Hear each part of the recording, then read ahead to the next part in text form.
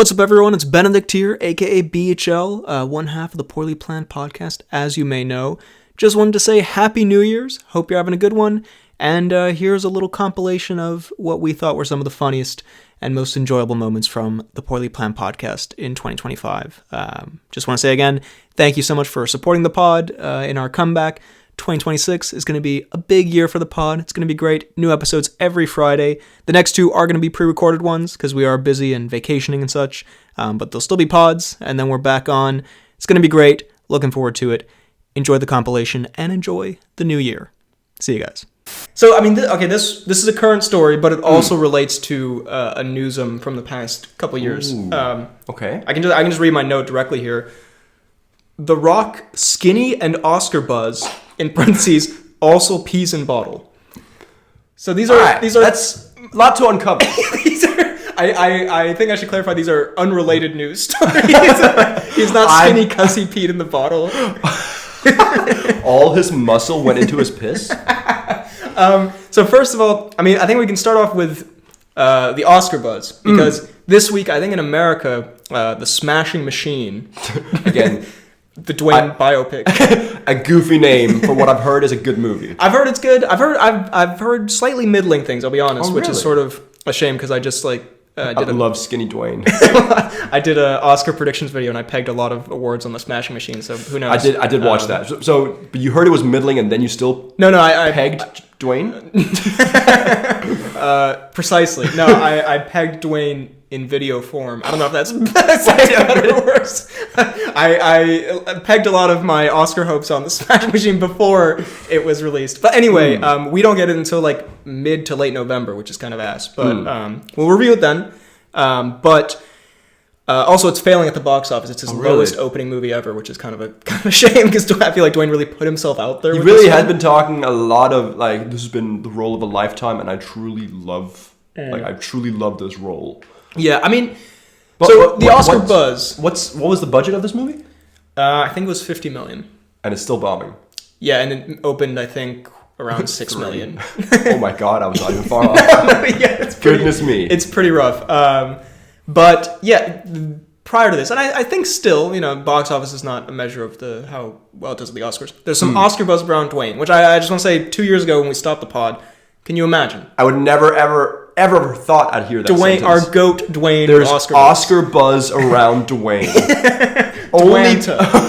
Only from Rampage would I expect that sentence. I mean, our friendship kind of started on shitty Dwayne movies, and now we're here where I just think it would be so funny if he won an Oscar. I think that would be the most hilarious. But can we also say, maybe slightly hilarious, that the only way he is able to win an Oscar is to completely change his appearance. To be one big prosthetic man. If they knew it was him, they wouldn't give it. I mean, it looks like he's really good in it. I'll be honest, when it first was announced, because he was also doing a thing with Scorsese at one point. I don't know if that's still happening, but a cynical part of me, because Dwayne, I don't want to say he had a little bit of a downfall, although we did name him Biggest Clown one of the recent years. I do believe that was, yeah. But he had sort of a little bit of a thing where it went from Dwayne's really, sort of charming, funny, bit of a meme to apparently there were, allegations that he was always late and maybe not great on set. Yeah, not great to work with. And then he had the whole Black Adam fiasco where he tried to change the hierarchy of the DC universe and that didn't pan out. And then when he was doing this, I was kind of okay, is this kind of a cynical, Dwayne wants to just check all the boxes? Because, of course he's going to say I love the art of film and whatever. I've been doing all the superhero stuff, and now I've really gotten into the deeper roles. Yeah, and I was is this just sort of another, tick for Dwayne? This is another Dwayne side quest, if you will. yeah, winning an Oscar. But I don't know. He looks like he's committed to it, and I haven't seen the film. He looks like he's good in it. Do you think it's maybe something that started off as a bit of a side quest, and now that he's fully gotten into it, he's kind of oh my god, this is actually really valuable to me? I think I just have a distrust of celebrities and distrust of Dwayne. That's just because there's a video of him crying at the premiere at some film festival because he's so emotional because he acted so hard or whatever. And I'm on the one hand, it might be totally genuine, and because I want to be oh, how sweet or whatever, but part of me is also did someone say to like it'd probably make really good press if like Dwayne cries because he acted super hard in this movie and like he can't believe he went from a dumb fucking Rampage star to Oscar contender or whatever. Yeah. Not my words. These are the words of the publicist. These are the words of the general public, not my feelings at all. But so, I don't know. The Dwayne denier. It could be great, and maybe he's super committed to it. Hopefully, I wish him the best, I guess. But yeah, anyway, if Dwayne wins an Oscar, that would be actually insane. I'm thinking we could do like an Oscars watch along kind of thing. Yeah. And that would, the moment when Dwayne takes home the bacon, as it were, actually takes home Kevin Bacon. It's a beautiful love story. I think that would be a big moment. But other Dwayne news: skinny Dwayne. So squinny. Squinny. It's what they yell at him at the Oscars. It's a compliment. So apparently, when this first happened, there's an instinct to do some memes.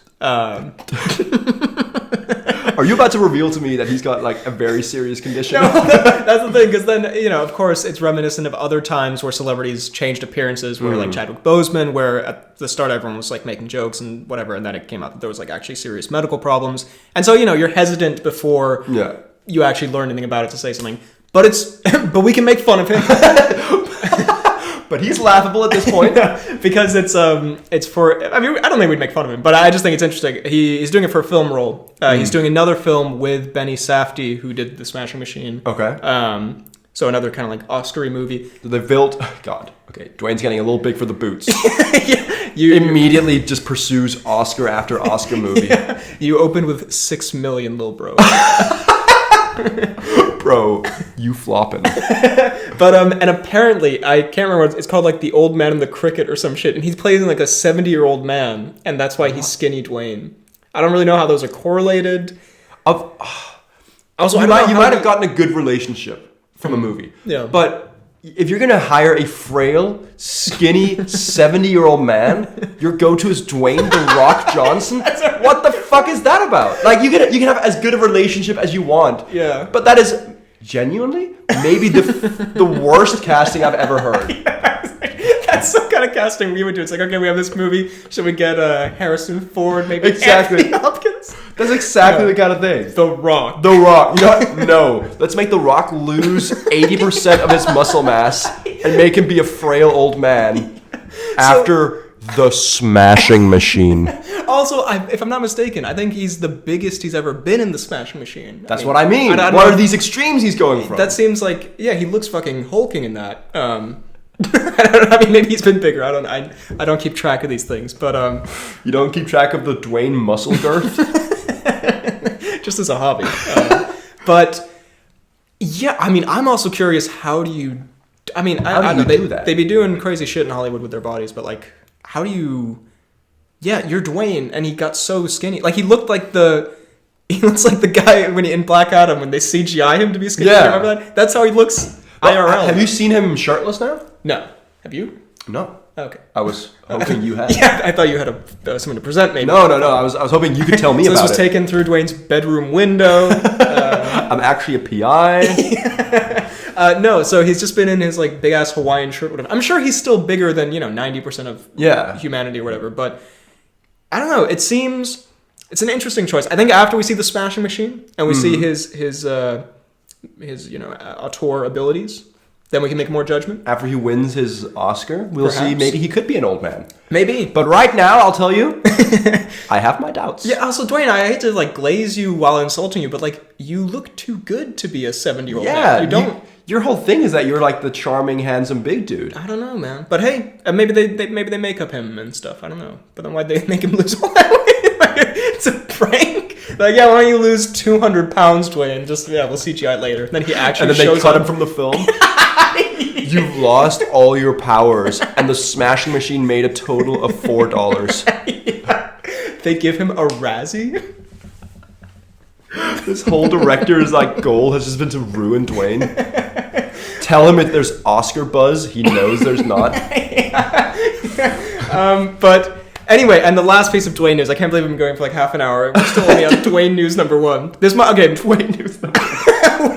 we We were thinking of maybe doing a pre-recorded pod after this, but this might be a mega pod. This might be a mod to come out for the first one because we got a lot of stuff to cover. Last bit of news here, and my beef with this is this is not news. Oh, because this, it's literally not news right now. This is from the past couple of years, but even then, it was not news because I have a distinct. We called that shit. We talked about the Dwayne piss bottle allegations back in the day, before it was like a thing. Before he did it. We encouraged it. We are shaman. And then I remember sometime like 2023, 2024, whatever, sometime since we stopped the pod, it came up as like a big story, like Dwayne pisses in bottles. It's like, bro, we've been new. We done didn't know.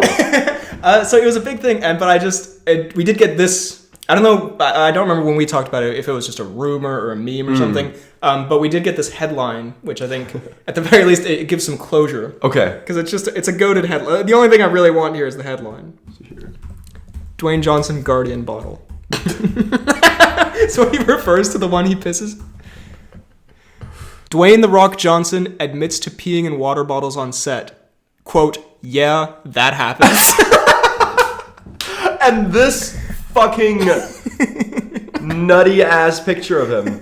He's never looked more egg-like. He's never looked like he pisses in bottles more. He looks like his glasses have fake eyes on the front in this photo. I love the idea that like the interviewer was like, "So Dwayne, we heard this rumor about you pissing it." That happened. Yeah, exactly. Expecting him to kind of deny it. Yeah, that happens. We haven't read the article. No. But it seems like... that seems like a pretty damning confession in the headline. Exactly, but also, maybe he's just kind of like brushing over, like, yeah. Yeah. Yeah. I piss. God forbid a man piss. So we haven't read the article, but... piss once some. But I remember the story being he's in the gym. Again, yeah, this is, we don't know the actual details. I remember it being he's in the gym and he's like grinding so fucking hard that he doesn't have time to run not to the working bathroom. out. Yeah. Also, bro, what a like toddler ass excuse. Like, yeah, I'm too busy to go to the bathroom. I'm gonna pee just I'm in the gonna corner piss. here. Like, that's not What not a thing adults do, Dwayne. Yeah. Although, can I just say? I wear a diaper. Easy.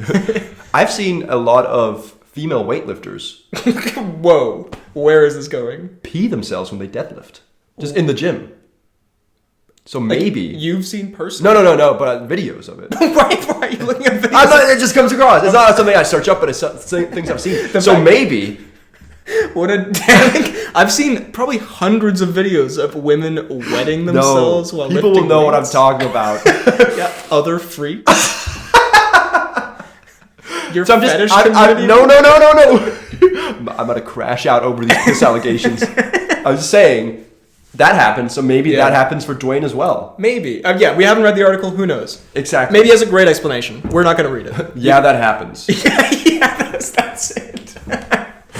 But you can check that article if you want the details. But yeah, Dwayne, I think it's safe to say be pissing. But yeah. Whether it be good or bad, he'd be pissing. He'd be pissed. I think that is a factual statement. Dwayne is a big pisser.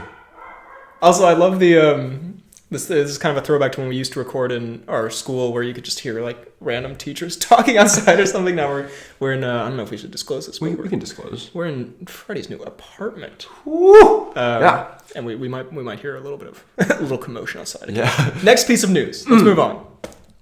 I just want a little bit of wholesome news, and perhaps maybe even made me think of my podcast co-host. No. Who's to say? Frederick Dalgard arrested for nude swimming? Arrested for filming women in the gym pissing themselves? Yeah, it happens. Then we have a kind of a familiar face on the channel, but one we touch on occasionally, mostly not in an offensive way, to maybe make some jokes about his age. But I feel like here a conversation about his age is appropriate.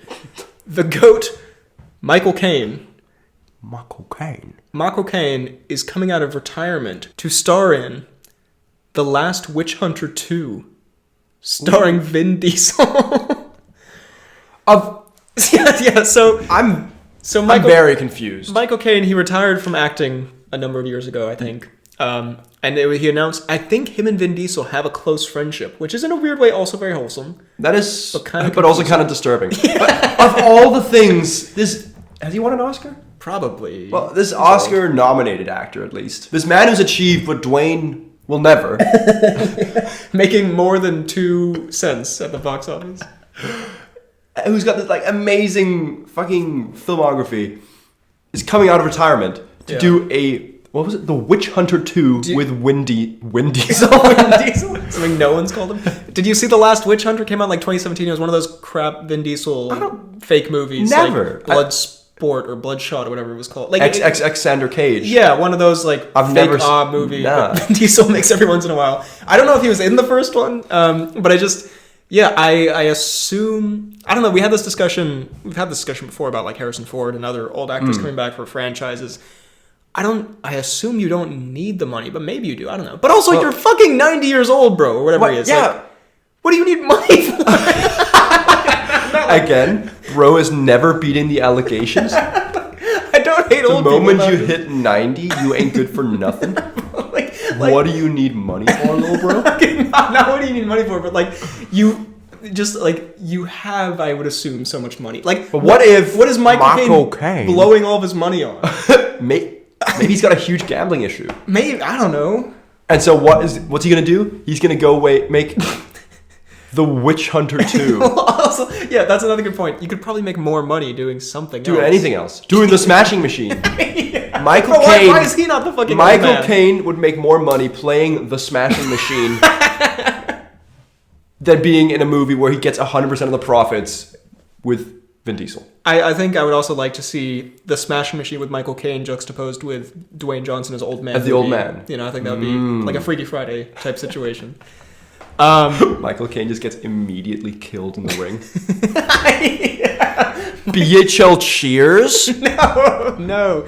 We wish Michael Caine to live long and prosper. But there was no truth in those eyes. I don't hate old people. But anyway, yeah, that was some Michael Caine news. Interesting. What was it that got like just Taskmaster? Yeah, spoilers for the Thunderbolts. Also, if you haven't, come on. Spoilers for Thunderbolts. Well, also everyone knew this beforehand because she's in like one scene in the trailer. It's like, well, kind of sus. She's not in any other scenes. But yeah, she's from the Black Widow movie, which is kind of funny because in the Black Widow movie, they're like, if I remember correctly, she's like a sympathetic villain where she was tortured into being brainwashed or some shit. Okay. This one they just actually murk her. Yeah. Because I'd never seen. Or I didn't remember her as a character. Yeah. Right? And so when she showed up, I was like, oh, okay. So what's she going to be? And then dead. Yeah. Just. But I also kind of liked it because she didn't seem incredibly interesting. No, she's not. She's sort of like, she got, what's the guy from the first Suicide Squad movie who was like clearly just there to fucking explode? Squid Man or some shit. Oh, you mean...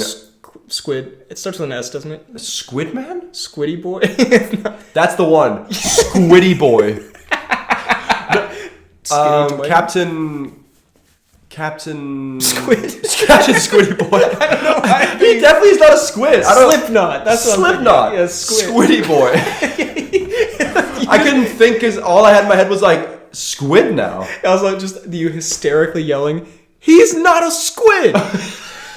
Your new neighbors definitely love you. Man, our goat. The conclusion of the Cruise saga. That makes it sound like he died. Yeah. He wanted to do more, but God said nay. He lived as he died. Cruising? Absolute confusion. We have to do the obituary for Cruise if that day ever comes. But no, the conclusion of the Cruise Ethan Hunt saga. Mission Impossible 8, The Final Reckoning. By the way, dumb title. Dumb title. Loved it. Dumb title. Best movie I've ever seen. I think a fine movie. Yeah, I would say a disappointment, to be sure. I would agree. I think without two specific action pieces would have been what I would say a bad movie. Yeah, well, no, that's the interesting thing. And it's funny because when we talked about Mission Impossible 7, we had quite a few complaints, which I still stand by. But looking back on that movie, holy fuck, that movie has so much going on. Like, there's so much action and so many set pieces. We didn't know how good we had it. We were spoiled. Because this movie, it has essentially, I mean, I think it boils down pretty easily. It's two, like, unbelievable action scenes. Like, sort of, like, cinema-defining style. Yeah, exactly. Like, some of the best stuff you'll ever see. And then, like, the rest of it is and I feel like I'm not exaggerating here, boring as shit. It really is. I was... Especially the Ving Rhames death. Well, I did write down here. I have like 3 notes for this movie. Just one of them says, Phineas Freak. Because maybe I'm dumb here. Who the fuck is Phineas Freak, bro? This is not a cultural reference that I think people get. Because they call back to in this one. He's about to die and he's like, you don't fuck with Phineas Freak. Yeah, it's like, first of all, who you're talking to, Vin? Yeah. You're about to die. You're just... Ving, they clearly fuck with you. Yeah, Ving, you did not win here. Bro thought he dropped a bar, but he dropped the ball. That's not good. Now that is a bar. Yeah, but so... Okay, yeah, let's talk Ving death, bro. Because he... First of all, it's so obvious it's coming. Such an awful sentence. Let's talk Ving death, bro. No voice style sentence. But he's like, yeah, it's so obvious he's gonna die. Because first of all, we meet him and he's like in a hospital garments and like hobbling ass around. out.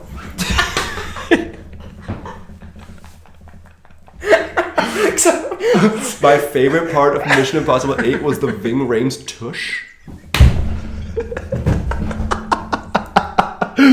Oh, no, because I think this is really unfortunate because I'm pretty sure like he has fucking cancer or something in the movie. Not in real life. Not in the movie. In the movie.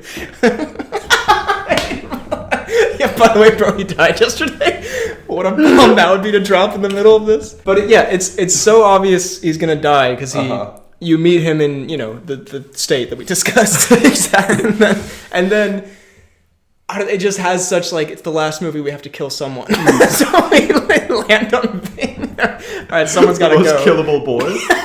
Phineas Freak, bro. You did not cook with that. Phineas Freak. Oh my god. But yeah, and then there's a bomb or some shit, and then he's like, no, I'll sacrifice myself, and Cruz, agrees or whatever. Cruz like, yeah, that's a good idea. Cruz like, I thought so. But then isn't it the same bomb later on that then they survive? Maybe. Yeah, it's just a skill issue with Phineas Freak. Phineas Freak not on it? But yeah, no, the whole problem in the movie is it's just series of fucking exposition scenes or like flashbacks, and it's so many. The least interesting part of a Mission Impossible movie is when they set up the heist or whatever. Like everyone tunes the fuck out when that happens. I'll just break it to you, Cruz. Everyone like starts thinking about how good the popcorn tastes or whatever. No one cares. Everyone starts jerking off. I'm a level with you, Cruz. Yeah. We all just get our dicks out. But we're all gooning in the cinema. A movement. But then. Yeah, like every scene besides that fucking, those epic action scenes are just them like doing like schematics of a fucking submarine or something. I'm like, shut the fuck up, bro. Just fucking jump off a plane or something. It's like, and then also, I don't remember the exact, I'm sure they explained it poorly, but I'm sure they explained it. But like the whole thing of like Cruz having to jump out of the plane and then he's just able to immediately swim down to the exact spot. I was like, Cruz, they set up so much stuff, but then the way they solve it is just kind of very kind of like it'll work out, Also, I hate to break it to you, Cruz, but like again, the Mission Impossible movies are not like lore movies that people, because they bring back fucking one character is the son of the fucking John Voight character from the first movie. There's another guy from the first movie comes up, the guy living in the cabin. It's like nobody knows these people. It's the guy from the cabin, whatever. Like, oh my god, it's the cabin guy. Why did you like the movie? Cabin guy returned. Yeah, and I have my dick in my hand. Yeah, gooned in my popcorn bucket. Hold up. A bit real. Bro was fast with that one. Yeah, I got my dick, and I gooed all over my popcorn and ate it. It was nice and salty. What?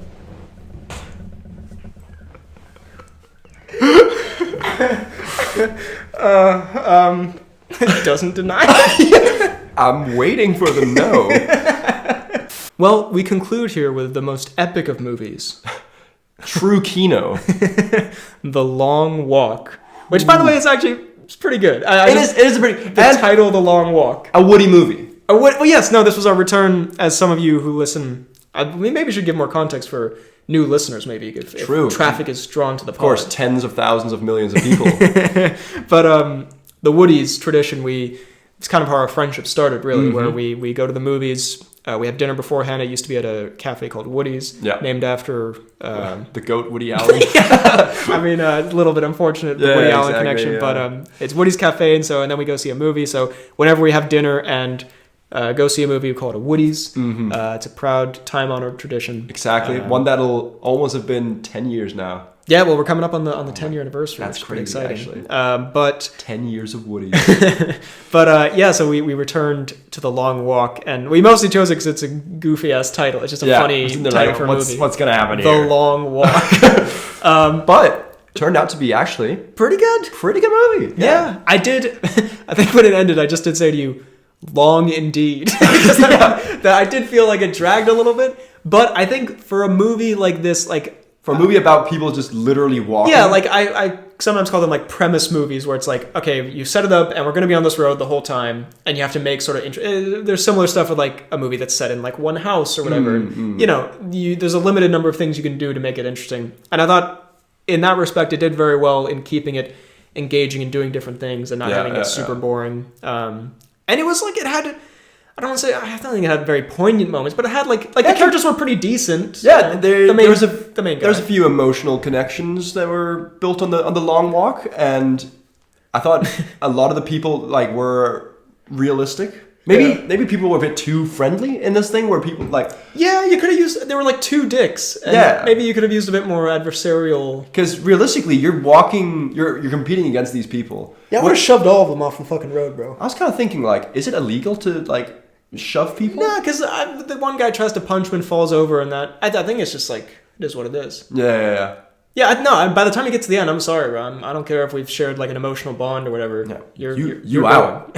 You're getting packed up a little bit by Mark fucking Hamill for some reason. Mark Hamill. Yeah, it was main guy. Ain't no way he's making it to the end. Okay. First of all, Mr. Hoffman. Cooper Hoffman, who, by the way, I like seeing his career budding. He seems like a good actor, and I like his dad. He is. I really enjoyed him. Yeah. Well. Okay, all right. Let's not Cooper Hoffman shame here. I mean, they acknowledge at the start. One of them says that ain't, you don't want to be heavy on the long walk, but it seemed fine. Not that he's heavy, but you don't want to be morbidly obese on the long walk. Okay, let's not Cooper Hoffman shame here. But I'm just saying, just for the technicality of the movie. I mean, the movie's about walking. It's about walking. Sorry, no, that sounded so much worse. You have to move because he's not fat. No. But he's just, compared to some of the dudes that are there, he is not in that good of a shape. He's, as Nick Miller would say, Coney Island fat strong. Sorry, no, it's getting so much worse every time. I'm sorry. You're digging yourself into a deep hole. They acknowledge it in the movie. I feel like that is our good So we can really riff off of it. It's time for the Dumb News. This is actually news that you sent to me a long time ago, so I don't know how relevant this is, but there's an update to it that I think is quite nutty. First of all, Tom Cruise and Ana de Armas allegedly dating. Seen holding hands out in public. God. The update you said. The update. And this is, I've not verified this anywhere. I don't even have a source for this. This is just stuff I've seen. Maybe you sent it to me, or maybe I was fucking scrolling reels, or maybe it came up on some fucking article. I don't know. But allegedly, there's rumors in the Twitter sphere, whispers in the wind, that Cruise and Ana de Armas are not only considering getting married, but having an airborne and or maybe space wedding. Which I don't... Again, I have no verification of this at all. This could be total bullshit, but I've just seen multiple things where it's Tom Cruise either considering a skydiving wedding, which seems like something someone would make up about Tom Cruise. That's exact. But also, can I just say, Cruise, I'm all for all your stunts. But on the wedding day, come on, you want to do something where you might splat in front of your wife? Also, give it a I'm maybe they haven't been dating long enough for her to be sick of him yet. But I feel at some point you'd be do we have to fucking skydive today? Do we have to go to space to get married? You're doing a bit much, Cruise. We have to go to fucking space to get married. Yeah, or he's going because He's been talking, I think, about doing like a movie in space for a while. Yeah. I think that was a thing for a bit. So maybe that movie's just going to be his wedding video. I mean, I'd go to the cinema for that. I would watch the shit out of that. But at the same time, 40X, the wedding night. I was gonna say when they kiss the bride, just water sprays everywhere. It tastes like cruise. sorry. Bit far. Bit huge there. It tastes like cruise. But yeah, anyway, so, That's crazy. They're getting married? Maybe. Again, who knows if this is true. Again, this is my sources like Instagram Reels. I didn't even know they were actually like officially dating, but now they're getting married in space? 100% certainly? I don't know. If Cruise did get married in space, is that epic or is it illegal? Is it cringe? Is that a viable wedding if you're married? Is that like getting married in international waters? Yeah. Like whose license do you get? I don't know. I don't really know how marriage works, but I'll never figure that out. I've never had that problem. I've never had to get married in space before. Call me the layman. So who knows? Who knows if that's true? But if Tom Cruise ends up having a wedding in space, my God, what a day for the Tom Cruise that would be. Or again, knocking on all the wood in the world, and we only want good Tom Cruise. Yeah. But also a Tom Cruise, if he skydives and dies at his wedding, would be... Can I say, there's so many scenarios with a skydiving wedding that could, is it... What if Anna de Armas splats? What if they both splat? What if Cruise splats? Like, there's so many variables of that day. There's so many splat-tunities. There's so many ways that can go wrong. And again, we wish nothing but the best for Cruise. Nothing but the best. Don't want anything bad to happen to him or Anna de Armas. Of course. But the news that Tom Cruise in a tuxedo getting married couldn't pull the string in time would be, I'm not going to say it would be good, of course, but it would be generational. It'd be something. It sure would be. So yeah, we'll see what happens there. We wish nothing but the best for Cruise. Nothing but the best. But also, at a certain point, you're fucking tempting fate, bro. Stop. Don't get married parachuting, bro. He started tempting fate like 10 years ago. Yeah, no, don't get married, Don't do that shit. Don't get married paragliding or whatever the fuck you're planning on doing. Well, now... Holy fuck, we have been going for Oh my God. Over 2 hours. Call us troopers the way we be doing this long walk. Your disgusted face that you just pulled was very appropriate for what you just said. You told me a while ago that there was a little story, and you're like, but you know what, I'll save it for the pod, because it's kind of a pod-worthy story. I think it's both pod-worthy and a little pod-adjacent, because there's some relevance here. Okay. And I'll start out by saying, this is a story that doesn't paint me in a very good light. So those are my favorite things. Is that not all the stories? I was going to say, it's most of the ones you tell. But so, basically, now that, and I feel more comfortable saying this because there's a bit of time that's passed now, but at the time, I was genuinely mortified at this. So, basically, when I was still living back in Scotland, I was very excited about the future about moving back to Denmark. And with that also came the fact that I had to find a new place to live. And in that, I was on Facebook, joined a few Facebook groups in Copenhagen for flats that are out to rent. And so I texted a bunch of people, would you want me as a roommate, stuff like that, or a flatmate? And then this sweet guy, I won't say his actual name, we'll call him George. Okay. Appropriate. Exactly. I sent a long kind of message talking about myself as well, kind of pitching myself, if you will. And he responded oh my God, you actually seem like a very nice, sweet guy. Would you be up for taking a call sometime and discussing the future about this? I said, George, fuck yes. This sounds great. Hell no. George, that sounds like a bit much. Just let me move in. And so then we have this call, and he's actually such a sweet, delightful guy, right? Very, very nice. This can end with and so I hit him with my car. And so I accidentally decapitated him. But so we're sitting there talking, and he is a guy who's done short films. Hey, yo. He is super into just movies in general. So we sat and talked movies for a bit. And then I was like, oh, you won't believe this. My best friend, he actually has a YouTube channel that is actually quite popular. So I pick up the BHL Hudson. Okay, good. And then through that, I was also just we're talking movies, actually I've got a podcast as well with him, and we started talking about the pod, and I sent him some links to the pod. And so Did you lose this house because of the pod? That would be a pod-worthy story. But cannot move in.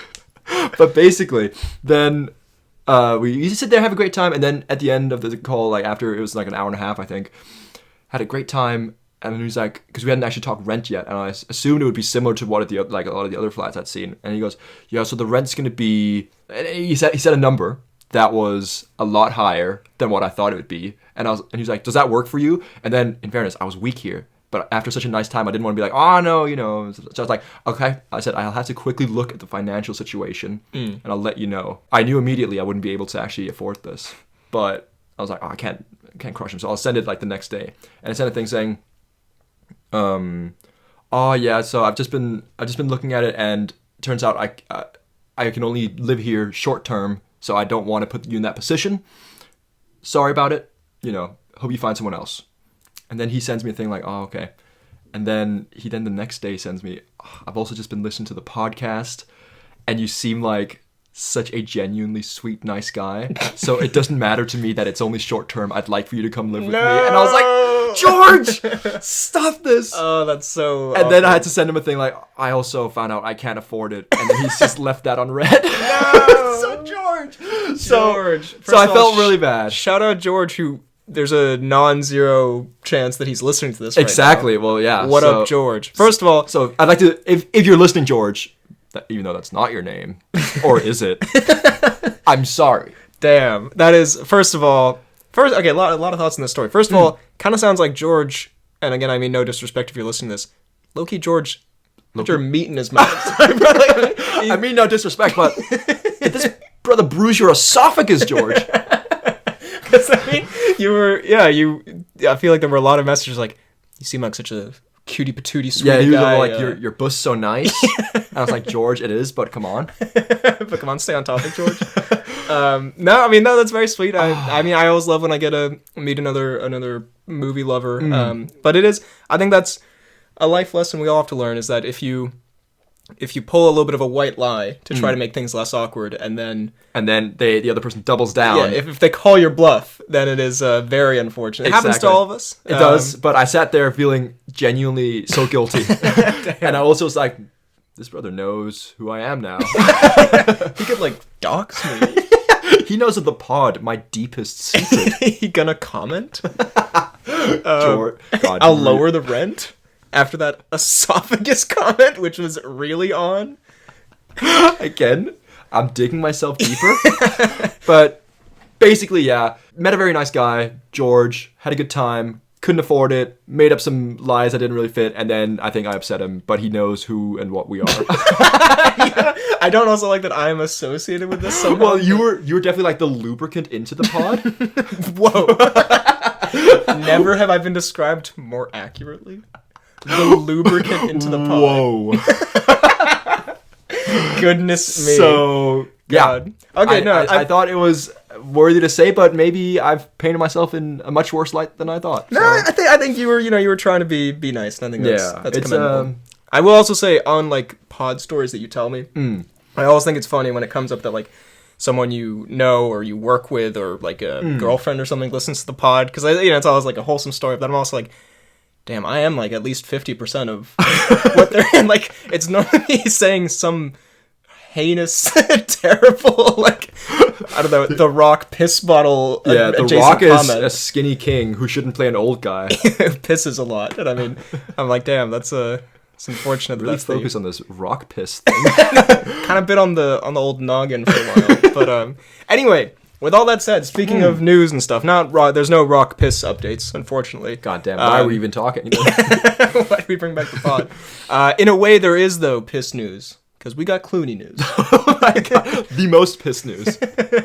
News segment, piss news. It's just whatever's happening with George Clooney. I don't even know. Needlessly mean. Don't even know why. I mean, I guess Welcome he pisses. Back to piss news. Most people do. I guess he pisses. But, yeah, let's dive into the news. And for some reason, there's a heavy focus on Ocean's news, the Ocean's 11 franchise, for those unfamiliar. But they're unrelated. But they came out like exactly the same time, so I guess it's just a coincidence. But first of all, we have George Clooney saying to E! News that Ocean's 14 is happening. There's been an Ocean's 13? Yeah, of course there is. It's the high point of cinema.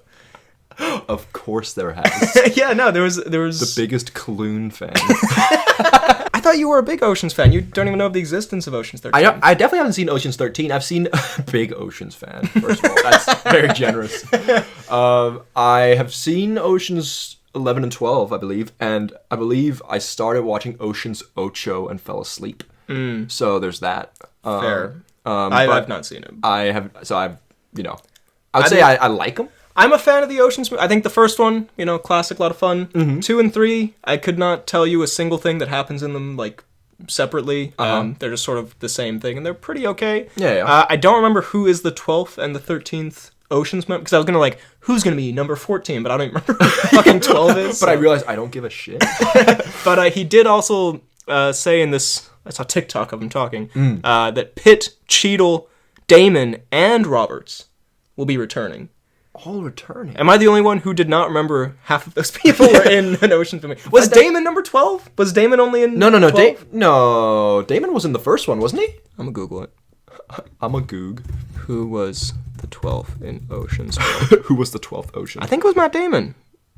Julia Roberts? Julia Roberts. Well, this is a AI overview, so I don't know how much we can... Ocean's 12. The film was... Casey Affleck? Whatever. Who fucking cares? Anyway, are you excited? Genuinely so angry. That tangent ended abruptly. Are you excited for another Ocean's movie with all of these? So close to the answer. Who the fuck gives a shit? Just a movie podcast? Why would we know? Do you care about, in a not mean way, all these old people coming back to rob a bank or whatever?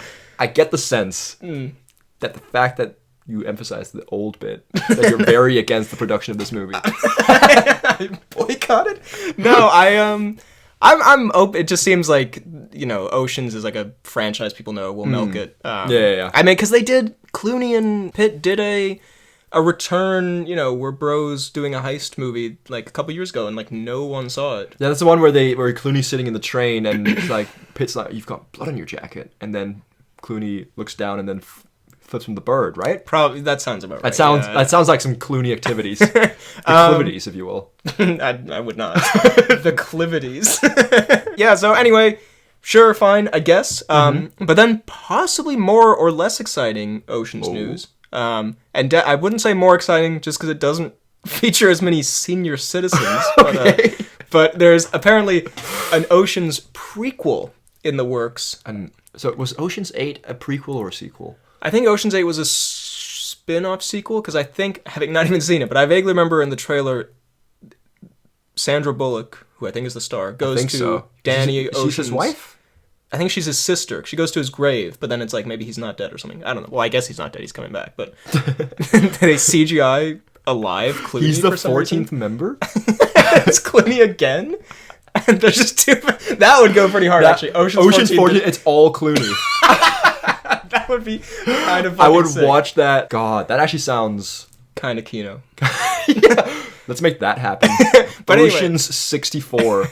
All Clooney again. There are rumors of an Ocean's prequel, and the talk of the town is that Margot Robbie and Bradley Cooper could be circling to star in it. That sounds like a power couple in a movie that I'm very down to see. And it would be directed, the rumor is, by Twisters and Minari director Lee Isaac Chung, which I've not seen Minari. That's supposed to be very good. Okay. I did see Twisters.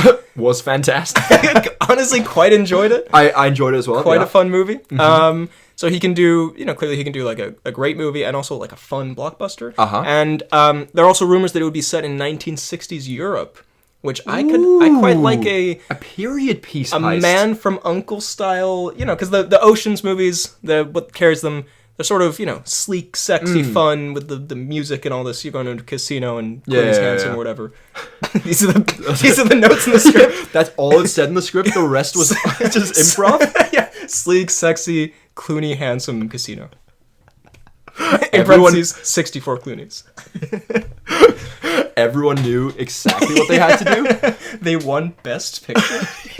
They won Best Clooney. But so would you, A, be interested in a Cooper Robbie Ocean's Heist prequel, and B, would you be more interested in that than Ocean's 14? I dare say I would be a lot more interested in that than Ocean's 14. Again, I'm all there for the Ocean's 14, despite not having seen the last one. But, like, that sounds like a fine thing. But this period piece heist thing sounds cool. Yeah. Sounds cool. I'm there for it. That being said, Ocean's 14, putting aside that it's an Ocean's movie, seeing Pitt, Clooney, and Cheadle all hanging out. That's a best cast Oscar right there. But yeah, anyway, Ocean stuff. Cool, I guess. Cool. Ocean's 14? Ocean's 1960s? Another just how many Clooney's there are there. Very exciting, I think. Could be cool. Speaking of Clooney, speaking of piss, speaking of possibly very exciting. It's also just fun to see Jack Black be kind of unhinged. And to be fair, this fucking guy on his motorcycle. Okay, it's been a while since we did an angry BHL crash out. Angry rant and go. This fucking this fucking guy, man. He has this kid who lives next door whose parents have given him everything. Who hasn't had to toil for a thing. He kind of has. Oh, okay, I'm not gonna get into it. No, get into it. Well, no, he has a motorcycle. And when you say kid, how old we no, he's like around my age.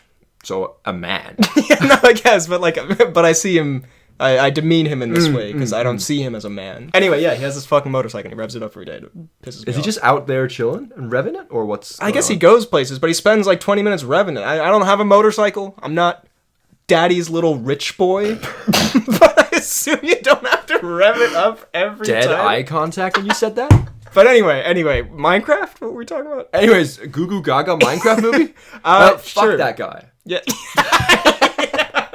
But I have like a kind of, it's not a theory, but I feel like this is a possibility where once they run out of movies to make live action, I feel like they're gonna, if you take this idea, by the way, I want $1 billion, but they're gonna go back to the 2D animated movies and remake them 3D animation.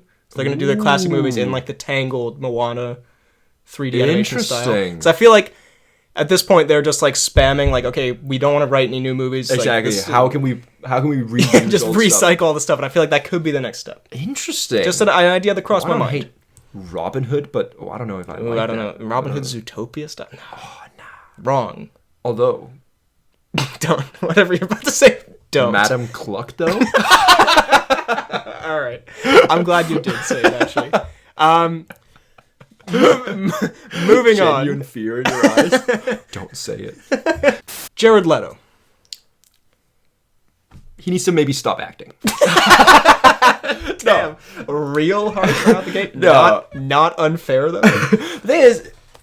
Well, first of all, can we just say, because for years I've seen people hate Jared Leto for they call him sort of a creep, but there's been very vague, like, he's creepy or he's done something weird. I remember someone said something about like a culty kind of thing with his music, whatever. So I wanted to just like didn't he send like dead rats or something during Suicide Squad? Yeah, I remember that. He was weird on the Suicide Squad set in the name of like being the Joker. Being the Joker, yeah. Which is just not an excuse to send people dead But rats. guys, I'm the Joker. And condoms and shit. Do you remember that? It was talks about him sending condoms and stuff. Used condoms. Were the used condoms involved with the rats? Oh my god, was the used condom inside of the rat? God. But anyway, so it's all in the name of the Joker. What a Joker move. Fuck a dead rat. Or fuck a rat to death. Oh my god, alright. Hey, that's way too far. That's more of the Penguin. Classic Cobblepot. Big the Riddler move. Fuck a rat to death. It's like, that's his master plan. It's not to like bomb Gotham. Why are you stopping Mr. Freeze? He's in the Sioux. I just imagine Batman showing up to a crime scene ready to like stop him from poisoning Gotham's water supply or something. He's like, wait a minute. Calendar Man, what are you doing? The Tom News. Goodness. God. Saying that on a more like regular basis. You used to say it every day? Yeah. In the shower? Just sitting there nude in my room. Anyway. So, Tom Cruise. Well, I'm very excited to say this week's Tom Cruise is a throwback to one of the best pieces of Tom Cruise. Not an all-time great. Are we Don't say Tom Cruise cake right now. Cruise cake news. Don't Cruise cake news. And I think, look away for a second. I think this headline, quite amusing. This is from CBS News. Cake popularized by Tom Cruise's holiday gifting is recalled over health concerns. And I just need to read you the first line of this article. Please. This is maybe the most, considering the Tom Cruise cake news we've covered, this might be the most heinous sentence ever written. Okay. Tom Cruise's friends and colleagues may have been given a taste of something unexpected. They be munching that cruise cake every Christmas? Every Christmas. Apparently, so look, I skimmed this article. I think just the gist of it, it's not like that deep. I think The Bund cake. the bakery that I think is associated with the Tom Cruise cake. I don't know if it's confirmed it's the place. But apparently there was something where like it had some ingredients that someone might be allergic to. They had to recall it, whatever. And so it's not that deep. I think 20 people have died. Sent out cyanide Cruise Bund cakes. So I think it's fine. I think I saw God. like no one actually had a reaction. They just had to recall it or whatever. So Cruise is sending out. Wait, go down. What does it say here? It's insane because I would have on Jimmy Fallon, and Jimmy goes, you know what we have to look forward to next month? Tom's coconut cake. Tom's coconut cake. Bakery owner and cake creator Karen Doan told the outlet. I think Tom Cruise possibly has a tramp stamp with an arrow pointing down that says Tom's coconut cake. But anyway, so yeah, I think it's fine. I think they just recalled it and did whatever. But I just thought the headline, cake popularized by Tom Cruise's holiday gifting is recalled over health concerns. I mean, I think just... It may contain undeclared wheat and milk. Tom Cruise like, yeah, sorry, I put some of my undeclared milk in this. Sorry, you've got my undeclared wheat in this cake. What could that possibly even mean? Anyway, so yeah. So I think from what I may have gotten from this article that I skimmed and didn't really read. So Cruise does not bake these cakes. No. He only models his anus for them. He just go. And it is a perfect 1-to-1 replica. Yeah, if you Google the Bund cake. Don't ever Google the Tom Cruise Bund cake. Like staring down the barrel of a gun. If the gun were super juicy and bundy. Okay, I'm losing the plot here. No, but so I don't think... So I think he gets them from this bakery, which I guess would make sense. I don't think he actually stays up cooking cakes. Billed as a coveted gift each year among Hollywood A-list celebs. The site lists some notable recipients of the cake, including Barbara Walters, Jimmy Fallon, Kirsten Dunst, Henry Cavill, Angela Bassett, and more. God. Goodness. Oh yeah, a 2021 Spectrum News segment identified Cruise as a customer of this... what is it called? Is it called Goldbelly? No, Los Angeles-based Doan's Bakery. Is recalling 2 cakes. Like we're actually digging deep in it. Yeah. Doan's sold the cakes, which it shipped through Gold. Okay, so it shipped through Gold. But anyway, there's a thing here. A 2021 Spectrum News segment identified Cruise as a customer and said the family-owned shop is grateful for his patronage. In 2022, Rosie O'Donnell posted a photo on social media of the cake accompanied by a card reading, "Warmest wishes to you this holiday season, Tom Cruise." My God. I don't think I've ever read a more sexually charged message. Warmest wishes? Hello, warm, undeclared milk in this? sorry. Warmest wishes. Here's some undeclared wheat for you. It's a wax model of his balls. Anyway. My undeclared milk. Anyway, so point being, there were like 2 cakes that maybe had too much wheat in them or some shit they were calling it. It's like totally nothing story, but I think we may have identified possibly the bakery where Cruise procures these cakes. So, and that we can do a lot with that.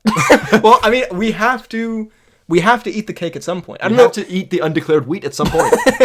Do we have to get it from fucking LA? Do I have to order it from there and ship it across the world? Do they even ship it? Like, I would assume not. Well, it could be. Maybe. Or maybe we have to go to LA to try out the... My God. Why are you going to LA? Is it business? In a way. Yeah, we might have to stop at Doan's Bakery. Doan's Bakery, if it's still open at the time. Yeah. If they haven't been infested with receiving wheat. the patronage of Tom Cruise cannot be healthy. It's a reason he's been divorced. face in milk. It's the God. reason he's been divorced. Anyway, that's some cruise cake news. Good stuff. God, I never thought we'd hear the cruise cake again. I think we'll. I mean, if this is what counts as news, I think we'll hear about it a lot more. We've got a lot coming up. I like that they had their little happy ending back on the boat together. Yeah, no, that was sweet. Cena and Harcourt, and yeah, it was great. And to the music as well. Like I was just telling you before we started recording, I was biking here, listening to that exact song. I was getting hyped. Yeah, and it was just a nice moment, I thought. Yeah, no, I enjoy their chemistry and their romance. Again, with James Gunn having to film all of that. Yeah, kind of. No, is it the most alpha or the least alpha thing? I don't know. It kind of like implodes on itself because also John Cena is such a handsome. I mean, yeah, of all charming buff dude. Yeah, it's not. I guess you're very secure in your marriage, but also. Or is James Gunn like a mega cuck? Right. Let's not start that conversation. I'm gonna say he's very secure in his marriage. I will maybe say that. Yeah, you're still investigating. It's 50-50 at this point. Mega cuck. God. Anyway, with that all said, we're gonna dive into our topic now. Okay. Everyone, cast your mind back to the end of 2024, where we were all happy. Definitely not.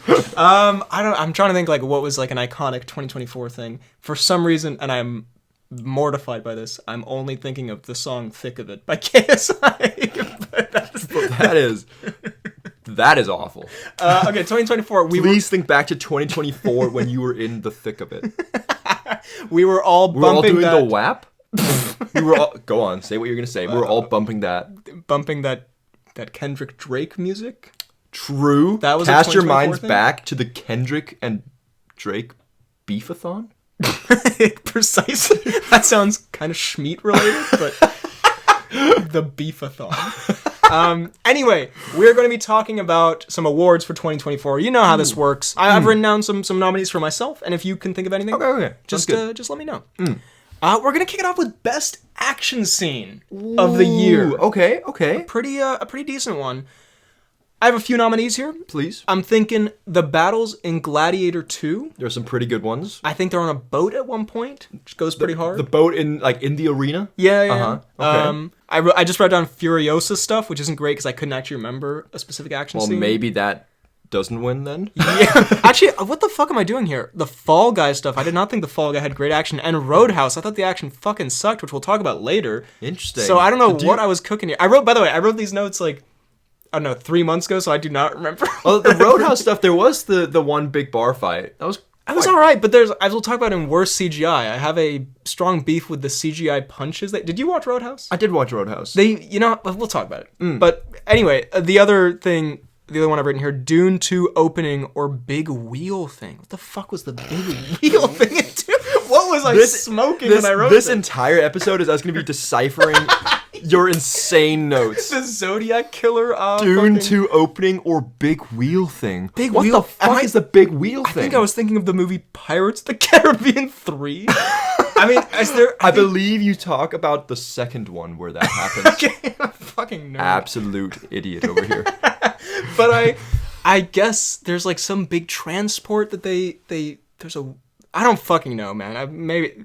I don't know what I was doing here. Anyway, the opening, I remember it's orange and there's the people flying up the side of the wall or whatever. That was pretty cool. That is pretty cool. There is the black and white scene. The black and white scene is fucking awesome. And I like the final duel. It's not much like an action scene, but as a climax to a movie, fucking dope. Yeah. I'm gonna say the black and white scene went super hard. The black and white scene did go super hard, but the gladiator scenes as well? Yeah. Let's see here. What we got? Every scene in the movie Trap.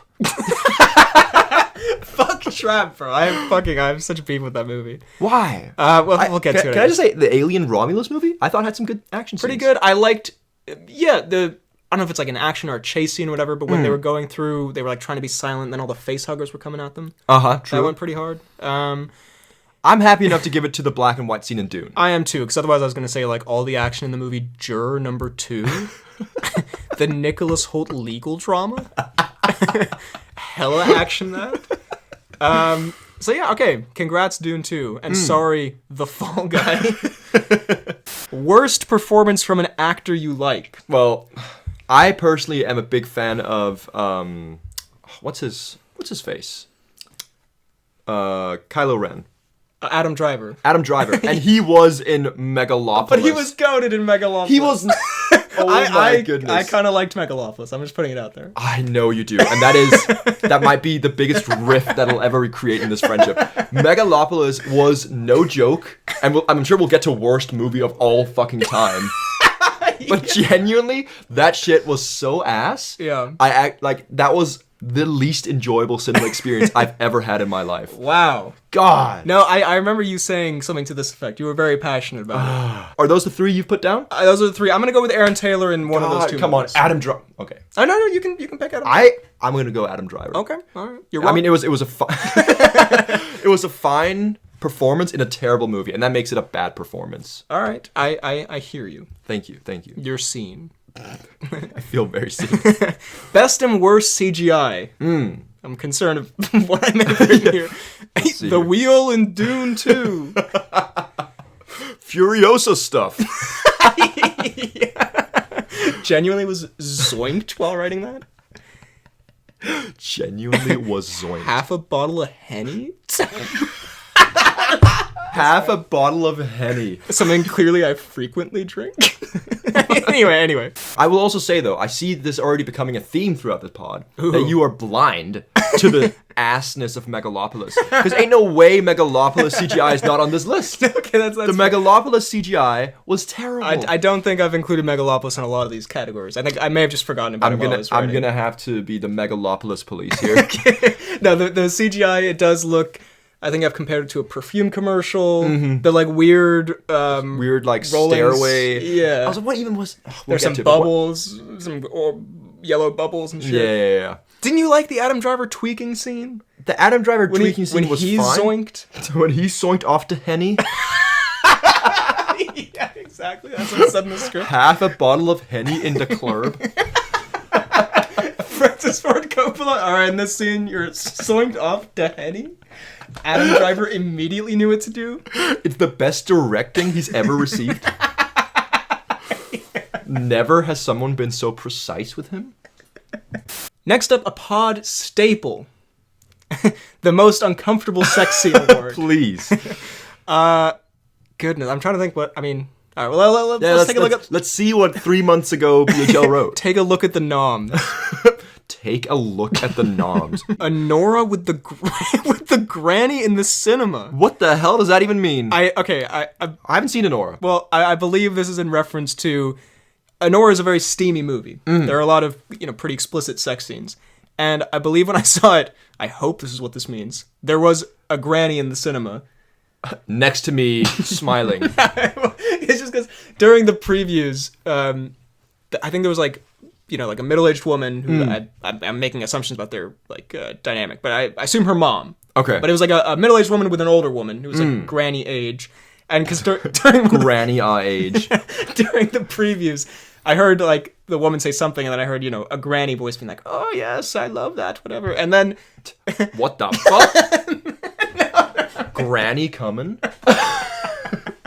The fuck? Oh yes, I love that.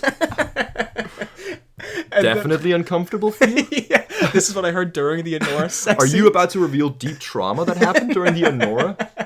But then, just during Honora, the whole time, when, there are all these steamy scenes, I just couldn't help but thinking, looking over? Raising my eyebrows? Granny fucking with this? I was just thinking about, how they're sitting. They were literally in the first row, so as close to the screen as possible. Like, who brought their granny and or mother to the movie Honora? Yeah. So in that sense, that was an uncomfortable sex scene in a way. I get you. Kinds of Kindness porno. Oh, you haven't not seen Kinds of Kindness? I have not. Who's in Kinds of Kindness? It's Emma Stone, Jesse Plemons. It's Yorgos Lanthimos who directed it. Of Poor Things. Oh, okay, yeah. And Poor Things had some crazy things yes. as well. Well, no, so it's like a triptych story where it's like 3 different sort of episodic stories, whatever. Mm-hmm. And one of them is like Jesse Plemons, I can't remember, but they have like an awkward dinner with like his wife. It's Margaret Qualley as well, and then like his friend, and then Emma Stone. And it's revealed like why it's awkward is because they all made like a foursome sex tape, which you just see like very Interesting. blatantly. I know it was kind of funny, but also like You'd be a like, little strange. I don't love that. Okay. Megalopolis, probably something off-putting. Aubrey Plaza ass eating. Check out this boner. Probably an Adam Driver scene. Yeah, okay, so I believe there's a scene where Aubrey Plaza gets her ass eaten by Shia LaBeouf. If I'm making that up, that's quite concerning. That is the craziest Freudian slip I've ever heard. I think there's a scene where Shia LaBeouf gets his big girthy penis out and eats out Aubrey Plaza, and then my granny moaned. It was a slip. But yeah, I think that there is that scene which was like, I mean, kind of funny again, but a little bit odd. There's also the boner crossbow scene. Yeah, which goes pretty hard. Again, that's not super uncomfortable. It's just kind of nutty. Yeah, it's kind of like very confusing. And I just wrote probably an Adam Driver scene. I don't know if he has sex in the movie. It just seems like. I don't remember. There's so much going on. There's got to be some stuff in there. The Substance, I don't think you've seen it. I have not. There's a scene where she's hooking up with someone, and then it's like a body horror thing, and like all her organs spill out or something. It was kind of a more cool, horror movie thing. Joker 2, he loses his Joker virginity. Nosferatu, there's the Nosferatu schlong. I don't know if Nosferatu schlong. I don't know if you see the schlong, but it's because it's vampire movies. There's a lot of like sexual undertones in Nosferatu. So there's like a heavy like sexual thing. But also he is, I don't know if you've seen Nosferatu from the movie Nosferatu, but he looks like this. Oh, goodness. Which is... Wait, so is Lily Rose Depp having sex with Nosferatu? Yeah, or there's... Is this... Well, that is the most comfortable sex scene I've ever seen. Yeah, there's various sexual undertones, and maybe they have sex at one point, I don't know. But yeah, anyway, of this list, I'm going to say most none of these made me legitimately uncomfortable. I guess I did see Joker 2 with my dad, so that was like a little unfortunate. But I think we had to take the there's also Granny, I guess. I mean, personally, the Granny experience, which I don't want to call it, was unfortunate. The Granny experience. That could be the title of the pod. I guess the Aubrey Plaza shot, because it's also I find Shia LaBeouf just generally to be a slightly off-putting man. Kind of icky. So him. Eating the butt? So him eating the butt. Again, while he off the henny in the club. Again, I really hope that this actually happened now, because if not, we've just been talking about Shia eating ass without it happening. So let's get to that just in a hope that it's real. Hope that it's real. I mean, it better be fucking real. Please, Shia. But yeah, I hope we didn't just make that up. Yeah. Okay. Yeah, Shia, you take it this year.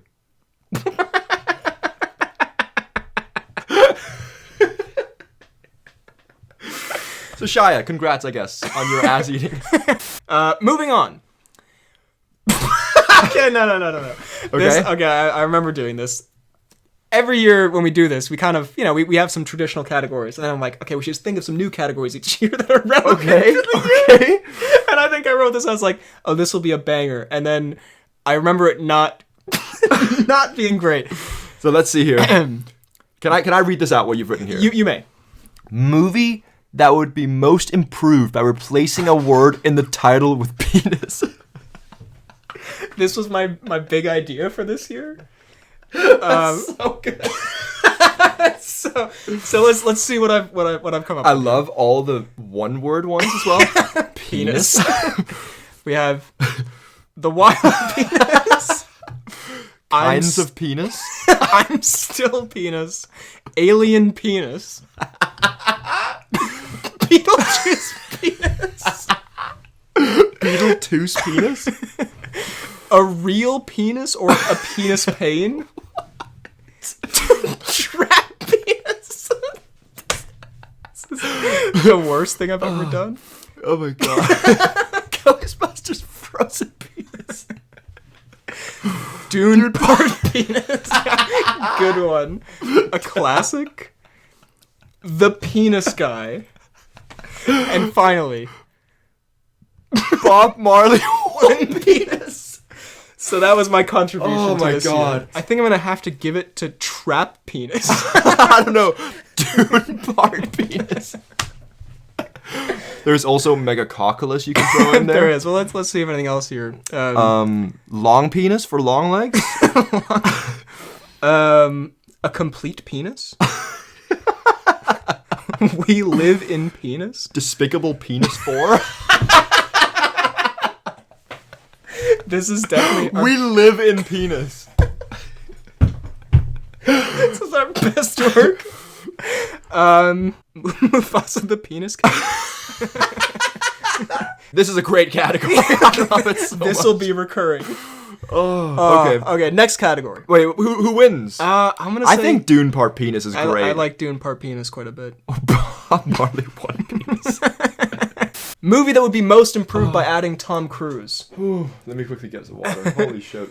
This is a category I think we've been doing since the start, honestly. This is a classic. I have here Better Man. Cruise as Robbie Williams, as Monkey. But no monkey. No. But it... That would be my pretty, God. That would be pretty crazy, actually. Uh-huh. So it's just Tom Cruise playing Robbie Williams? Yeah, but it'd be way more off-putting than having an actual ape there. Yeah, it would be honestly a lot more distracting than the monkey thing. Uh-huh. The Apprentice, I guess Cruise as Trump? Donald Interesting. could be something. I could see it there. Honora? Cruise shaking ass?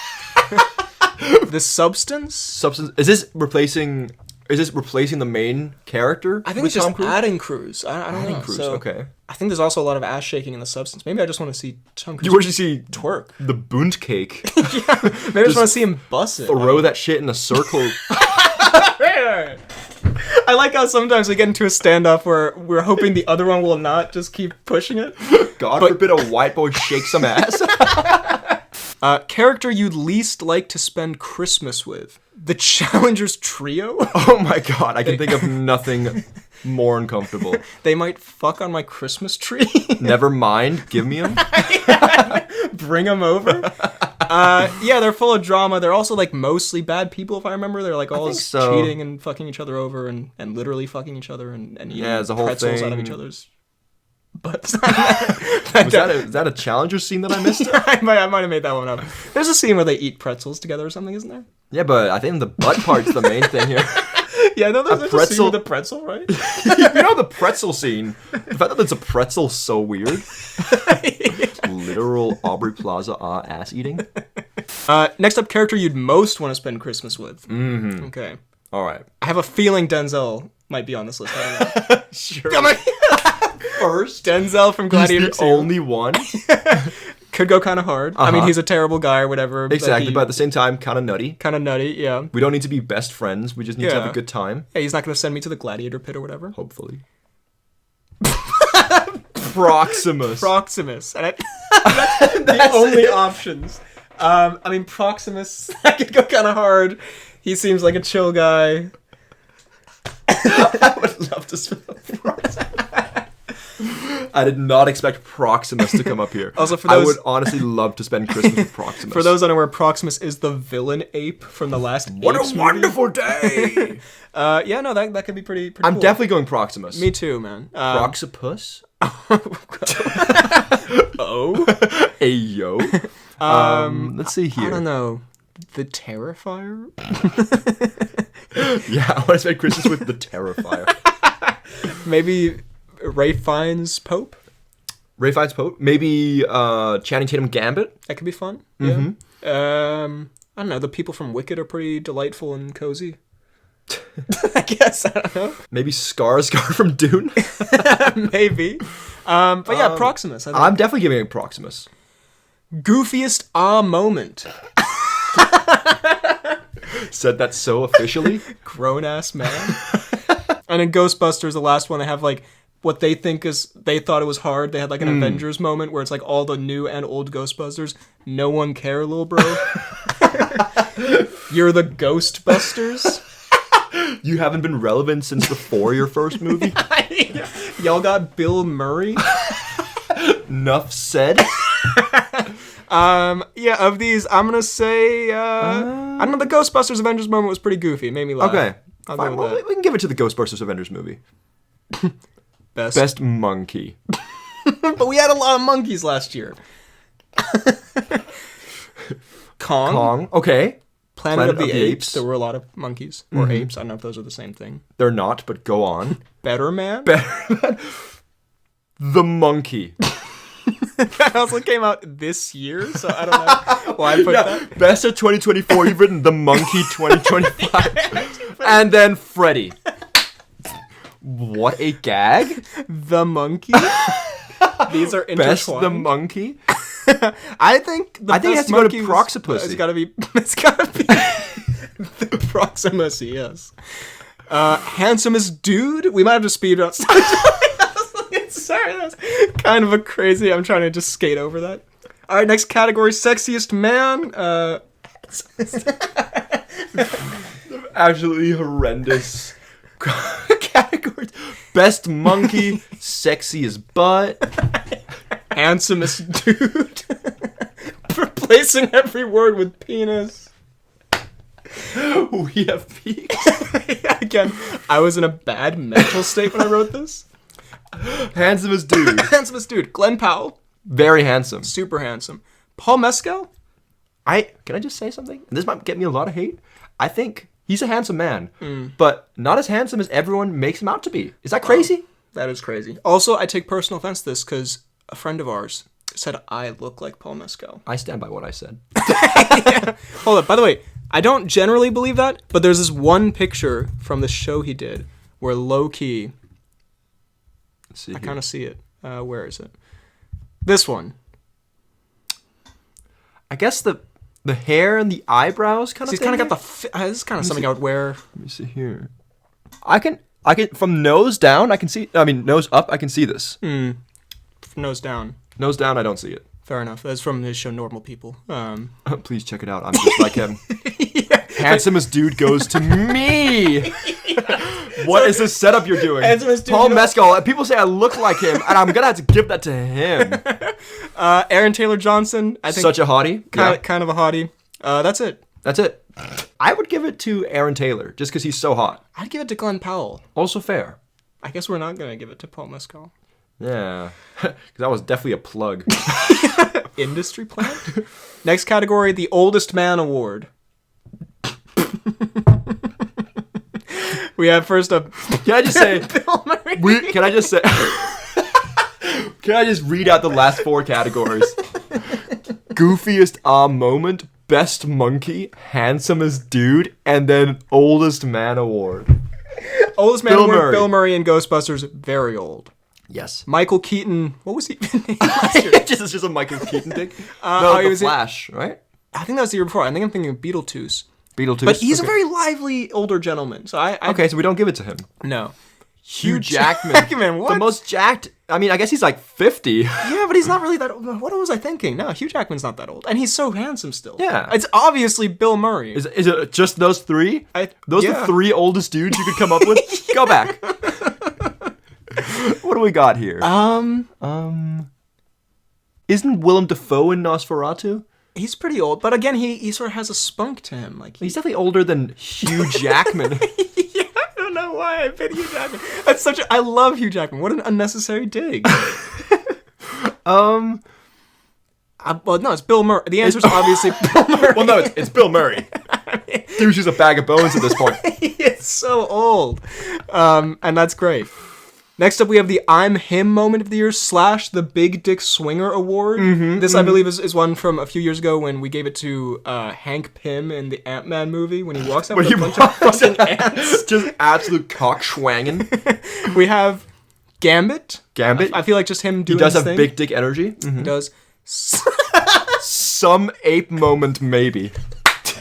Nosferatu big penis energy.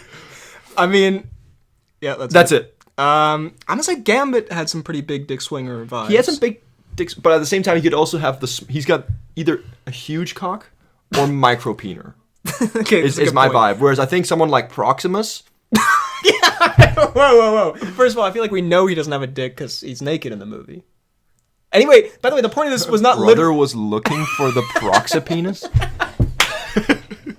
The point of this was not who actually has the biggest penis. That would obviously go to Paul Mescal. But the point was who has that vibe, that energy. And I think when Gambit, he finally gets Tatum finally gets to be the character. He gets to be in a movie. You know how long I've been waiting for this? Okay.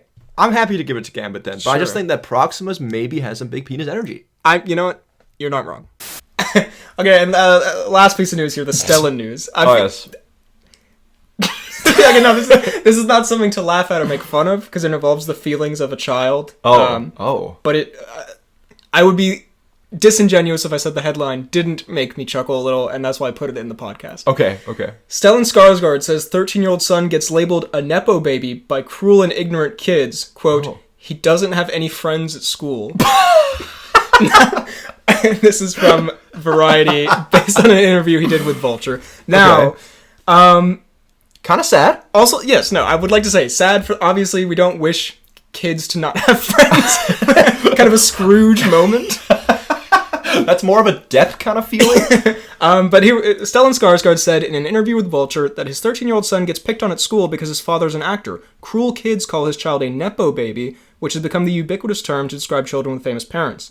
Quote, my 13-year-old, Kolbjorn... Okay, well, Maybe that would explain.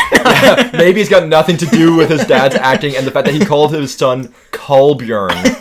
To be fair, we're Scandinavian. We got goofy ass names. Actually, no. Yeah, but Benedict Kolbjorn? and Frederick. Those Those are two most fucking goated names. When his pals at school call him... See, this is where I get a little tripped up. When his pals... So he has pals. But anyway. So Stellan, you straight lying to me? Maybe that's just a... I don't know. He's finding a word. But when his... Maybe his English not so good. When his pals at school call him Nepo baby, he gets so sad. He doesn't have any friends at school. He gets isolated. Cruel... This is not funny. Cruel kids or cruel and ignorant. But it is such a bullshit thing. Because nobody would hire you, at least not for anything good, if you're not good enough. So a couple thoughts here. First of all, again, to reiterate, we wish you the best, Kolbjorn Skarsgård. Yeah, with a name like that, you need all the luck you can get. But obviously it's not good if a kid is lonely and sad at school. True. But also, can I just say, much to unpack here. If it was me, I'd be like, you know what? Your dad's a cool, like, famous actor. I want to befriend this guy. I mean, I don't know. Like, if we were, we did, besides, present company excluded, we had no celebrities in our class in high school. But, well, there was one guy. Let's not give him the light of day. And actually, I really did not want to be friends with that guy, so maybe I get it, actually. Maybe Stellan's spitting here. Maybe we'll tell that story another day. Another pod anecdote is how much we fucking despise that dude. But, what was I saying? I don't know. I guess I'm just surprised, because I would think if you had, like, a famous dad, like, to get bullied because Stellan Skarsgård... And also, Stellan Skarsgård knows about it, and he can't, like... I'm not saying he's gonna beat up the kids, but, like, he can't do anything about it. Like, it is... I assume you're pretty rich, and I don't know. Well, it's just... I'm not saying you can pay off kids not to bully your son, but, like, I feel like... Go up to all his quote-unquote pals. And here's a hundo. Please be nice to Kolbjorn.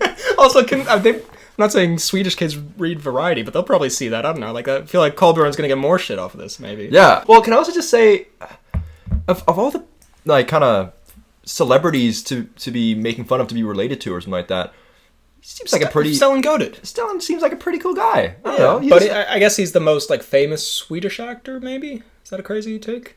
Maybe? I don't know. But, like, I don't know. Yeah, again, if, like, Mads Mikkelsen's son was in our class, I wouldn't, like... Well, like, it wouldn't be fake nice, but I wouldn't be... I mean, I guess we're also not, like, bullies. But despite this pod. It seems more... Exactly. It seems more like a ground for befriending someone than disliking someone. Yeah. Also, just a question on, like, the Nepo baby thing. I understand he's in a position where, like, of course he would say this, but, like, in the film industry, I'm going to go on a limb here and say you definitely can get hired if you're not good at things because you know Let's bring it back to Sean Gunn.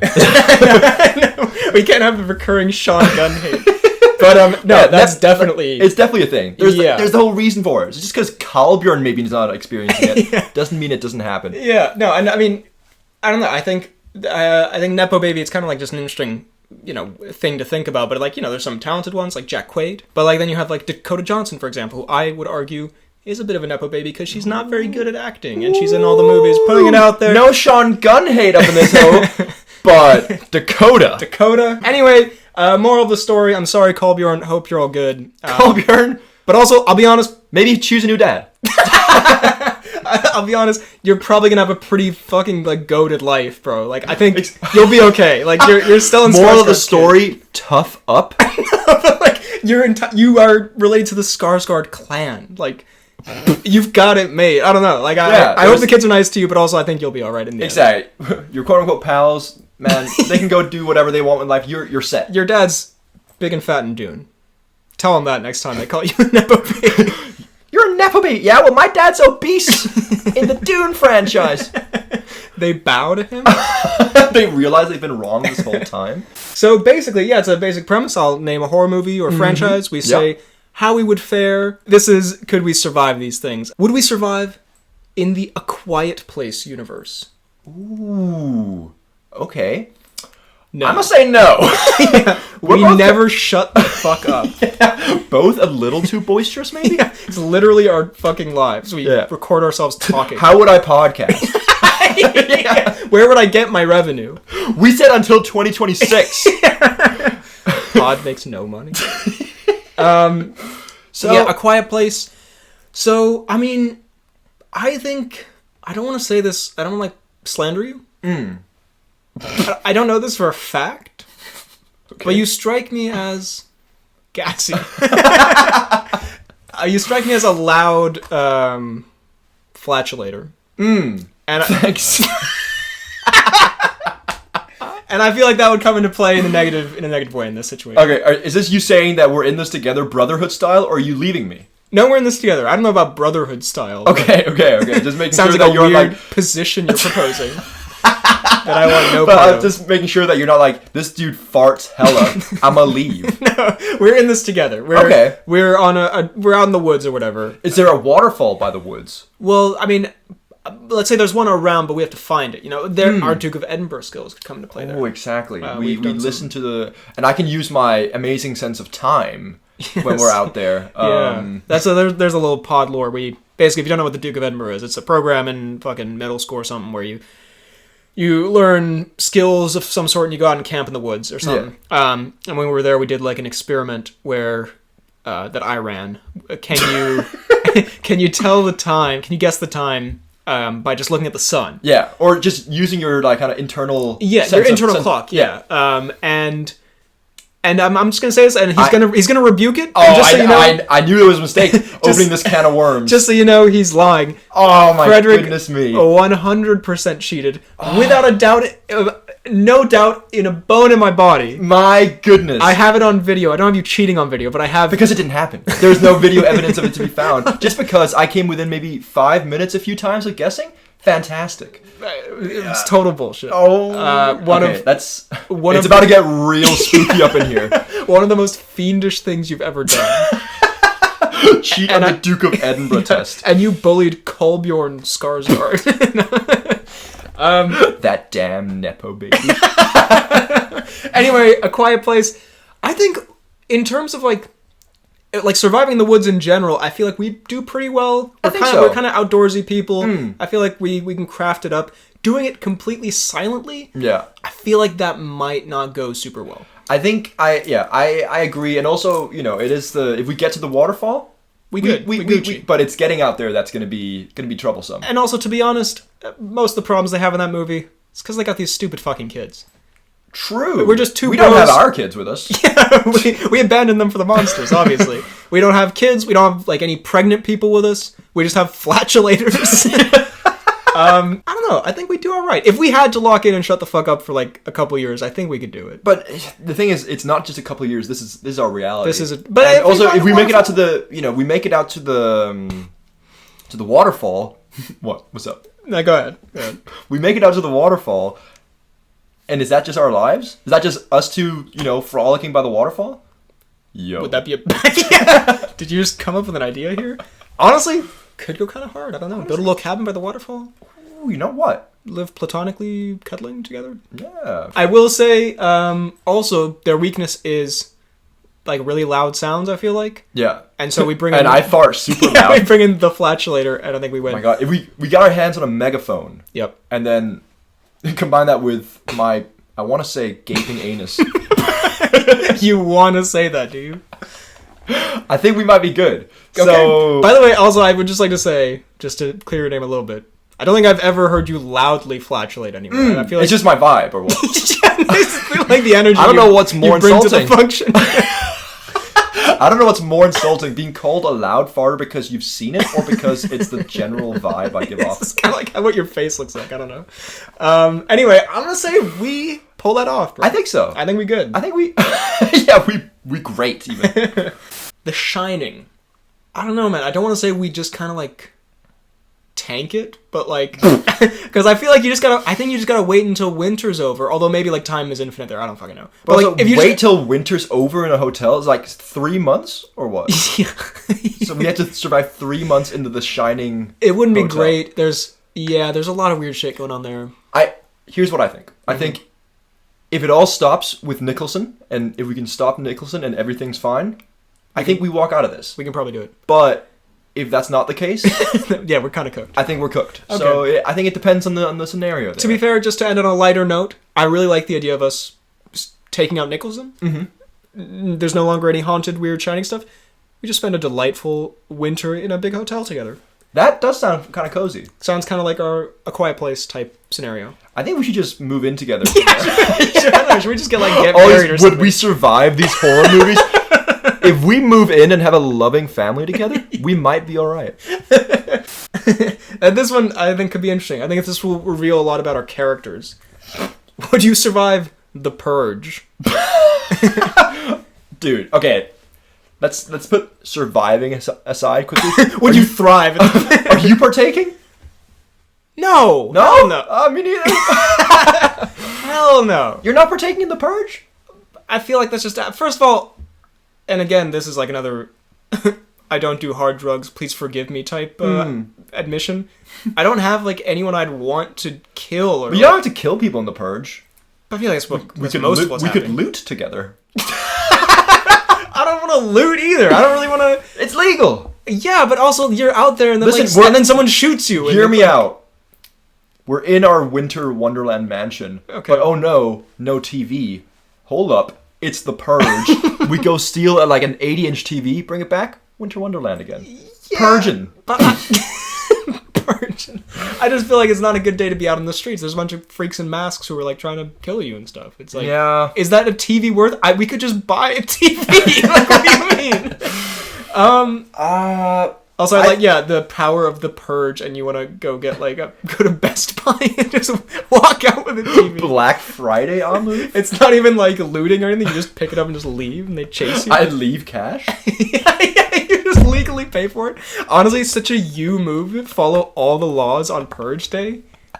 Here's what I would do. I would haul up in someone's house that's like, we know a couple people who have higher apartment True. buildings. Just hide out up there. Yeah. I'd barricade myself. I think in the first movie they have like their house is hella barricaded or whatever. Yeah. I would do that and just ride it out.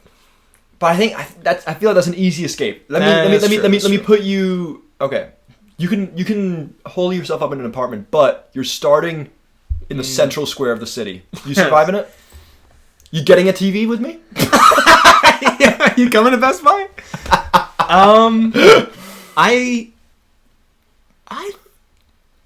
I think I'll be honest. Purge in Denmark, low-key, I think that we clear that. Like, But there's a bunch if we're of doing the purge, there's some Hitleropdreng who would definitely go. we would fuck up some Hellerup. Bro, get the Hellerup fucking... Those are the prissiest, bitchest fucking... It's true. We're But in they'll- Hellerup right now. You are in Hellerup. Also, no one has guns here. Like, that's another thing. In America, Yeah. not no one, but like most people don't have guns here. No, Danish people are just... Yeah, if we were Yeah, in, I like, don't think a lot of. Okay, but Manhattan or something. okay, like- let's say we are in Manhattan. okay. I don't know why... I mean, Manhattan's not like...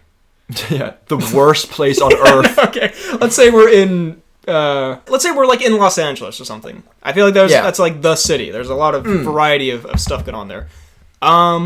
Yeah, no. I think in Denmark, low-key, I could get out of Copenhagen pretty alright. I also feel like just because Denmark... This is such a weird thing to say, but I feel like I know like...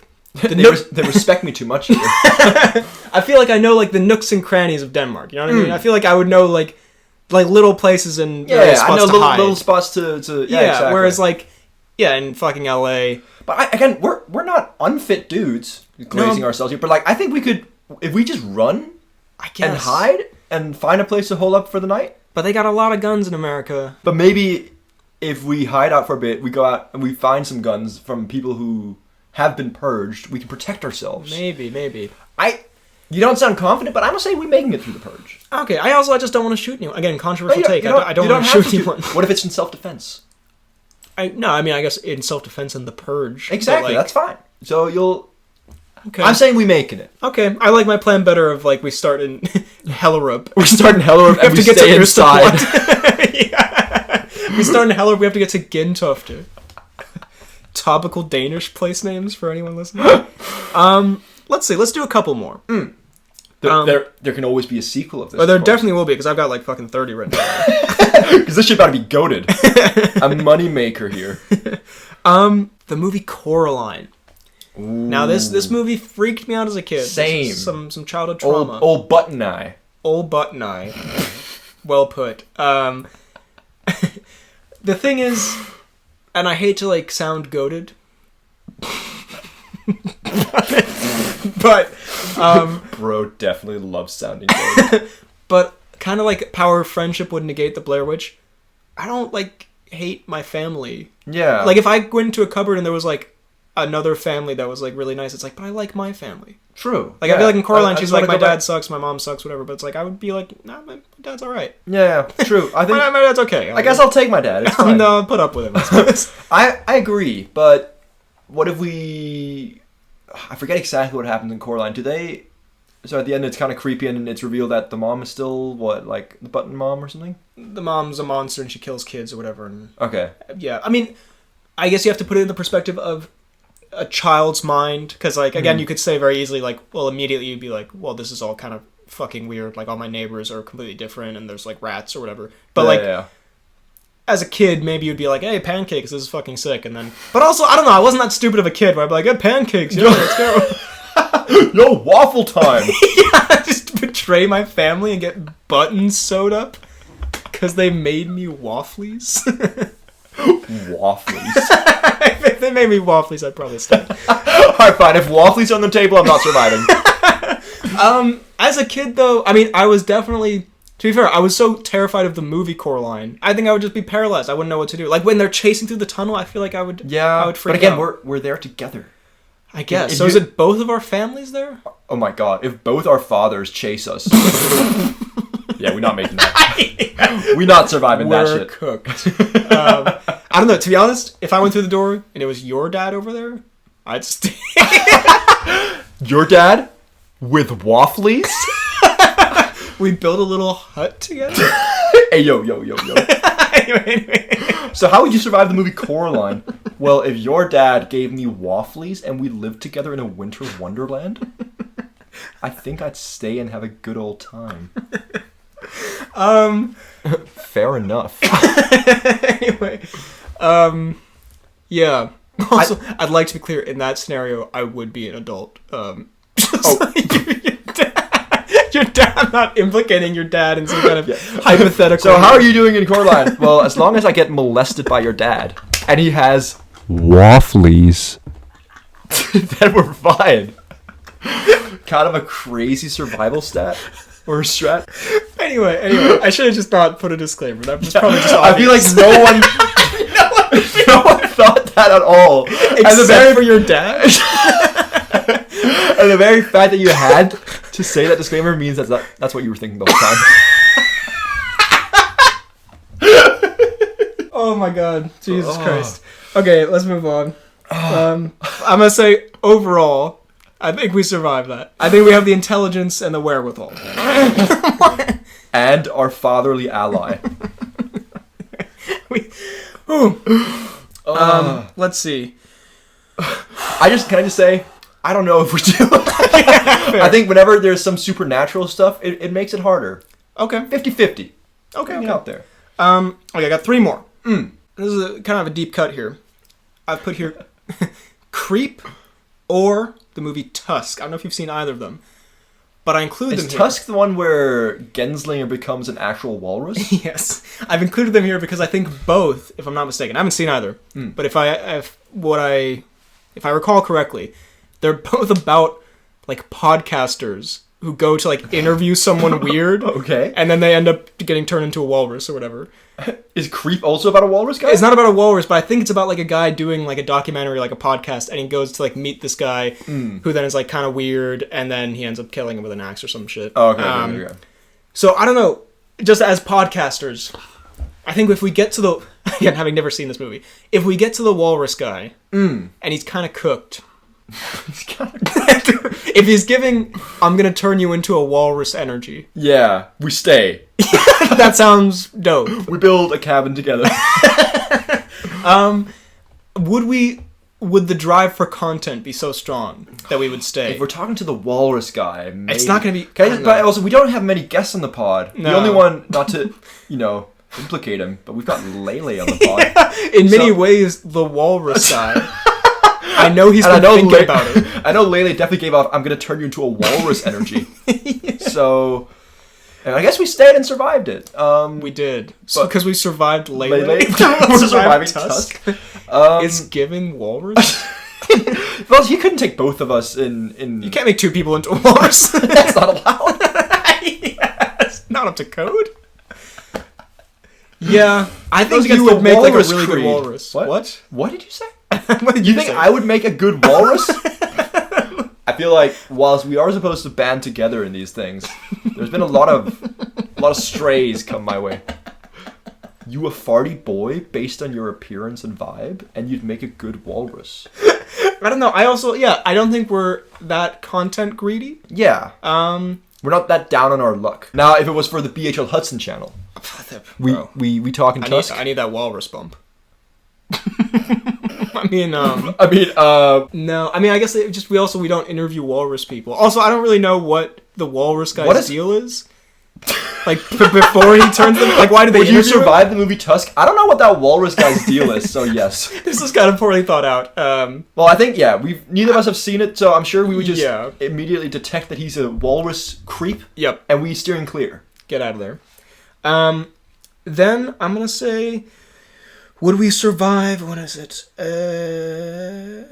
Why don't we hit a classic Halloween movie? Okay. Something like, dare I say, Halloween. Can I just say, I think there's a lot of idiots in the Halloween movies because Mike Myers. There's a lot of idiots in many horror movies. There are, but also in Mike Myers, does he ever run? No. Is he like us on the long walk? Yeah, is he long walk, Max? I mean, because. Jamie Lee Curtis. I've only seen the first 3 Halloween movies, the third of which he's not even in. But Jamie Lee Curtis survives up until, the last movie came out like 2022. Yeah. So he's been trying to kill this one woman literally since the 70s and still has not succeeded. I assume she does not die in the last one. And you're saying that in survivability, we're above Jamie Lee Curtis. Well, I mean, she's a high school girl in the first one. Yeah. And now she's I want to say, middle-aged to elderly woman. Yeah, I mean, like I don't know, if he can't kill a high schooler, how are you gonna kill 2 goats? Such a good reasoning. I don't know, because we obviously can't beat him, but I think we can. Yeah, again, it's not about actually beating him. But he keeps coming back and back. I don't know if you saw the very last one. Yeah. Do they defeat him in that? Because they always. That's the one where they burn him in the basement, I think, or something. I don't know. Because in the first one, they shoot him off a balcony and then he disappears and he's fine and then he comes back. And the second one, they burn him in a building and then he's gone and I assume he comes back. So is it the snail? Yeah. I was just thinking the snail. I think he probably is a little bit like the snail. Turbo, that is.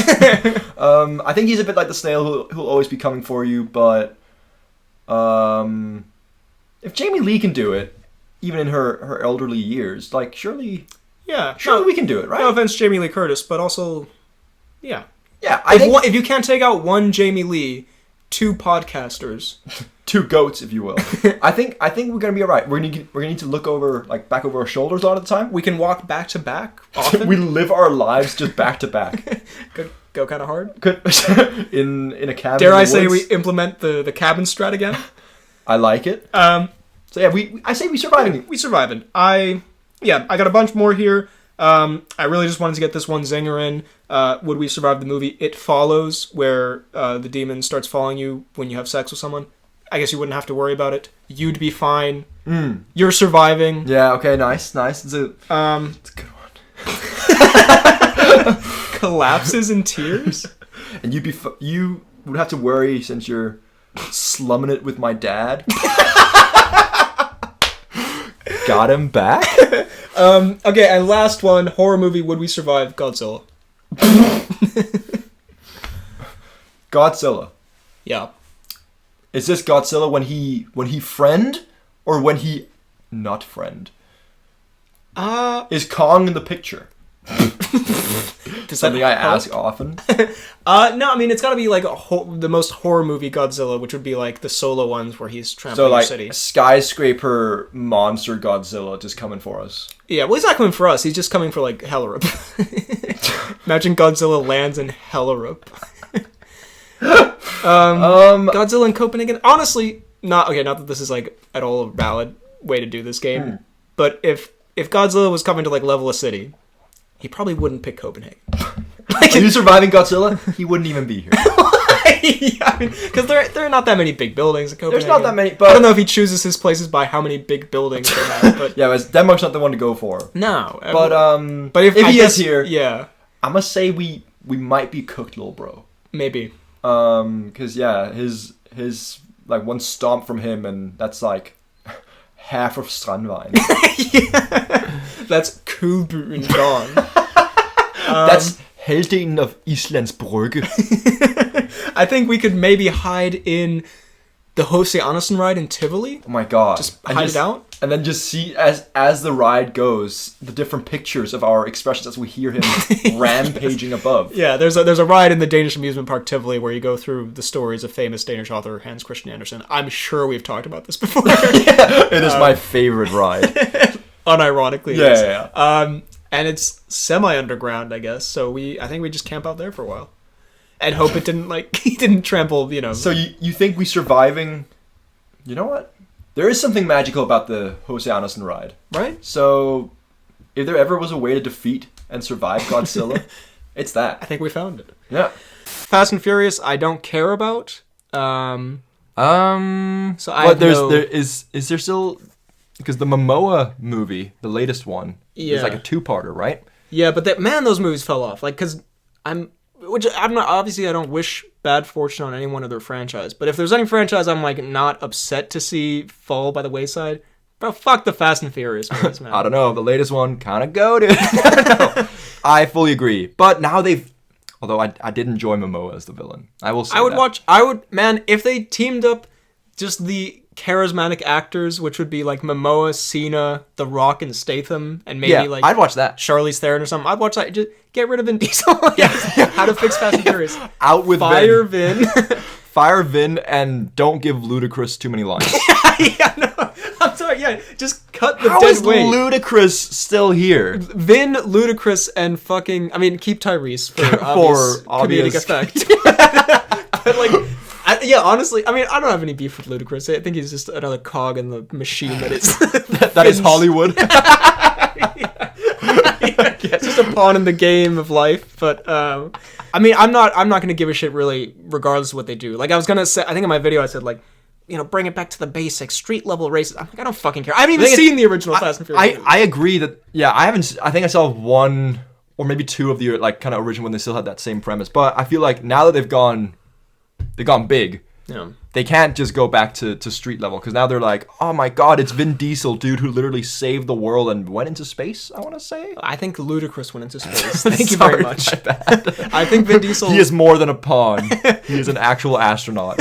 Vin Diesel flew off the edge of a fucking exploding dam at the end of the last one. And you claim you don't care. I believe you're wrong because that was Ludacris who went into Earth's atmosphere, and Tyrese was also there. Why do you know the pinpoint movements of Ludacris and Tyrese? I watched the movie minutes before you arrived. Yeah, I don't know. Honestly, just wrap it up. Like, make a last movie, sure. Wrap up your loose ends. But the thing is, they're all the same, and they're like the ridiculous, stupid bullshit is like kind of funny for a while, but then it just becomes meaningless noise. Yeah. And it became that a while ago. So. It did. So again, we said it was a scapegoat, but for these ones, maybe just stop making the movies. Pack it up, bro. It's over, Ben. All right. Put the ludicrous in the bag. What could that possibly be? I don't know. Ghostbusters. More bringing people back from the dead, please. How about There's simply not enough. wait 20 years, which, of course we don't wish anyone to die, but let's be honest, by 20 years, they're all going to be gone. And then a big celebratory feast. With a big center table with a paper mache version of Bill Murray's head on it. And then in 20 Pin years... the nose on the Murray. In 20 years' time, make a movie entirely with all of them ghoulishly brought back to life with CGI ghost stuff. Yeah, make an AI Ghostbusters movie with all I of would their be so down for that. the most This sounds fantastic. heinous thing someone could make. Also, it's the fact that, let's be honest, in 20 years, they're gonna be dead. That's clearly a threat? And maybe a promise? I'd like to be clear that's not a threat, just by But a promise it is. not a promise, just by sheer biology. Well, how old is Bill Murray? Old. At least in his 90s. No, I don't know. Bill Murray must be like... I feel like he maybe just doesn't look great. Bill Murray's 100% over the age of 80. No. Fuck, he's 75. 75. He could be 95. He could. That's right. Actually, that's my bad. Okay, fine. We wait 40 years. 100%. Okay, no, yeah. Also, what is he doing here? Bill Murray blowing that shit? Also, for audio listeners, which is everyone, no context of what I'm looking at here. He's got a penis in his mouth. He's on a trombone or some shit. Tromboner, am I right? Brother. That is fantastic. Anyway, no, okay. They're all alive and they will be for a long time. So let's get another Ghostbusters movie in here. Yeah. The Marvel Cinematic Universe. Goodness me, where do we even begin? And this also ties into, I can't remember who, but someone left a comment saying they want us to talk about the Doomsday cast, like as a piece of news that we missed. Do you remember that where they revealed the chairs over like an 8-hour live stream? Have you seen this? I don't think so. They were like, we're announcing the Doomsday cast, and then it was a live stream of like, the actors' chairs with their names on it. But then it like every like hour or some shit, it like moved to the next chair. So people were just sitting there watching the live stream, and I was like, God, what the fuck? But anyway, that's so strange. it was weird, but they did like a sped up version of it. Okay. Or like reveal at the end, and Robert Downey comes in at the end to do like a big meme. But so yeah, the cast is Hemsworth, Kirby, and okay, we're not going to list them all, but basically it's the Fantastic Four, the new Avengers, the Thunderbolts, people from, various things, Black Panther, Ant-Man. They've got, fucking Namor from the Black Panther 2 movie. You remember that guy? Dude, I love Namor. Okay. But it's Shang-Chi. That's the funny thing about this like last phase MCU movies. I'm like, holy fuck, I forgot Shang-Chi was a guy. I forgot Namor was someone in these movies. Are the Eternals coming into this as well? I do not think so. Whatever happened to the Eternals? Yeah, they just fucked off. Also, they have some X-Men. They've got David Harbour. David Goodness Harbour. me. Goodness. They have Winston Duke. Hiddleston's back. But yeah, Patrick Stewart, Ian McKellen, Alan Cumming, Rebecca Romaine, James Marsden. Those are the original like X-Men cast members. Tatum coming back. Exciting. Oh god. And then Downey. And he says, shut your bitch ass up. I know Downey sat there for all 8 hours of that stream. Yeah, Downey was there the entire time. First of all, I don't think this is the definitive like final cast. I'm sure there's gonna be more people. Like I'm sure Tom Holland will show up, and I'm sure people say Chris Evans is gonna be there. I don't know. First of all, I said this before, and I know this like isn't a very fun take, but like it's like, oh my god, Patrick Stewart and Ian McKellen. I'm like, I just don't care. Like it just doesn't do anything for me anymore. These because characters coming back. It's something that did something for me maybe 10 years ago. Yeah, I think it's cool. But now it's a thing that's gotten so oversaturated. They're just like, okay. They've done it so much, and also we are older, like, and also we are mature men.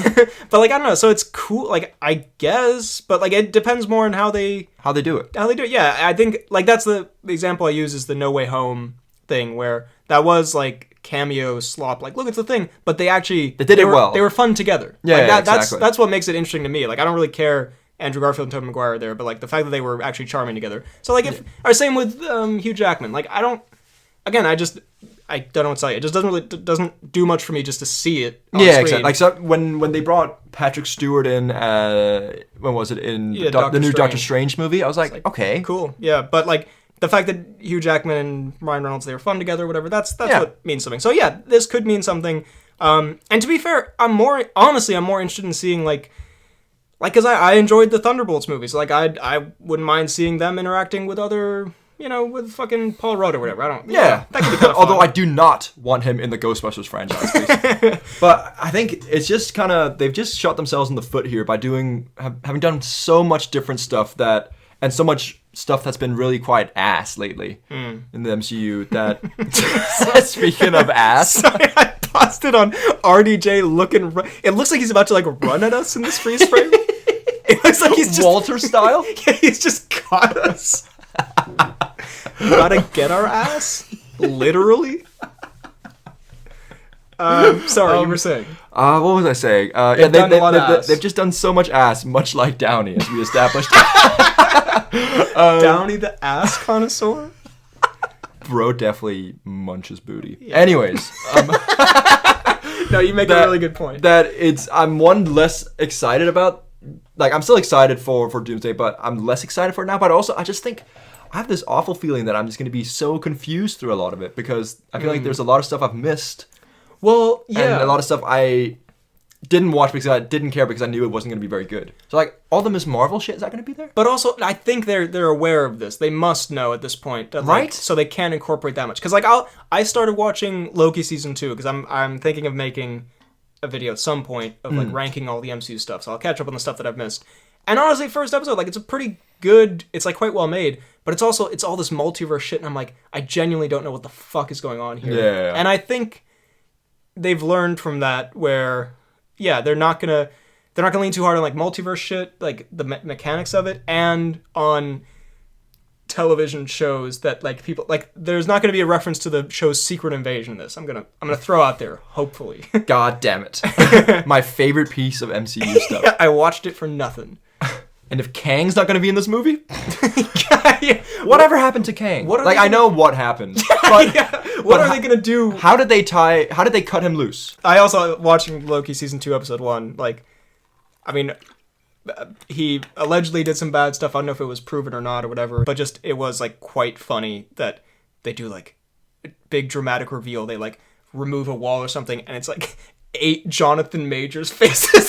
Like, they put so much on this fucking guy. Like, obviously it's bad, but it's also very funny that, like, they didn't, like, the scene at the end of Ant-Man where there's, like, a fucking 10,000 Jonathan Majors cheering. I was like, okay. They put a lot into that. I don't know. I think they're gonna have a scene, because they can't, I mean, he's not gonna be in it. Like, they can't have, because I was gonna say they'll have a scene where Doctor Doom, like, fucking punches his heart out or something, but I don't think they're gonna bring in Jonathan Majors. Just, I mean, the whole point of not working with him was, like, to not work with him. Yeah. So they can't just bring... And also, I don't know if you would agree to the humiliation ritual of have Robert Jonathan, Downey you're going to need to show up for 5 minutes on the first day for Robert Downey to literally murk your ass.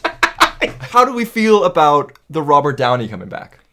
Yeah, I guess we'll find out at some point eventually, but whether or not, like, RDJ was, like, a Hail Mary, like... Okay, Jonathan Majors is out. We have to have something big. We have to bring back the ass eater. Or if, like, it was always some kind of plan to have him as Doctor Doom. Do you think it's gonna... Sorry, this fucking freeze. Why is he looking at us like that? Why is there so much pity yet threatening fucking aura in his eyes? I think I have to put this fucking picture in the video. Do you think is he gonna actually be revealed as RDJ? Do you think people are gonna see him like, oh my god, that's Tony fucking Stark? Well, no, they must. They can't act like... You think? All these characters meet a guy who looks exactly like the main But character. do you think that he's just gonna be a mask the whole time? No. Why would they get Robert Downey then? I don't know. It could just be because he's a goated actor. Maybe. No, I think there's gonna be a moment where he's from a different universe where... But he's not even... I mean, he's gonna be... I guess he could be Tony Stark who becomes Doctor Doom, because he's not... I guess he... I don't know. I think he's going to be from a different universe, and they all go, holy fuck, it's Tony Stark, and then he's like, no, I'm Doctor Doom, and then he, like... And then he eats some ass.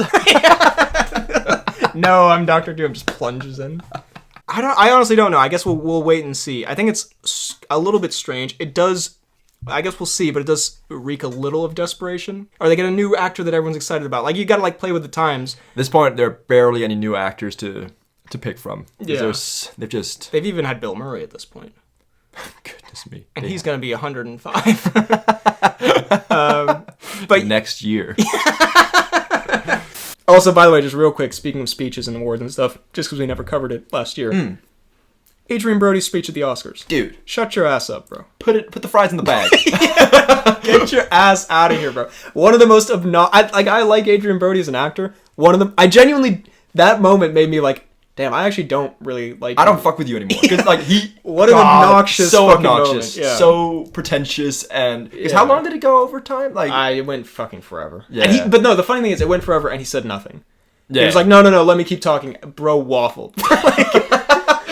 Bro, Adrian filibuster. He has to stop the music so broken waffle.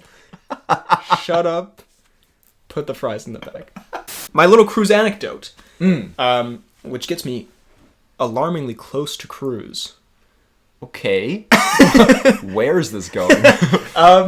This is a Los Angeles anecdote from my time in LA. Okay. Where I assume I can say this. I don't think this is like taboo. I assume I can say this. I ate caviar off Cruz's butt. I got to go to the Warner Brothers lot. Because I know some people, I guess. Because I got connections, little bro. But which was obviously super cool in a lot of ways. But it was just a very surreal moment because I drove in there and they direct me towards the parking, like the guest parking, I guess. But to go there, you go past. I don't know if I'm supposed to say like the layout of the Warner lot. I don't know if I can say this. Here are the blueprints of the Warner Brothers lot. But basically, I mean, I went past like the important people's parking that's labeled basically. Yeah. And as I was walking from my car back to the lot, I walked past there, and it was just an incredibly cool but ominous moment when I just looked over and I just see T. Cruz written on one of the parking so spots. cool. I was like, at first it was an I made it moment. Yeah. I was like, holy fuck. Holy shit, I'm where Cruz sometimes is. I'm breathing the Cruz air. I made it moment. I saw his parking spot. My high aspirations. Yeah, my Timothy greatness moment. Some people say they don't want to pursue greatness. They don't care about not seeing the Tom Cruise parking spot. Yeah. That ain't me. That also, not gonna lie, I don't think he's made a movie with Warner Brothers for literal years. Was there dust and mold on the spot? Yeah, he's covered in cobwebs. But there was also there was a moment where I also thought I could park in Tom Cruise's parking spot. That's gotta be a euphemism. I could enter Tom Cruise's spot and just set up shop. Just hang out for a while. I haven't used it for a while. Let me do it. Yeah, no one's been there for a minute. He won't even notice.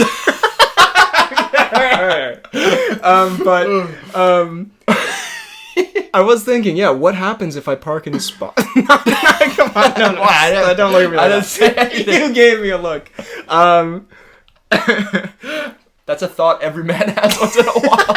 Yeah, what would happen? But I was thinking, like, if you're parked there and then Tom Cruise shows up, like, dude, what happens? I genuinely mean this. I think that might be the top 5 scariest thing that could ever happen. If you try to sneak into Tom Cruise's spot and then he realizes, dude. Man, Tom Cruise, I mean, I know we established this when he did the COVID rant or whatever, but, like, scary, dude. Yeah. Like, because normally, like, any person of power yelling at you is, like, a little bit of an intimidating moment, especially if it were, like, in front of, on that set or whatever. Whoever those people were who got fucking eviscerated by Cruise that day. Yeah. Who got melted into oblivion. But, yeah, if he showed up and you're in his parking spot. Yeah. Well, I think he might be the celebrity who I'd least like to catch me in their spot. Do you think that's... I think... Who would I least want to have catch me in their parking spot? In a literal sense. I'm gonna say... I don't know why I'm thinking Bryan Cranston, because he's really delightful. He's He's super cool with it. Well, answer this, and then afterwards we need to say the celebrity we think would be the coolest with it. Okay. So, but first. I think Cruise will be up there. I know Tom Hardy's a super cool guy, but I feel like if he's mad at you, he'd be pretty scary. Yeah, but he probably wouldn't be mad if you parked in his spot. I don't think so. I feel like Cruise might be. Cruise definitely would Yeah. be. Anyway, I'd like to be clear. I did not park in the spot, nor do I have intentions to. But the thought crossed me mind once. I don't know. I feel like the security would fucking shoot me as soon as I entered the spot. Step a little, like, one toe over the line. Get him. Yeah. I think Cruise is a good shout. Do you have any other? No, I think Cruise is definitely the one who'd be the scariest. And I think someone like, I honestly think Cranston and or Dafoe. Dafoe would be super cool. I'd park in their spot every day. Yeah, indeed. Literally, though. Like, not in the weird sexual way that you mean. Don't turn that on me. I'm the one who disclaims. I am the disclaimer here. No, Dafoe would be definitely cool. That he'd probably, I don't know, have a good chat with you and like give you a churro or something. What did you say? Like give you a churro? I thought you said give you a chug. I was like, what could that possibly... Let you sip on it a little bit. Sorry about your spot. That's all right. Let me sip on it a little bit. That's so Dafoe, though? No, I agree. Dafoe would be cool. At his funeral? What was he known for? Letting dudes sip on it. My funeral, Dafoe's. Oh, wait. Let's move on. Anyway. But yeah, anyway, I it was a cool experience in general being in the Warner Brothers lot. But seeing the Cruise parking spot, kind of a surreal moment, just given the pod history. I remember you I don't know if you're allowed to take photos, but you sent me a photo. I'm pretty sure I posted photos. I'm not gonna lie. Then I'm fine. And I lost my shit. I was kind of like, it was pretty no funny. way. My boy has made it. Again, this is the highest aspirations we have. Yeah, to sniff the air of the Cruise parking spot. Again, in a literal sense. The way you said that. We all know it's not in a literal sense anymore. To sniff the scent of the Cruise parking spot. Little bro. Go off, I guess. Do your thing, chicken wing. Right. Anyway, yeah, that was the Canoes. You know who also I think would be really cool? Glenn Powell. I think he'd be nice. Just putting it out there. Coleman? No. He'd kill me. I feel like Coleman's he's a delightful man, but I feel like not about his spot. I guess. I don't know. Like I can see him doing the Running Man speech at me. Hunt him down. Cruise bolts at you. Cruise appears in a spot. Actually, you know who would be the worst, but also the most satisfying? Just to stick it to him. Again, literally. I mean, no, metaphorically this time. Wait. Okay. Metaphorically stick it. No. I don't know. Not sexually. Not sexually stick it to him. Adrian Brody, I don't know. Wait. In the sense that I don't like him very much. You don't like Adrian Brody, so you want to enter him. That is not what I said. You want to be in his spot. To be in his parking spot. I feel like he would be really mad about it, but because I can't do shit about it. Well, I don't know, but he could kick my ass. Because I don't particularly like him. I would get a little satisfaction out of just sticking it to him. In one sense or anher. Yeah. In the right sense. In whatever sense he'll allow. No. Anyway. In one sense or the other. Direct quote again. You know what I mean. Dude, this Tom Canoes was great. Saved the pod. Predator Badlands, nothing to say about it. Talking about being a predator in the Cruise spot, lots to say. Preying on that Cruise parking spot. Oh my god! No, like the actual spot though.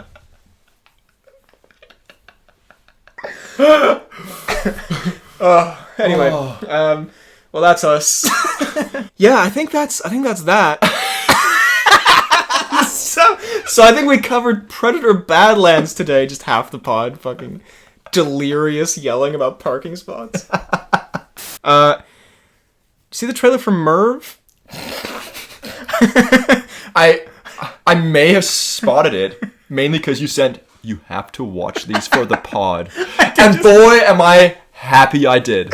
Just at fucking like 11 p.m. or something. I send over, yo, check out the Merv trailer real quick. We gotta talk about it. The Merv trailer. So Merv, for those, which I assume would be most people who don't know. Literally every person in the world.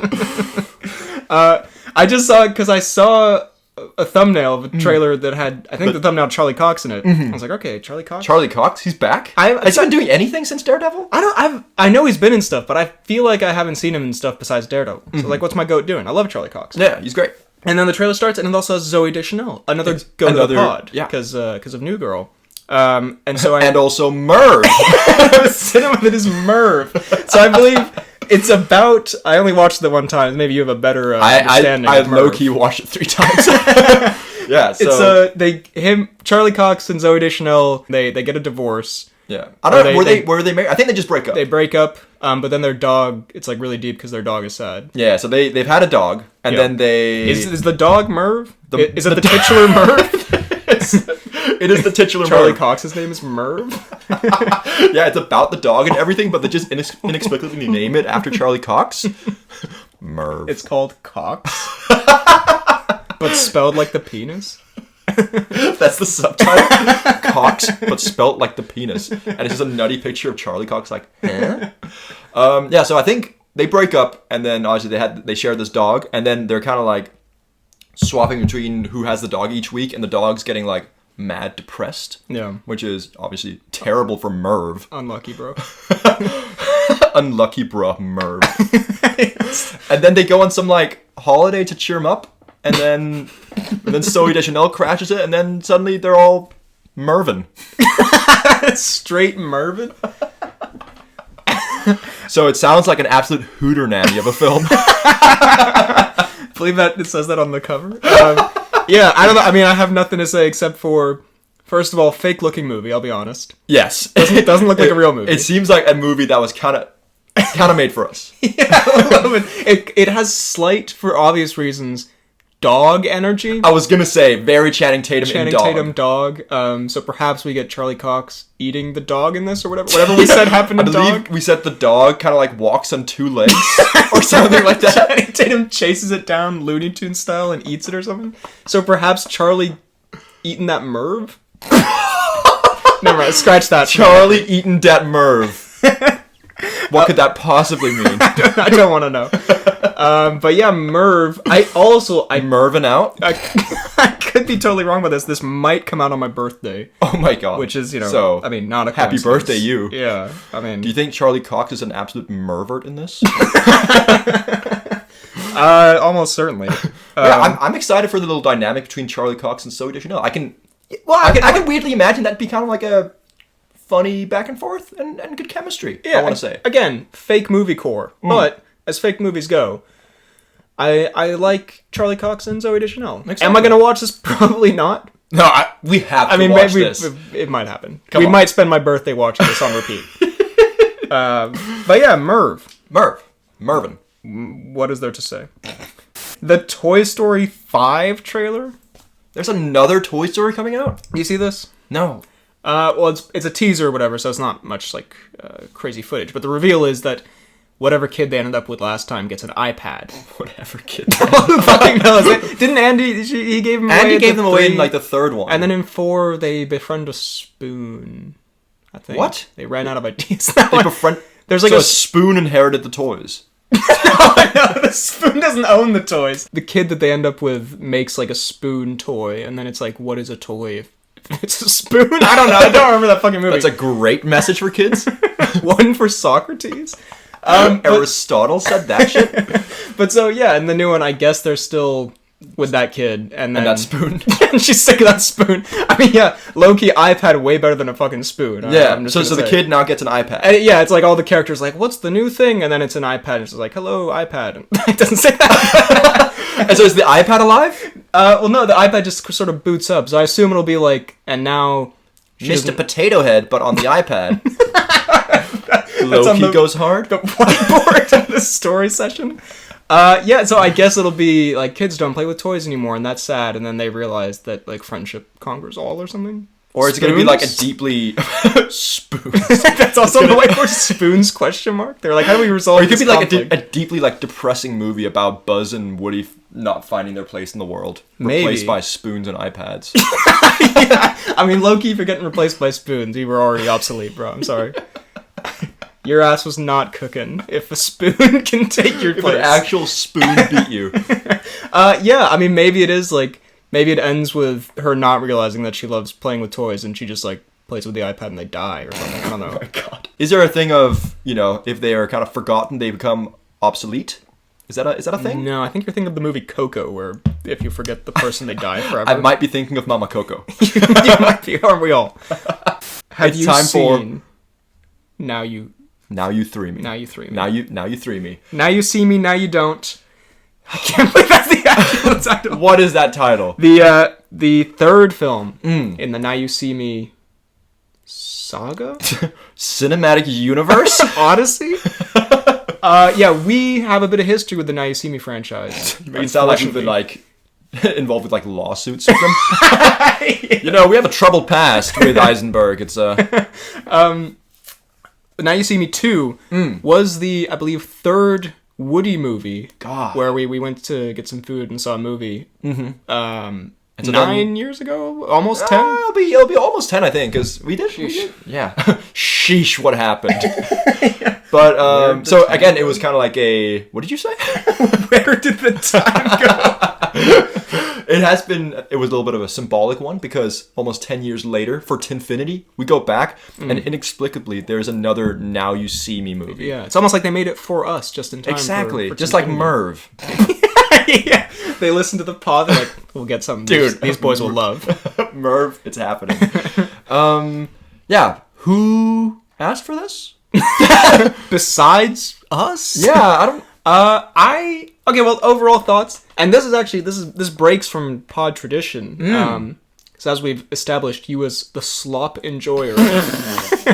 Yes. But I think I may have enjoyed this more than you, I think you did. which is kind of shocking. Yeah, maybe you're becoming a slop enjoyer. Maybe. And I'm becoming more of a, guy who watches actual good cinema and doesn't enjoy bullshit in the cinema.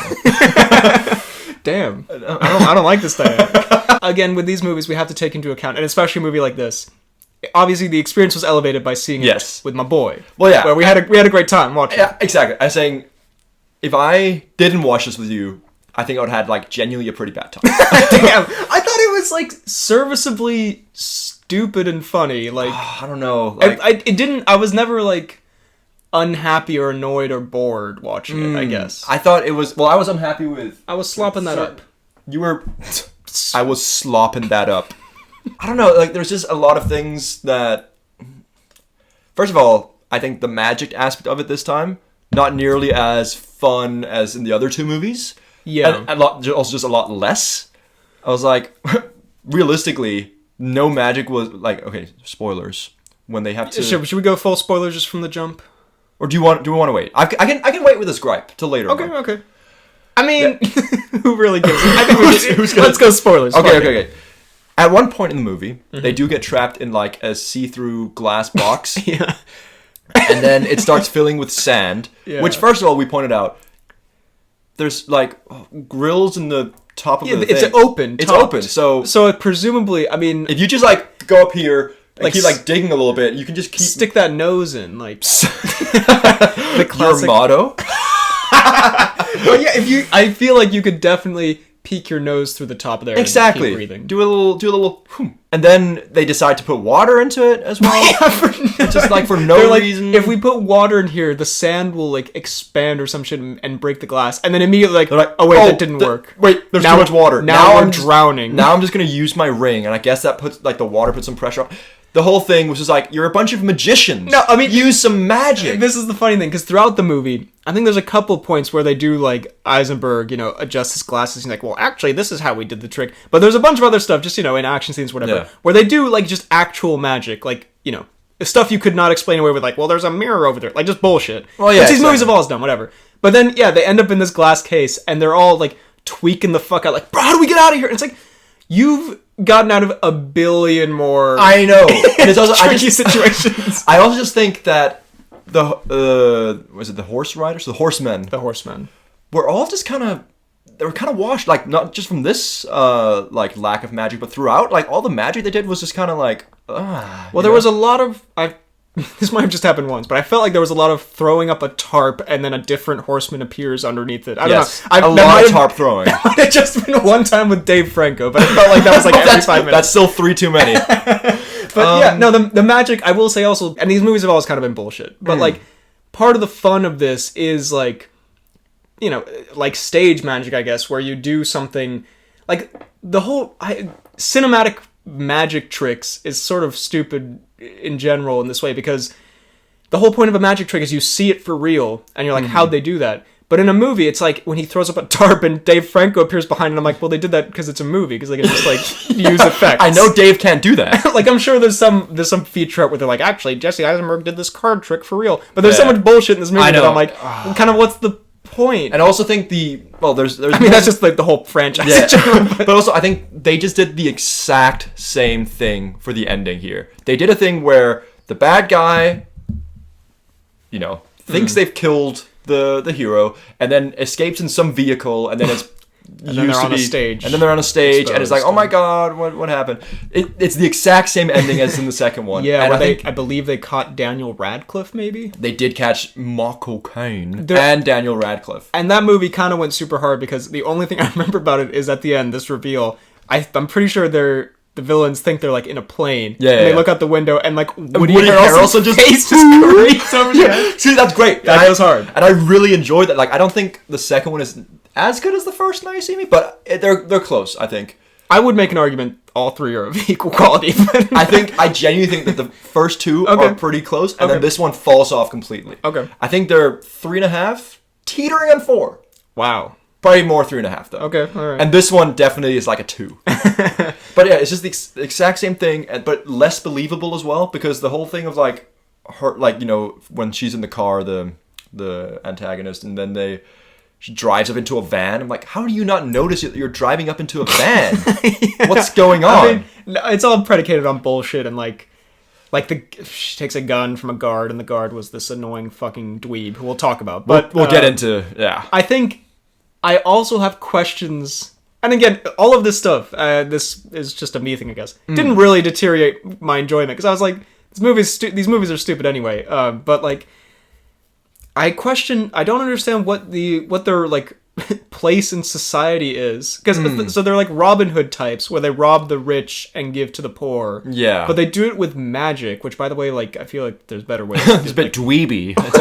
But then, like, at the end, they do this big show where they've, you know, captured Rosamund Pike and she's exposed for whatever, and then they take all her money, and then like everyone applauds. But I'm like, aren't the police, like, regardless of if you're doing this for the right reasons or Rosamund Pike is bad or you're like technically in the right, whatever, like, aren't you still arrested? Like, shouldn't the cops in like every world government be after you for numerous, even like, if you're Robin Hooding, like, you're still stealing. Like, it's just like at the end everyone's like, yeah, the horsemen, woo, and it's like, didn't you guys steal a car or whatever? Like, again, all in the service of... Didn't you guys jaywalk earlier? Like, in the service of the greater good or whatever. But I just, I don't understand what... Like, they do shows. Like, there's advertisements for a show in fucking Brooklyn or whatever at the start. And it's like, why just send the popo? Aren't they criminals? Like, yeah. But then I guess it wasn't them with the show. It was Dweeby McDickface. Dude. Sorry, that's way too mean. Dweeby McDickface. I don't think his character. Dude... Okay, this guy. Let me look up. Yeah, get your notes up. I think just in general, both the horsemen and the horses, the 3 new dudes. The horses. I thought all of them were just kind of talentless shitholes throughout. Wow. I don't know. It was just like none of them really had any. Like, Woody Harrelson's whole thing is that he's, you know, a hypnotist, and that was still kind of cool. But everyone else just kind of like. There was that one girl who was, I guess, good at parkour and pickpocketing.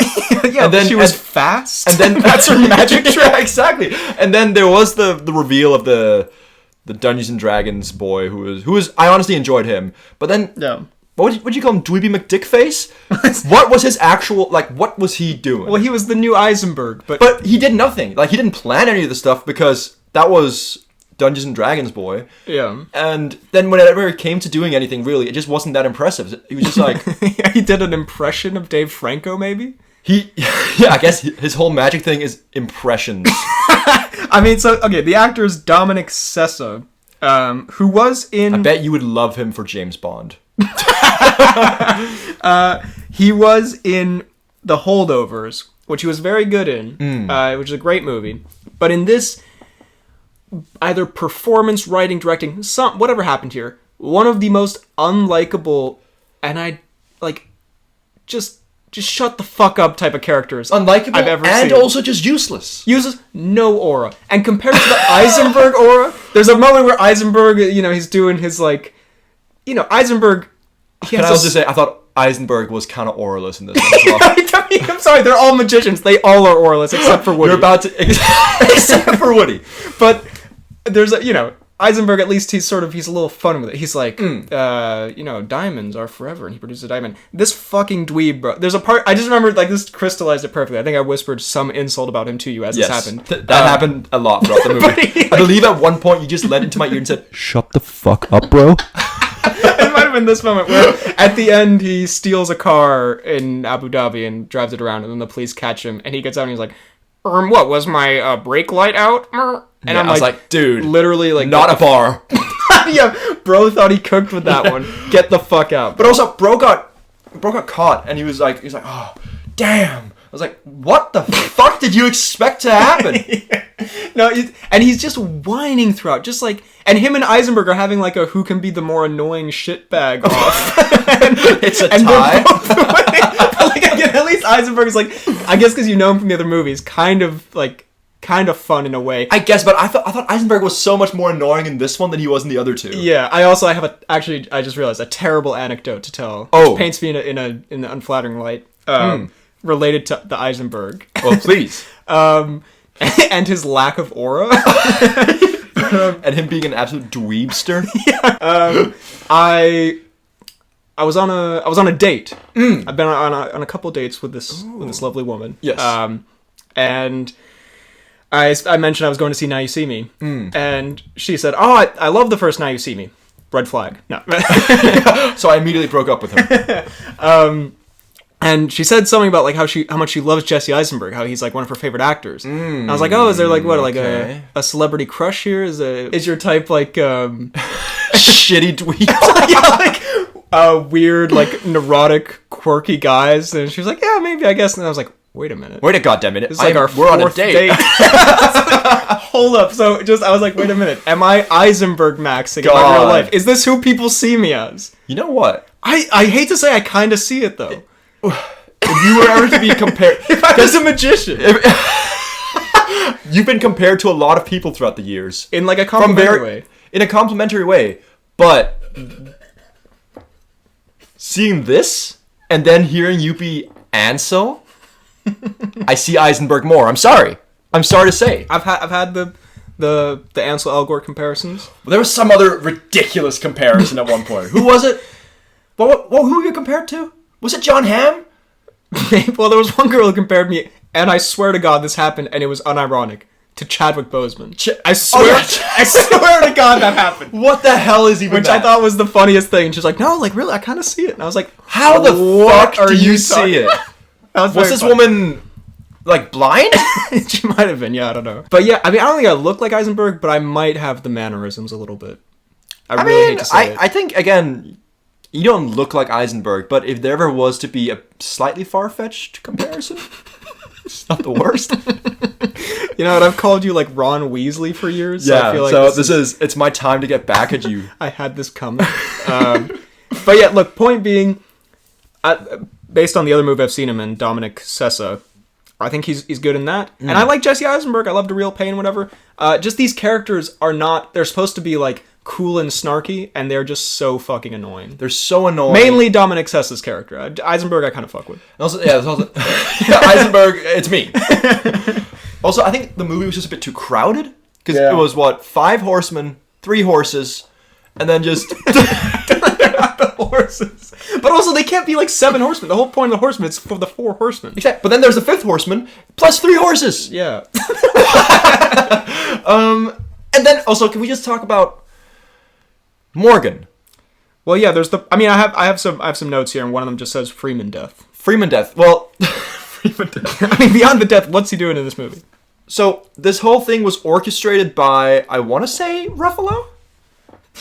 No idea. Because there's the whole Ruffalo, you know, The Ruffalo the hologram. Ruffalo reveal. Yeah. What did you say? The Ruffalo hologram? Oh, there's the Ruffalo hotline. I was like, Something no one should call? Or is that just something he exclusively calls? It's a like Ruffalo impersonator on the other end? it's like the Renner app. The Ruffalo hotline. God. It's very popular. But so I believe Ruffalo, you know, fucking the very end of the movie, he's like, the goal was to bring back the Horseman. I was like, okay, Maybe, Ruffalo, sure. You also brought back Freeman for no reason and killed him. Yeah, Like, it's literally- Ruffalo's fault at the end of the day. I think so, because Freeman is there inexplicably. But why? Because he doesn't know anything that's going on. How did he get there? Doesn't do shit. And then gets shot and fucking dies. Well, first of all, yeah, when he showed up, you just, like, after like 5 minutes of him kind of just, like, bro waffling, you just leaned in and went, why is he here? I was like, because the whole thing was that, you know, I don't even remember when these reveals happened, but like, he's like incarcerated in the first one. He's like, oh, fuck, the Horseman got me. Then in the second one, it's revealed that he was actually the head of the Horseman. And then now he shows up and has no clue what the fuck the Eye or the Horseman are doing and just gets shot. Yeah, I mean, I'll put my hands up and say I was not paying very close attention, so I cannot speak to if Morgan Freeman did have a point in this movie. I am the same as well. I do think it was hilariously oralist that bro did a magic disappearing act and still got shot. Bro did a magic disappearing act behind a mirror. But still walked has a 50 bullet minutes. wound. Yeah, I was like, why'd you do the act then? If you can't, like, how did you disappear but still get shot? I don't get how that, like, magically plays out. That's what I mean. Complete washed magicians. I can go through my notes here real quick. Yes, I can just yes, sort yes. of rattle them off. Okay, now we have to talk about this. Lamest scene in film history. Oh, yes. The one bit where they all do magic. There's like they go to this magic mansion or whatever the fuck. And there's Where like Freeman was. where Freeman lives, I think IRL maybe. And I think it's like a one take, like a one shot, where they go around the room and like Dweeb 1 goes like, look at this card, I can turn this card, and then It's all about the illusion. And they're like, oh, illusion's all good, but you have speed. yeah, no, they all try to one up each other, and Dude, it is so lame. they are, each one is lamer than the last. And I'm like, I know we've like, I know mostly ironically we throw around the term aura. I don't think I've ever seen a more auraless scene. Dude, it was just so than, like 8 magicians. That was like a- fake movie magicians being like, oh, you think that trick's impressive? What about this trick? And What about this one? Check your butthole. It was just Ruffalo's in there. That's how Freeman died. Ruptured anus from Yeah, Ruffalo. via the Ruffalo hotline. That's what he calls shooting out of the freaking prostate. Okay, my bad. My bad. Yeah, no, just It's such a terrible scene. It was very 'Cause funny, though. I bet we were loving it. We were just like, what the hell? But I bet they filmed that and like, oh, this is great. they thought they cooked that. This is gonna go down just like the Sinners, like one take.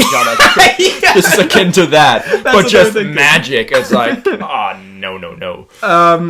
There's some very subtle Abu Dhabi plugs in there. I mean, the end of the movie takes place in Abu Dhabi, but there's just one moment, like, I don't remember the exact quote, but they're walking, and just one of them just goes like, Abu Dhabi, the best country. Yeah, And then yeah. just like next scene, like there was no, you think it's like a setup for someone to say something witty or interesting. Yeah, It's just Abu like, Dhabi, what a fantastic I love this vacation place. spot. And then just like next scene is like, right. You did just lean to me as well and said subtle. Let's see. Rosamund Pike, terrible accent. One of the worst accents I've heard in a long time. Rosamund Pike, who's The villain. Oh, yeah. South African. Because it was one of those where I thought like, okay, well, this is the worst accent I've ever heard. And I was like, wait a minute, is she South African? Because I feel like that happens sometimes where I'm like, this is a terrible accent, and turns out that's the real accent. She's British. So she was doing an accent, and it was the worst thing I've ever heard. Was she supposed to be South African? Yeah, right? I thought she was supposed to be Dutch, but I mean, there's a lot of like Dutch stuff. I don't know. She was doing some kind of accent that Yeah. was like, that is not how you normally talk. That ain't it. Get outta here. It was very strange. Lore and cameos. There's the one from Now You See Me 2. What's her name? I like that actress. I can't remember her name. Yeah. I'm gonna look it up. She was also kind of I thought she was one of the more fun additions. No, she was She one had of the some more kind of funny moments. Lizzie Kaplan, that's who it is. Lizzie Kaplan. I enjoy liked- her. I think she's a good actress, and I enjoy her in most of the things that she's in, and she was fine in this. But she is also a bit kind of like, you know, Oh my god, you didn't invite me? It's like, No. man, no one remembered you. Also, it is a lot of like, I feel like I say MCU-ish humor as like such an insult these days, but like, you get what I mean. It is a lot Yeah. of that like, he's right behind me humor. There's also the Ruffalo hologram, Yeah.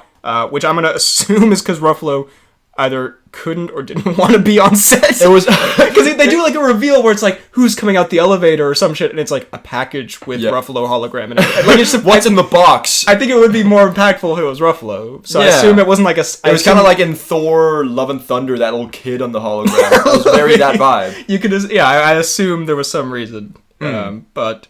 I assume Ruffalo has some reason, but also like, But was he in jail in this movie or something? I don't. Didn't even, they at no, the no, start? no. They were like, No, well, no, we did a mission and Ruffalo got put in jail, or was that? Were they talking about Ruffalo there? I think maybe Because I don't remember what his character's called. I think he is called Dylan, but just Dylan. I don't know if they said he was killed or if he was in jail.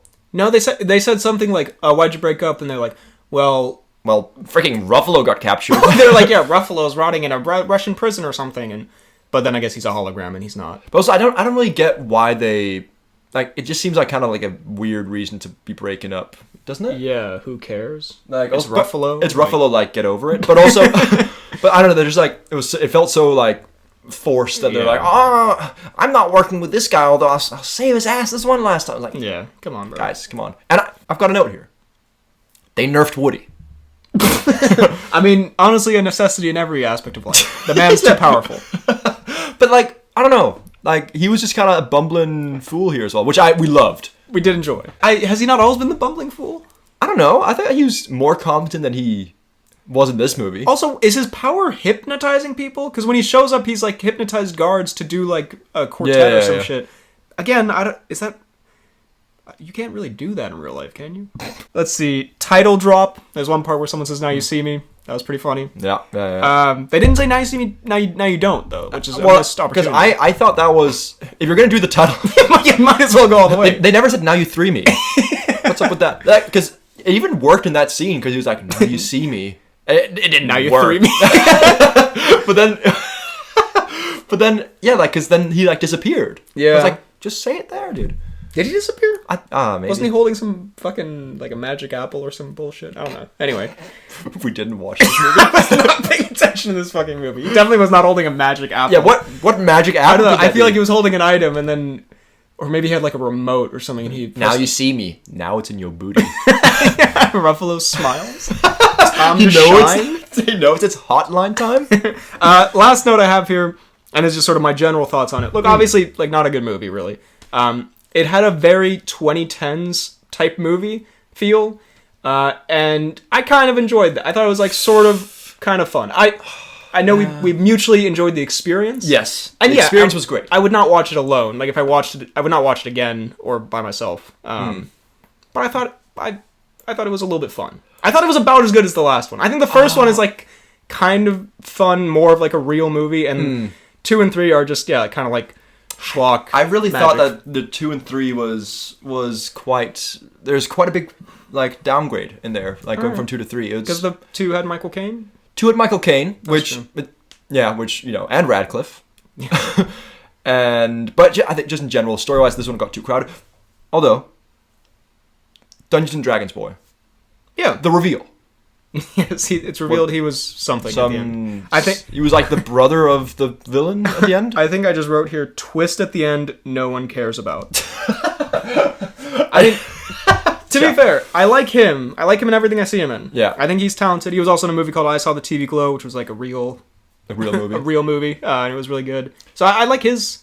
I think he's funny, and I like him as an actor. And I liked him in this movie as well. Yeah. He was definitely my favorite of the 3 new guys. Yeah, I liked the woman third new She horseman. was just so whatever. I mean, again, her power was like, I'm fast or whatever. yeah, my which power not is that really- I'm better than Franco at opening doors.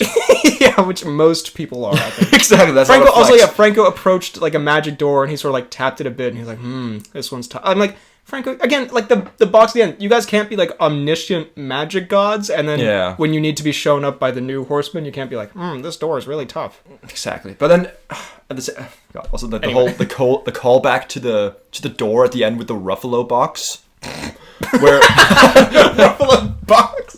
Ruffalo sends a silicon outline of that It's like the- Ruffalo starfish. Sorry. it's like the Tom Cruise cake, but the Ruffalo starfish. What is it? Trademarked. It's my butt. Trademarked. The Ruffalo hologram emerged from this mold of his butthole. Or maybe He it's like crawls out of it? It's like oh my god. Yeah. So are we saying that in the Ruffalo box, Yeah. you open it and within there's the Ruffalo starfish, from which the Ruffalo hologram emerges? Talking about the Ruffalo hotline. I think that's $1 billion idea, to be honest. It's like one of those like Russian babushka dolls. But but each each Ruffalo's cheeks? but each layer is just more rectal anatomy of Ruffalo. I think we're done with this bit. Rectal anatomy. God. Anyway. Well, closing thoughts. Now you three me. Yeah. You know, kind of bad movie. I had fun with it.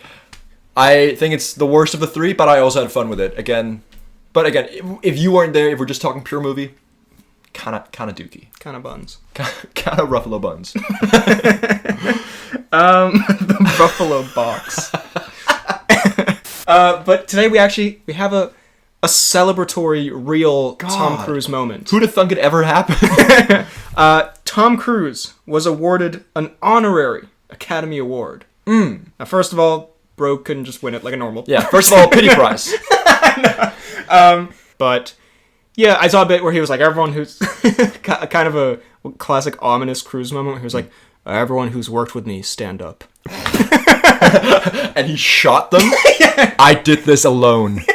Yeah, he chewed them all out on that like COVID set style. Yeah. Get the fuck out of the Fuck out of here. This is my pity Oscar.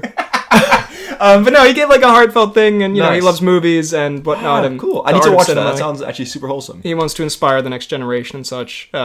Cruise was caught on camera Just getting jiggy with it. getting hella jiggy with it. Let me see if I can pull Okay, this let up. me- Look at my boy go. By the way, yo, why is he just like free flying here? Oh my god. Ooh, hitting that shit. Oh, the spin. dude, bro, he's balling. Okay, he's Oh. brought in another dude. He's brought in a homie. Oh, he's doing the crowd, the oh my god. the sports team roundup. Uh-huh. Oh, The shoulder's kind of loose. Ooh, the shoulder's kinda He's loose. doing a help? He's kind of clapping a bit. I'm not gonna lie, this is me in the club. This is giving heavy BHL in the club. No idea. Yo, a little selfie. Oh, no But idea. but he's still bopping on that shit? Bro, I mean, because I love that he clearly does not know what to do with his hands. This is fantastic. Fantastic. Again, I will say, extremely relatable. I was like, it's good to see Cruz like me, doesn't know what to do at the club. He's kind of bugging. He's vibing with it, He's but he's vibing. vibing in a way where it's clear that this is maybe the third time he's ever danced. The first time he's ever moved outside of his own The home. third time he's ever met someone else. It's Because he's danced in movies and he's kind of got some rhythm. Yeah. I guess he can't pull out the Les Grossman in public, but because that was rhythm. that was rhythm. But he did that with such like intent. So maybe he's been told to calm that shit down. Would you rather be invited to a murder mystery party with Benoit Blanc, Oof. or spend a week working in the food truck with Guy Favreau? First of all, did you call him Not Guy Favreau, Favreau? John Favreau. Who is Guy Favreau? I think I wrote Guy Fieri to begin with, and I was like, that's not right. And then John Favreau. I don't know. Guy Favreau. That sounds like a fucking cool ass dude. I would want to hang out with that guy. That's a Chad. See, I went for like which of these two bad options is worse, but you went for which of these two peak life experiences would be more Exactly. orgasmic. Those are my exact thoughts when I wrote this down. Goodness. I mean, okay, here's how, I guess this kind of, it's a little bit of a Rorschach test of what kind of person you are, because the murder mystery, I think you're bound to have more adventure, but with that also comes a little bit more danger. Something bad could happen to you in a murder mystery. Usually someone else dies as it's unfolding. Could be you, your bum ass. Yeah. Or... Okay, I'm gonna say this.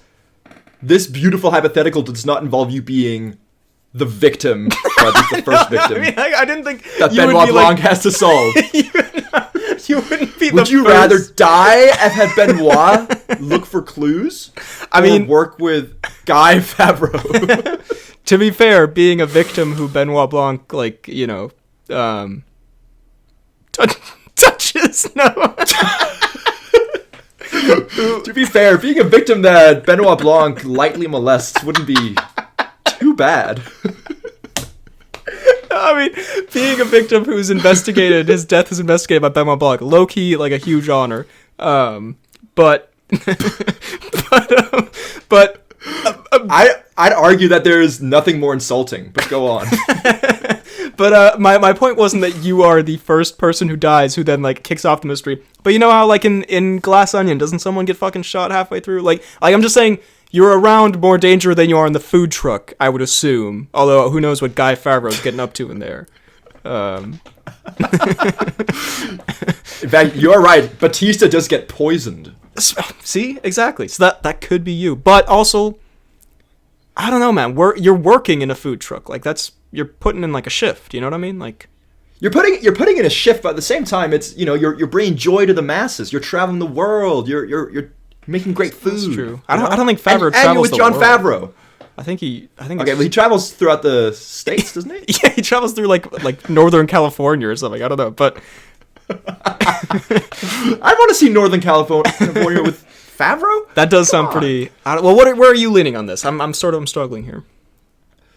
Well, I can't even lie, and this, you've made it better. But when I said, like, a murder mystery party, I genuinely, like, didn't even imagine anyone actually dying, but, like, just like a party of murder mystery. I see. But you've made it into you've made it better. You've taken what I birthed and you've elevated it. Gotcha. And so I think if it was a murder mystery party before, where there was no stakes, I would do that. But now that there are stakes, I think I'm a chill in the food truck with Favreau. I think it'd be a good time. I do see you as a very food truck with Favreau kind of guy. Sorry. Thank you. Oh, okay.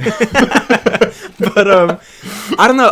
To be fair, murder mystery. I low key would be more down for the murder mystery than the murder mystery party, because I feel like the party, much as seen in Glass Onion, Benoit would kind of ruin the vibe. Low key, he'd be a know-it-all. You bring up a good point. I don't know. Yeah, exactly. I think He I knows might get exactly who the crossbow is going to shoot. Yeah, you know, it's just he can't read the room. I might join you in the food truck. Honestly, that could go kind of nutty. We could play some tunes. 3 is a crowd, but You know, I said it first, but I feel like we could cook up some crazy stuff in there with Favreau.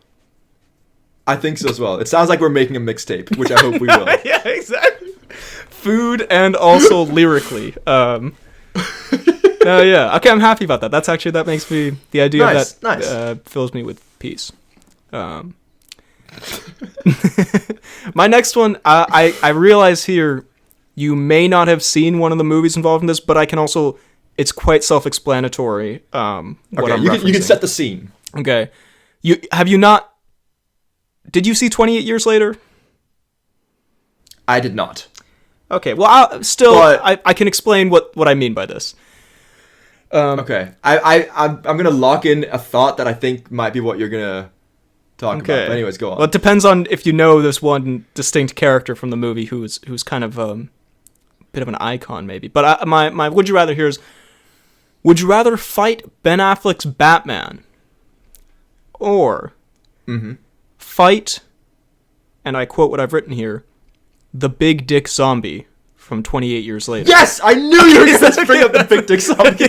I haven't seen the movie, but I know about the Big Dick Zombie. Of Okay, course. not gonna ask how or why or what your search history looks like. Don't worry about it. Yeah. Basically, because the way I picture this, I wanted to have Affleck Batman in there because I just think he's like hilariously comically violent. Like he's like for like a superhero character, he's so like he would be a genuine terror to fight. And the Big Dick Zombie is also enormous and ravenous and does have just the schmeat to the schmeat to back it up. So it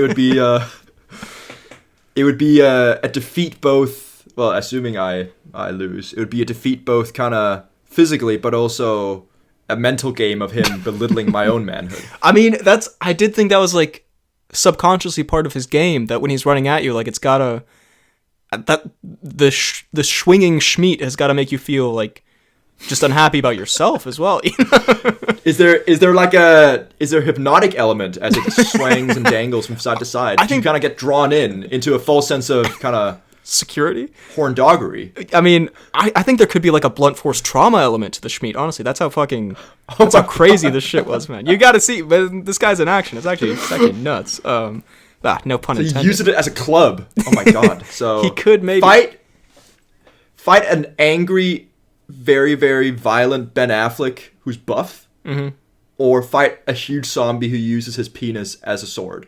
Yep. God, this is one for the thinking man. Very relatable scenario. Because I haven't seen 28 Years Later, do the zombies run? What's the general kind of difficulty in killing these things? Are we talking like Walking Dead zombies, or are we talking more kind of... No, they run, and they're very durable. I'm pretty sure this guy... I mean, it depends on the zombies. There's like some fat zombies who are pretty easy to kill, but in this guy, I think he tanks a lot of he tanks some bullets. He is... I will say he is... he's not stopped, but he is... I don't know. I was going to say apprehended. That's the wrong word. He is slowed down. He's halted by... He's taken to court. by a cheeky Fiennes cameo. Ralph Fiennes, who uses medical miracles to... He uses what? Medical miracles? He's a doctor in the movie, and he uses like a blow dart or whatever that has anesthesia or whatever in it, and that stops the zombie in its tracks. Okay. So, I think there's... Interesting. Can I see Fiennes doing that to Ben Affleck Batman? Not really, you know? So I feel like there's a possibility of a chance of... Also, Zombie is dumber than Affleck Batman. I feel like Affleck Batman is going to, break every bone in your body. He might, but at the same time, I feel like you can reason with Affleck Batman. You know, if I cower... Yeah. You know, which I don't intend on doing ever, obviously. But if I were to cower... Yeah, I'm sure he would break a few bones and just kind of leave me in a bit of a bloody mess instead of killing me. Whereas the zombie is gonna both kill me and rub his schmeat all over me, which I don't want. Yeah, that is his MO, I believe. I will say, Affleck Batman is pretty sadistic, so I feel like even cowering, that might. Loki, that might turn him on. He might go even harder after that. He might rub his schmeat on you. I don't think that's out of the question. God, these are two sexually devious scenarios that I don't know how to get I don't know why I've turned this very schmeat related. What are you? Okay. Also, 15 minutes ago, I'm trying to ground us. Yeah. Second question. So, whose dick would you rather have rubbed all over your face? Would it be the zombie or? Or Violent Affleck, who's gonna love it when you cower? Yeah, I don't know. Honestly, I'm gonna go Affleck just because of the more human aspect of it. So fair, and that's all I'll say. Fair. No fair. comment on the schmeat. Fair. I feel like we commented a lot on the schmeat, but I understand. What are you going with? I would go the same. Yeah. Okay. I've got a few that, given the schmeat direction we took in the last one, that might be a pretty seamless segue. Of course you do. All right, I'm gonna go for this one. Would you rather only be able to climax to the Justice League animated theme song, Goodness, or only climax when someone else says "I am Groot"? Wow. I mean, it's bold of you to assume this is not my current state of life. But Bold of you to assume that I can climax. Anyway, sorry. I mean, but okay, is this just to clarify the in-universe rules here? Is it I'm only able to climax if the song is playing, or when the song plays do I climax? Because I will say my ringtone on my phone is the Justice League theme song. So So you mean like if it's like a trigger or yeah, like, yeah, because that would like kind of be an open door. every time I get a phone call. That would be, that wouldn't be great. Ooh, that's oh my god. Well, I feel like you could change your ringtone. No, I think I'd keep it, honestly. Yeah. Let's go and say it's not like a trigger, but just that you have to like it needs to be there. You need to hear it to happen. Okay. It doesn't necessarily it doesn't trigger it, but it allows it to happen. You can only hear it in that like 1 minute kind of time span. Okay. I mean, Unless you, of course, play it on repeat when you're making love or self-love. which honestly doesn't seem like that bad of a scenario. That is like a kind of baller ass theme. Can we combine the Justice League and the Justice League Unlimited theme? Because I thought you were gonna say, can we combine the Justice League and the I Am Groot and just create a super orgasm? I feel like it would be more complicated to work I Am Groot into things than the Justice League theme. Am I wrong in assuming that? Just for my own personal enjoyment of affairs, I think the Justice League theme would do less to like ruin the vibe than someone saying I am Groot to me. Justice League theme is kind of just like can be background music. I am Groot, that's a very distinct conscious thing someone is saying, and it would make me think of the Marvel brand while I'm engaged, and I don't want to be doing that all the time. I think you've explained yourself out of this well. Thank you. I'll say that. I think there is good justification for your choice. What about you? Please talk to me about your orgasms.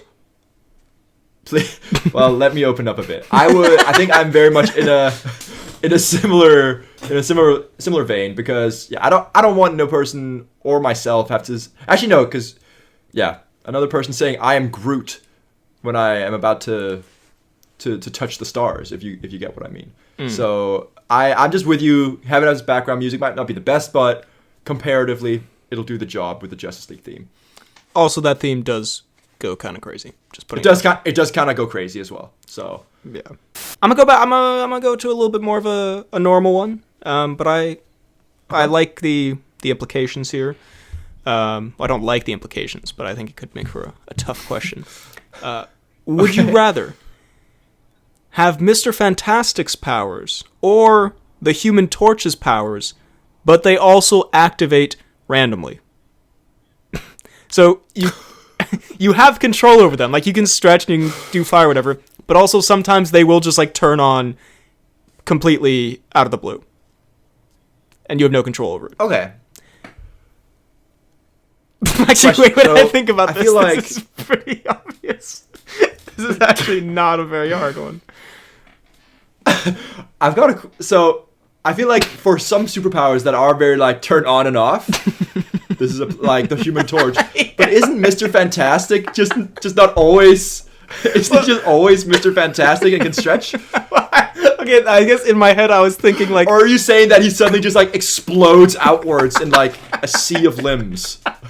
no, I mean, I think I was thinking of like, I feel like whenever his powers are failing him or something, his like arm becomes like really noodly and droopy. So I guess I was picturing like your body just becomes like a noodly droopy mess randomly. Like if you're like, I don't know, you're driving a car and then just suddenly you lose all like. And then suddenly you just kind of okay. I don't know. That's what I was I thinking. feel like that's when his powers are like overworked, where he's like stretched to the very max, as you say. Not if he's just. Yeah, no, I hear you. Okay, maybe I should, because also I was like, well, wait, would I rather like be sitting on a crowded bus and either like become droopy or catch fucking fire? Like, I guess droopy. You'll just go back. You like the implications here. Yeah, I don't know what I meant by that.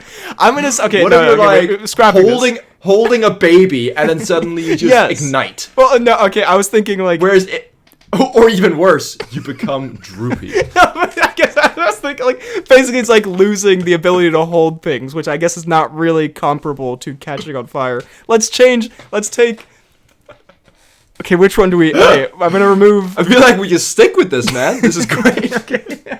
All right, would you rather be, Mr. Fantastic Droop King or a Human Torch Fire? Mr. Fantastic Droop King. Because, I mean, I think it is good because I would much rather be Johnny Storm and have his powers. Yes. But I don't want those to just spontaneously activate. There could be some rough scenarios. Like kind of actually like every scenario would be bad if you caught on fire. Like actually, yeah, exactly. There's no good time to spontaneously catch on fire. I'm building a teepee hut and I catch fire. That's not what I want. That wouldn't be great. If I'm building a teepee hut and I become droopy, it's okay. Just take a little bit longer. Yeah. I'm just so I can maintain a good social life. Yeah. And not be known as the guy who burns kids. Yeah. I'm gonna go for Mr. Fantastic, aka Droop King, and have that be my superpower and or weakness out of nowhere. Our droopy goat, Mr. Fantastic. I can see it. Okay. Are you going Johnny or what are you thinking? No, I will also go Reed Richards. Reed Richards on that one. Okay. Yeah. Speaking of Dune. Got a interesting one here. And I don't know if this actually applies to the mechanics of this world, but I've just written it this way. Would you rather snort the Dune spice and party in the Dune world, or attend a family barbecue with the Bear Gang? Now, a couple things here. First of all, initially this question was, the alternative was smoke with Gandalf and party in the Shire, but as I've written here, that was too easy of a dub. That would be a very obvious answer. That sounds fucking awesome. That actually sounds like maybe the greatest time of all time. So I tried to... So either you're at the Bear barbecue, which I love the Bear people, but also they have an extremely dysfunctional family, and it usually devolves into something terrible. Yeah. But it could also be very fun. Or you snort the Dune spice, which I'm not sure if you can snort it, but I know that shit fucks you up one way or another. But I will. Yeah. Someone's got to try it. And then party in Dune World, which would be, I don't know, that world's kind of fucking depressing, but also maybe the Dune spice would make it lit. I don't know. Dune spice would make it lit. I'm a level with you. The moment you said the Bear family, I was immediately not on board, because those guys are they're the worst, and so unbelievable. Like, some of them individually are, delightful, but I think that would be a kind of like weird barbecue scenario that with a bunch of people I don't really know or like, that might unfold badly. Or I can go to Dune World and snort some of that Dune shizzle and have a good time in Worm Country. I think that sounds... I think, honestly, just for the experience alone, I'll do that. Yeah, I mean, because... It's either go to a backyard barbecue in Chicago or go to outer space and snort space dust. Yeah, I mean, to be fair, in Season 4, I don't think you've seen Season 4 yet, there's some reconciliation, there's some wholesome The Bear moments, so I think I'm a little more of like the Bear family is kind of cute and fun. I've not even finished Season 2. Bro, get out of here, man. But I do agree, snorting... Go to your Dune shizzle.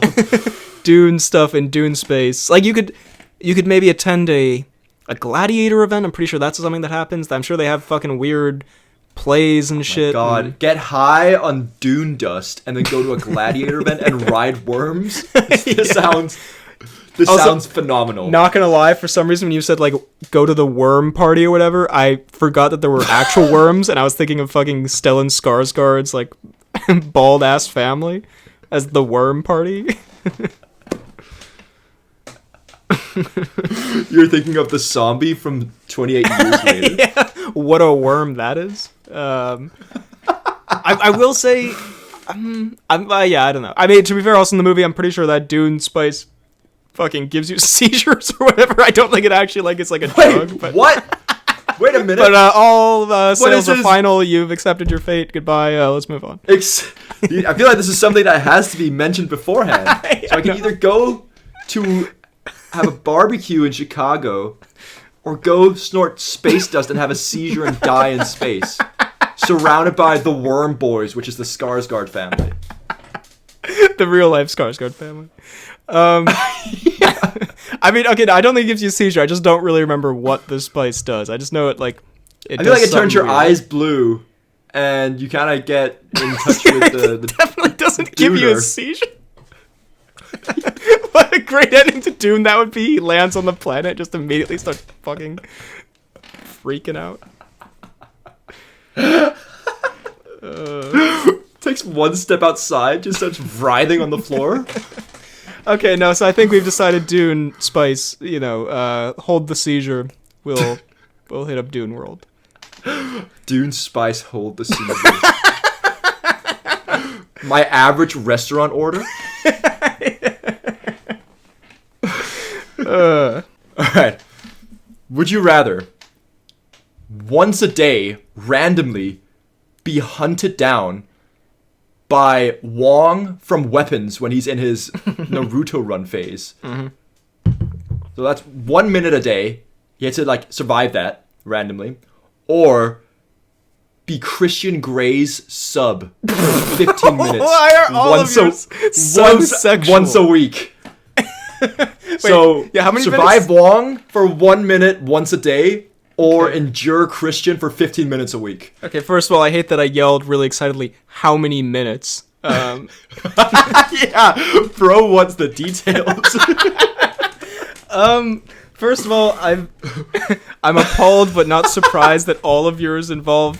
Actually, well, I was the first Schmeat one, but I clearly opened the gates there for you to just go crazy. There was not enough grounding from you. Yeah. Okay. Well, okay, first of all, And I think, can I just say, I think this is what the people want to know. yeah, I think this is what the world needs to know, honestly. I think the country's been waiting for this one. I mean, This is going to alter the stock markets. no, I would absolutely, because I don't want to be, controversial take, I don't want to be fucked by Christian Grey, so I'm gonna take, I'm not gonna be subjected to sexual humiliation because you've put me in this, in this situation. Also, by the way, But Wong low-key seemed very survivable. They didn't have like that much trouble there. Like, in that scene in the fucking parking lot, Listen- they were doing all right. Like, But he's got the relentlessness of a zombie. Like, he's just going at it. He's that's just 1 wonging minute. you. I can do 1 minute. But it's also randomly. Like, you could be taking a shit and he just pops open. Well, where does he come from? Does he? Because the Naruto run, like, presumably it has to. He can't just pop up in the room I'm in. Like, that's just like, then he'll kill me. Okay, you're right. Like, how many meters away is he? He randomly spawns 20 meters away from you. Okay. So is he already in my house if I'm taking a shit? If it's depends where you are in your house, I guess. If you're strategically taking a shit in the middle of your house where there's a radius of 20 meters that is outside, he wouldn't. Okay. But he just like jumped through the window. I could definitely, man. No, I had some problems with the movie Weapons, which I'm sure we will or have talked about in a previous pod, I guess. Ooh. But I think, honestly, not that deep. Like, half the people who are like in that blind rage phase, they're stopped by doors. You know, the fucking spoilers or whatever. At the end, the parents, they're held back by a door for like 20 fucking minutes. Like, how many of those weapon zombie people were like that effective? Like, one of them gets fucking shot. Like, bro, Josh Brolin is kicking the one across the room like 8 different times in that one scene. I know that's not Benedict Wong, but like, I feel like, Yeah.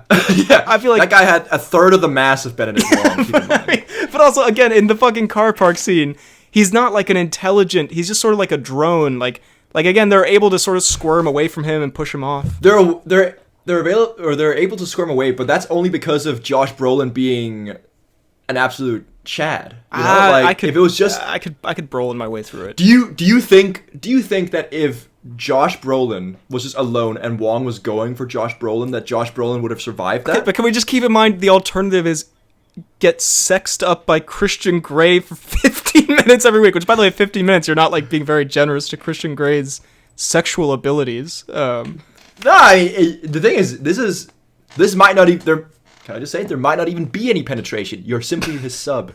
What does that mean? You'll be chained up, kind of thing. Why did you say that like you're the authority on BDSM? Now, technically, according to Article 4, there's no penetration. It's just... He's just the dom. I don't want him to touch me in any way. I'll be quite frank. Okay, that's totally fair. You just want to be touched by Wong instead. Exactly. Yeah, no, I think I'll take on Wong, man. I mean, it could lead to some awkward moments. It can't happen while I'm sleeping, can it? I mean, that would be kind of unfair. Let's say there's a 6-hour period where it cannot. So let's say from midnight to 6 a.m. Wong doesn't spawn. But anytime before or after that, it's fair game. Yeah, you know, it'd be kind of deep, but like I think I'd get a handle on it. It'd be like I don't know, like those movies, fucking the Groundhog Day style movies, Happy Death Day, whatever, where you start to learn the patterns and you start to like figure out like, okay, I can do this and do that. Yeah, and I feel like you would kind of, if he attacks you early on in the day, then you know that you can go to sleep early on, and then wake up as long as you wake up at 6, you're good. Yeah, I can carry bear spray with me most places. We aight. Yeah. I guess I don't know if you could legally carry bear. I wasn't saying that like I do carry bear. I was, as a hypothetical maybe. You said that very confidently. I know for a fact that I can carry bear spray wherever I go. I actually think it might be illegal to carry bear spray in some places, but anyway, I guess I'll look into it. What about you? What are you doing? Are you subbing? I'll probably do this. Honestly, I could learn to grow into it. It would be a fixed appointment, 15 minutes a week. That's all right. But can he? Okay, I genuinely don't want to get into it. But can he just do what he wants with you? I mean, It sounds like you really want to get into the nitty-gritty. I mean, like, here. what's the and implication? For that, sir, I applaud you, and let's do it. No, I'm just saying, like, 15 minutes, like. So are you like, is the implication of the sub thing, Well, you and I have both seen Christian Grey's work in the cinema together. So we know that he is not like a hardcore extremist. It's it'll be some light bondage. But I don't like, so is there like a chance that this week like he's going to try to like, insert himself, or like am I always there is a very good chance. So no, I don't know. I if that, this sounds like you just wanted to explore your own fantasies of having a 15-minute weekly appointment. No.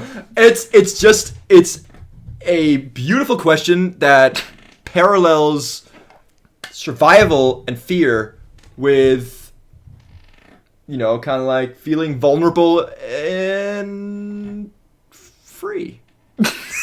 Okay, all right. I think you've made your point. I say I have one more, and then you do one more, and then we call it a day. Okay. And if you have any more extras, I assume we'll do a part 3, unless this is, and it's possible this would be the last episode ever we do of the podcast after the questions. Can't believe you opened with the climax question. That was your first one. No, I think I opened with the Benoit question. You did, to be fair. Well, go ahead, hit me with your last one. Oh, God. And if this is about my dick in any way, I swear to fucking God. I'm gonna end on a banger. Okay. Yeah. Would you rather live the life of Jordan Belfort, but you never have to deal with the consequences of your actions? Okay. And you live like as a rich, Wall Street playboy till the end of days. Or, so have that be one scenario, or live your life as Brendan Fraser's The Whale. Come on. Well, you've set me up terribly here, because I was about to do like a really philosophical thing about even if there are no legal consequences morally, I would have quandaries, and you cannot experience pleasure too often, or whatever. But then you hit me, okay, would I rather be the fucking whale, bro? I mean, I mean, the whale lives a, miserably lonely life, and dare I also say, based on the movie's runtime, he's 2 hours from death from the opening of the movie, because I'm pretty sure he dies at the end. He does. Okay, I was trying to remember. What?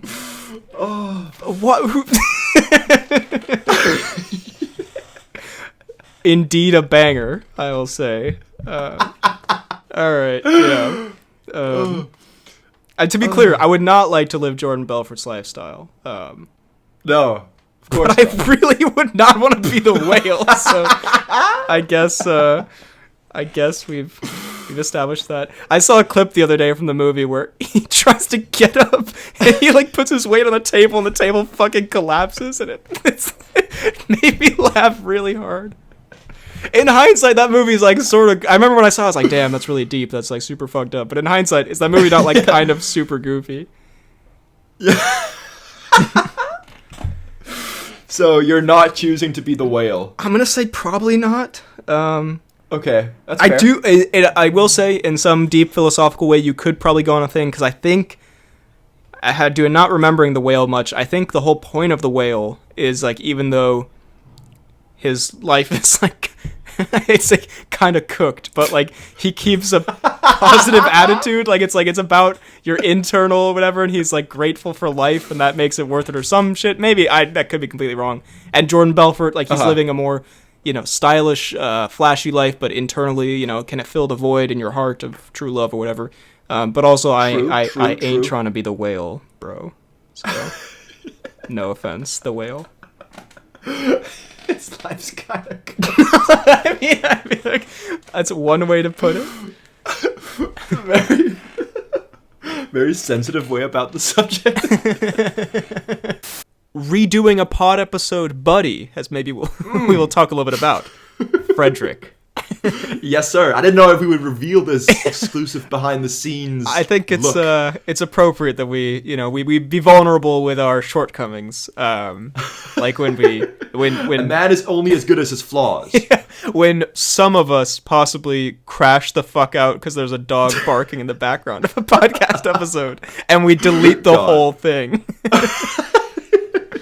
It was kind of a funny moment, but we were sitting recording what is a part of the segment of this pod. Yeah. Last week, and there was a dog in the next room that would not shut the fuck up. Yeah. And in the beginning I was like, okay, we can move past this. Yeah, just make a funny joke about it or whatever. It was quite insistent, Yeah. and then I did see genuine, actual like feral mindset in your eyes. I mean, I think I clarified multiple times based on how much I was complaining about the dog. I won't actually hurt it, but someone needs to. But then I believe also when we paused recording, Again, for real, I am gonna hurt it. I did not say that.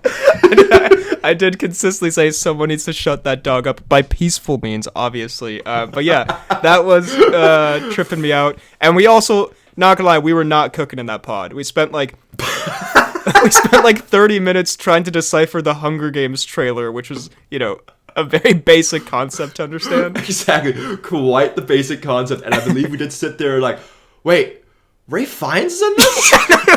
I know our thing is like the Poorly Planned Podcast, but this is like another level where we were like, we spent. But that went to actual idiocy. It genuinely, I was like, what's wrong with us? Like, so yeah, this pod had to have an introspective look at what was going wrong.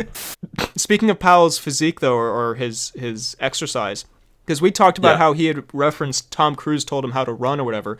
In a way, I guess it makes sense.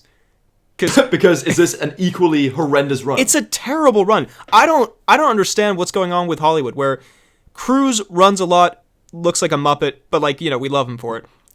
Ezra Miller in The Flash, his whole thing is to run, and I guess it's kind of a joke in the movie, but like his run is terrible. Glenn Powell in The Running Man, he runs like, I don't want to. I think the Weekly Planet coined the Muppet thing. I don't want to overuse but it's so accurate. He runs like he's on strings. Like he throws his hands in the air.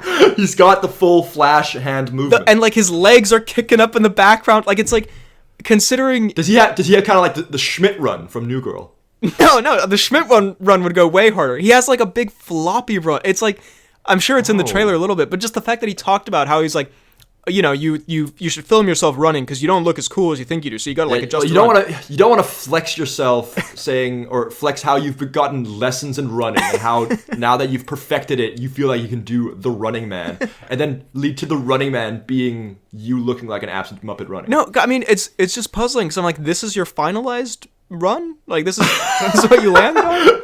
This really what you decided to go for? This you? What the fuck? But I mean, Letterboxd review 0 stars. This you? Because I mean, I think we all have at some point. I have videos of me running in some capacity, making like a dope ass training montage or something. As we all go, I've got some dope ass Creed montages or whatever. But I mean, I think maybe this is the running hypnosis that Powell was talking about. But I think I look more normal running than fucking Powell does in this movie. I'm just saying. I guess this was a choice. Maybe he was trying to emulate the Cruise run. I don't know. But. It was okay, well, one thing is form and such. Does he look like he's at least getting some speed? Is he a fast runner, or is he also just kind of like a Muppet run going maybe 10 kilometers an hour? I guess he's a fast runner, and that might just be movie magic, but like he's doing like those exercises when you try to he's doing the most. when you're trying to like kick your own butt when you're running, like that's like a Is he doing heel flicks? I don't know if that's the term for it. But when you're like exercising or like you're doing a warm up.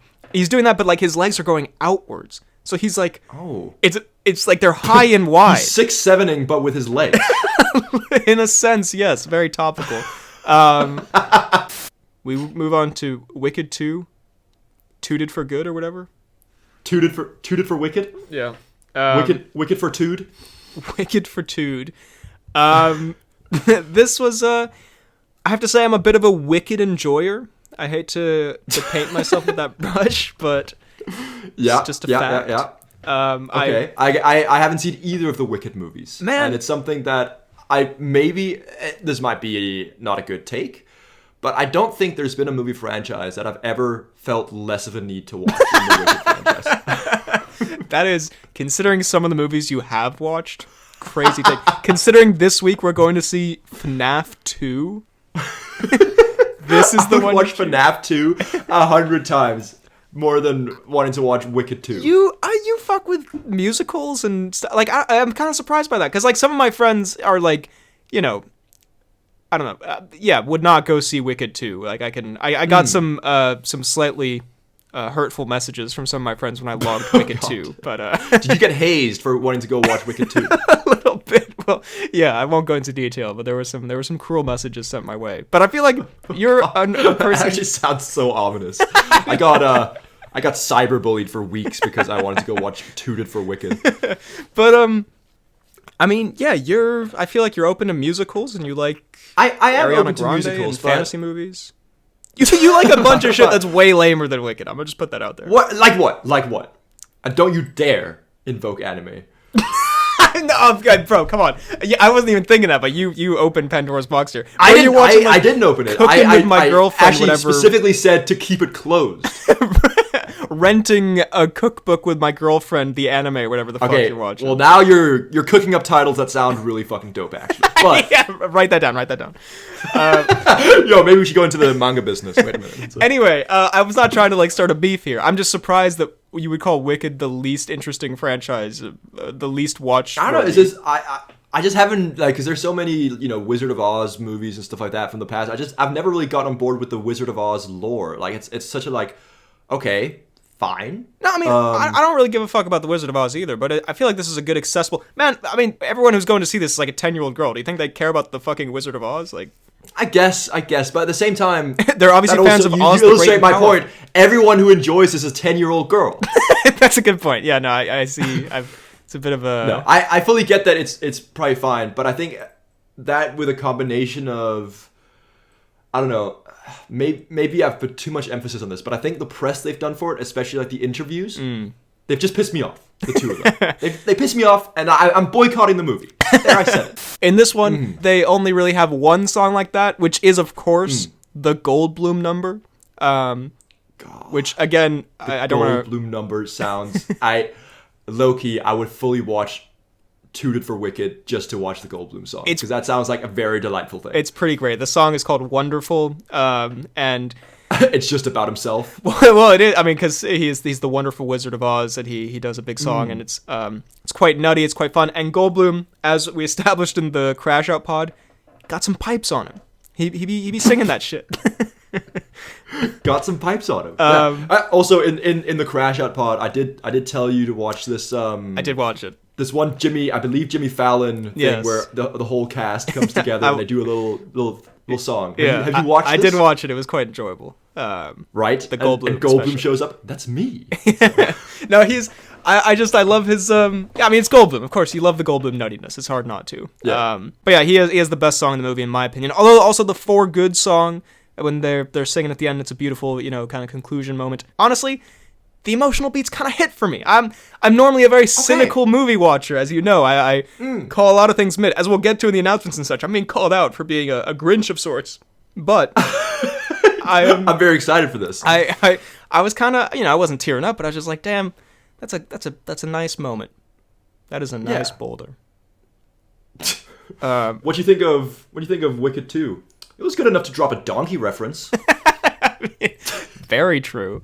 Yeah, I will say, as I praise Domingo for being goated in Running Man and in real life, seemingly, in here he does play the Cowardly Lion.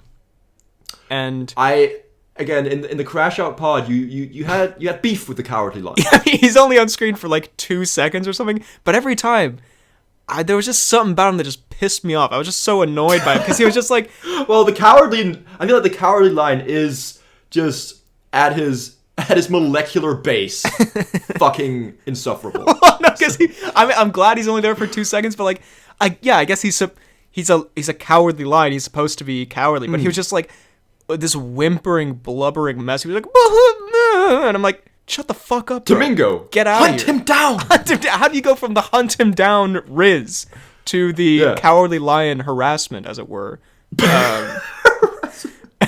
But yeah, no, it was just, I don't know. I was just like, shut the fuck up, Cowardly Lion. Also, his motivation in the movie is fucking stupid because like they're teaming up against because the Wizard of Oz, the witch is the villain, so they kind of have to do some workarounds about like why is she the villain or whatever. And in this, the Cowardly Lion.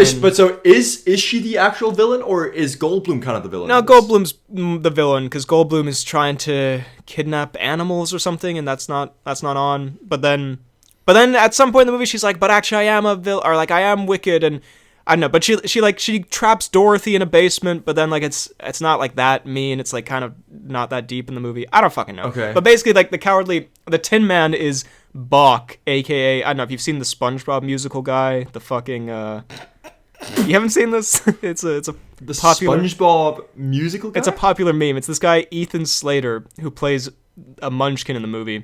Okay. And he's the one. Have you heard about the Ariana Grande drama? I don't know much about it, so I don't really want to get into it. But where she's like dating him, but he had a wife or something, and there was like a possible cheating thing involved or whatever. But anyway, long story short, that guy becomes the Tin Man, and he hates the witch because he becomes the Tin Man. Is he like a normal dude who then becomes the Tin Man, or is he already a Tin Man? No, he's a Munchkin, and then this part of the movie is total bullshit. I mean, the whole thing is like, it's a stupid whatever, but like this bit was especially stupid where the Wicked Witch's sister tries to cast a spell and then it goes wrong, whatever. Anyway, he becomes the Tin Man and he thinks it's the Wicked Witch's fault, and so he's like, let's kill the fucking witch, and then the lion is there. Tin Man quote.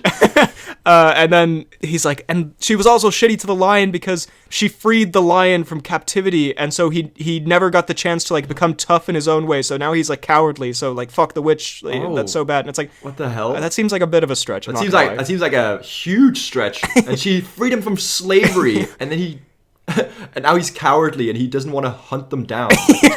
Yeah, he's not got the Domingo energy. The Scarecrow's in it. One of the characters, spoiler alert, one of the main love interests becomes the Scarecrow guy, which is funny because in the movie I thought it looked like kind of shitty, like weird CGI, like ping pong balls in the face type thing. Apparently it's a real mask. I've seen pictures of him in that mask, like on set or whatever. So that's kind of strange. I don't know why it looked so weird. There's also bro just doesn't wear it very well, I guess. I gotta say, kind of I don't say a weird sex scene, but like there's a sex scene in this. There's a sex scene in Wicked? Which is kind of surprising. I was like, That's very surprising. How did all the 10-year-olds feel about that? I don't know. I didn't ask them about it, actually. But I was too engrossed myself.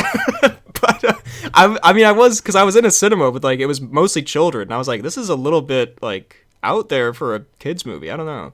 I'm gonna say I assume it was between the Wizard and the Cowardly Lion. Yeah, I know. This is a little strange for this movie. I wasn't I expecting. don't know why Goldblum would insist on having a bestiality scene in the Wicked 2 movie. Let's talk about Zootopia 2, aka obviously Tutopia. I guess I won't spoil it for you. Speaking of explicit sex scenes, no. No, they My God. No. Is there a Judy Hopps sex scene with Nick Wilde? there is not, unfortunately. I mean, not unfortunately. I mean, there isn't. Just period. I sat and protested in the cinema. I mean, I will say I don't have many notes for this. I did just write here as like a bit to do. I've written, quote, Freddy is attracted to the bunny and or fox. So let's a very accurate note. Well, I mean, you know what? oh boy, this is not where I No, thought this was gonna go. if you had to choose, okay, gun to your head. If you had to choose one Disney animal, who you picking? First of all, I'm not answering that question. Second of all, Why are you not answering that? after I question? said Freddy is You have- attracted to the in bunny, your notes, you've got Freddy's attracted to the bunny. I'll own up to it. After I put that in my notes, I did not expect you to go, well, you know, oh boy.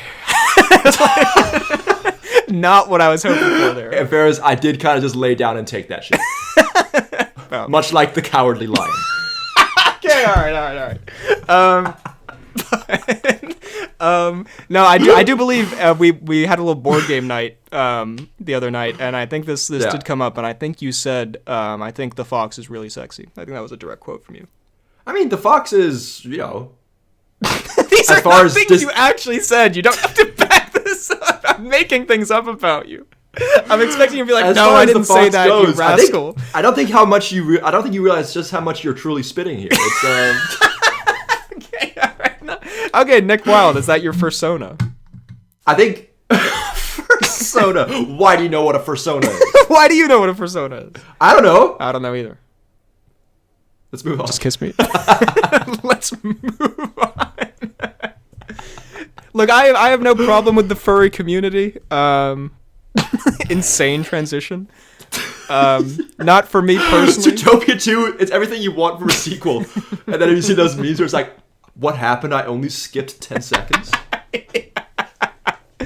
No, I don't know. I mean, it is what it is, I guess. Not for me.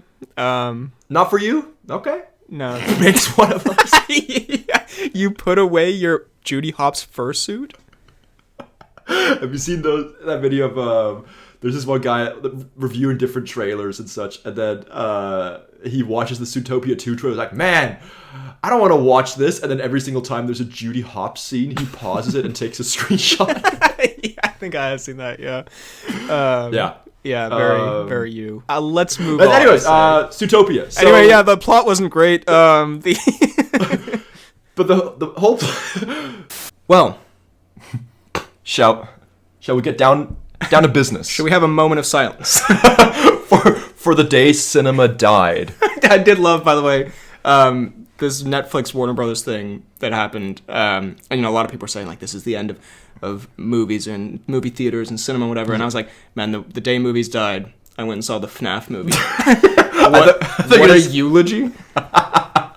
Yeah, just to put the icing on the cake. Yeah. Cinema's gone, and now let me go watch maybe the worst movie of all time. It's like, no, we can't lose cinema. It's so good. Let me prove that by going to the movies. Sits through the FNAF movie. Applauds the God. death of cinema.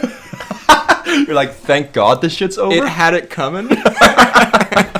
Yeah, we saw Five Nights at Freddy's 2. Man. Man, what a time. We also had a trailer for, and this one I doubt you've seen, but which is fine.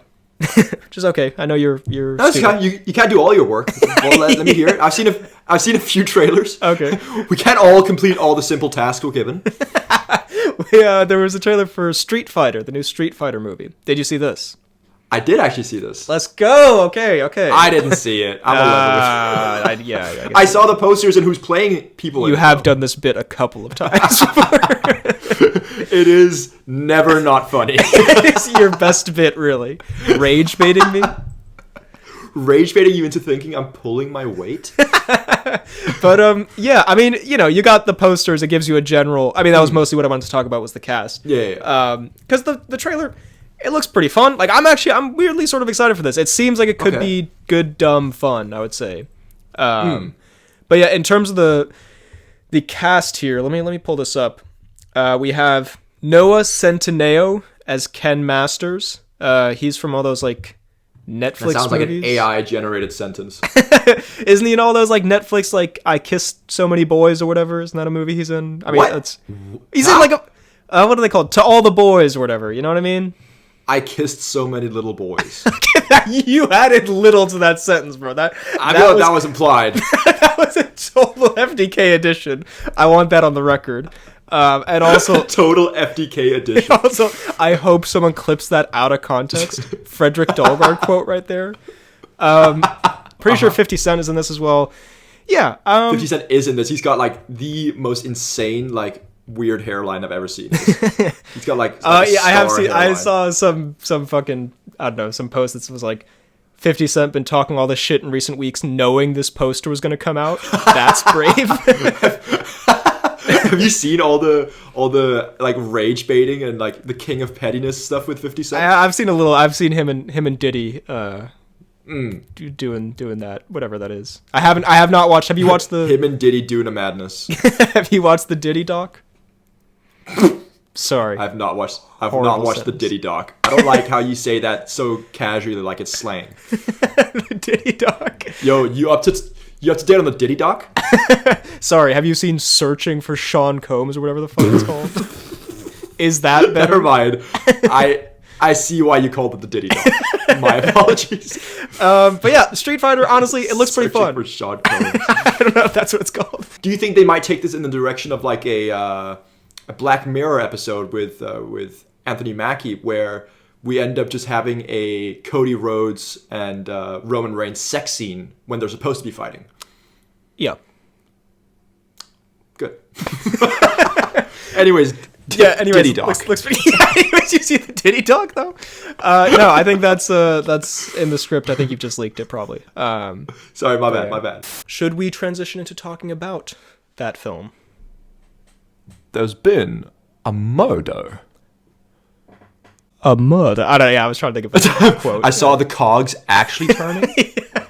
I couldn't remember his big quote in this. The road to Damascus. The only epic Benoit moment I could think of, which I could not really insert without any context, was when he's standing over Josh Brolin's corpse and he's like, jiggly wiggly, let me just give this a little wiggly.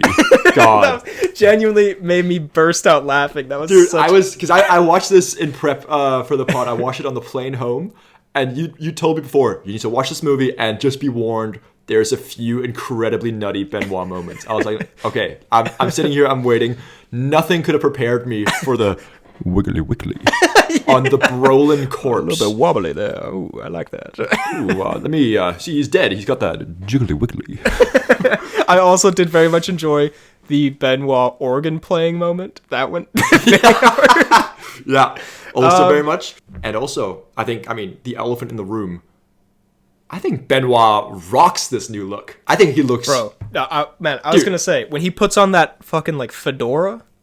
Dude, he's got that shit on. Holy shit, bro. Holy shit. Are we saying best Benoit fits to date? I think we are. I think we're saying best Benoit fits to date, and I'm fucking loving this new Benoit stubble and hair. Bro, that's such a good look, man. I like how also this is the first thing we get into. Like, yeah, brilliant filmmaking, really emotional, has like themes about religion. Great and characters. faith and but can we talk about how Benoit got that shit on? but he does though. It's it's kind of impossible to overlook, like right off the bat. I mean, it's objectively sexy. It's fucking awesome. No, just the aura he has. I will say, it's fucking awesome.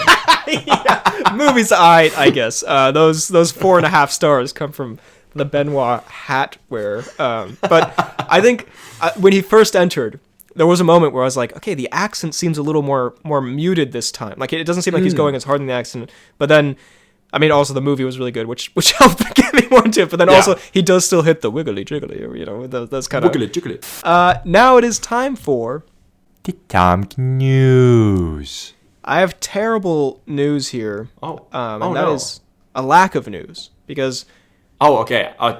My heart actually just sank. yeah, you can't start. Yeah, you can't. You can't start the Tom News going, I've got terrible news. No, that is sorry. That's my bad. Bro That's my definitely like lost his knees or something. because I've googled Tom Cruise here and there's genuinely nothing.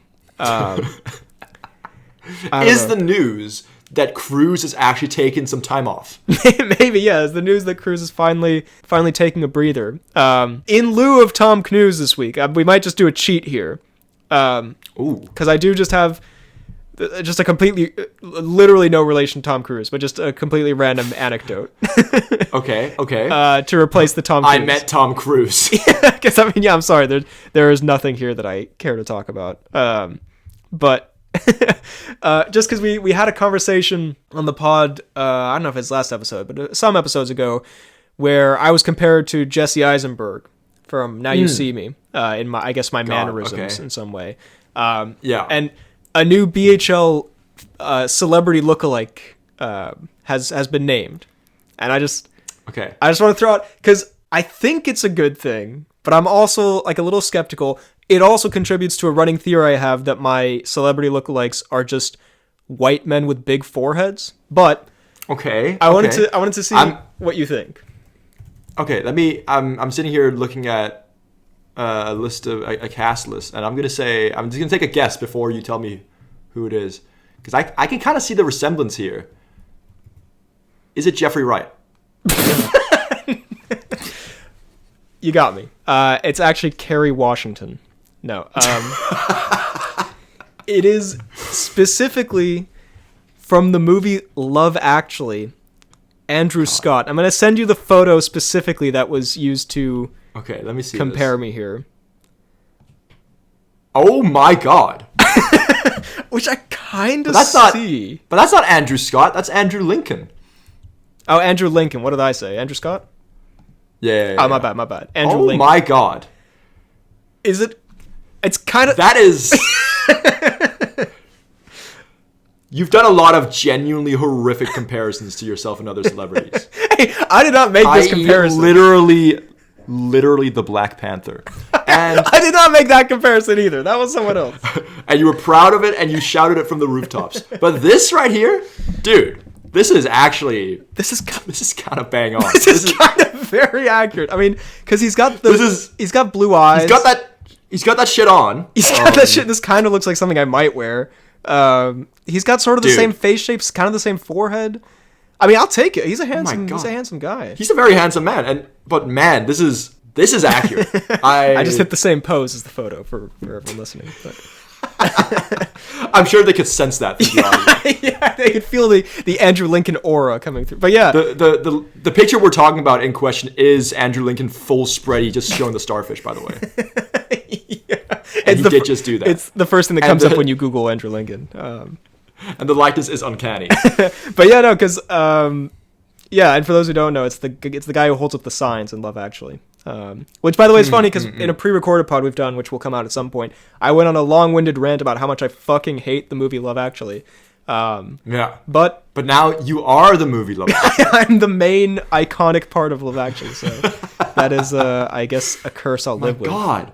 I don't know how the fuck you managed to turn a lack of Tom Cruise into something this brilliant.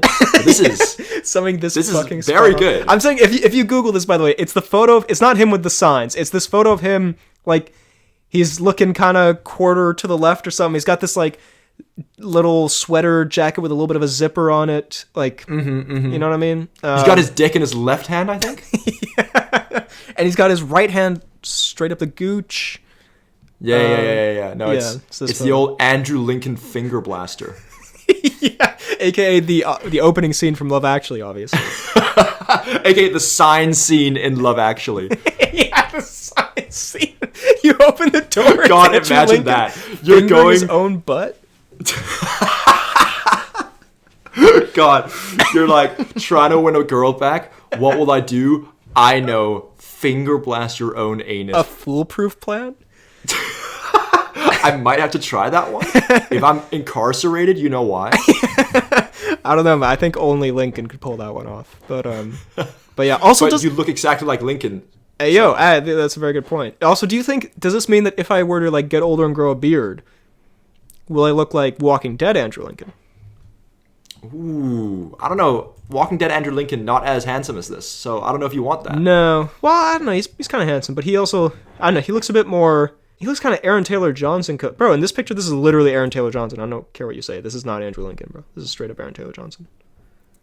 Yeah, I can see that. But actually, you know what? There he is a bit handsome. So Maybe you are just a time-traveling Andrew Lincoln. Maybe. I gotta grow out the beard. But my beard does not grow this majestic, though. My beard grows very patchy and kind of sad. Ah. Yeah. Anyway. Don't put yourself down, little bro. Thanks, buddy. Buddy. I think here's a again in the lack of Tom Cruise. Here's an interesting thing. I think When we don't talk news, we just go to fun facts. complete filibustering. I think there are two types of people in this world. Okay, this is about to get real racist. I think there are people who can use buddy in a non-condescending way, and people who can't. Yeah. And you're definitely in the latter category. I think I use buddy as a term of endearment. I feel like it's great. I don't think you can use it as a term. I think You're my there's buddy. always something. You're my little buddy. Nah, it doesn't work. You can't say it. I think it's You're my definitely the pocket majority pal. of people can't use it. What did you just say? I called you my pocket pal. Now that you use brilliantly. Typically, that is used for people who are shorter than you, I would imagine. So it doesn't really have the same impact, but we move. You can say it to maybe 4 people. Okay. That was uncalled for. You're gonna be buddy for the rest of your life, little bro.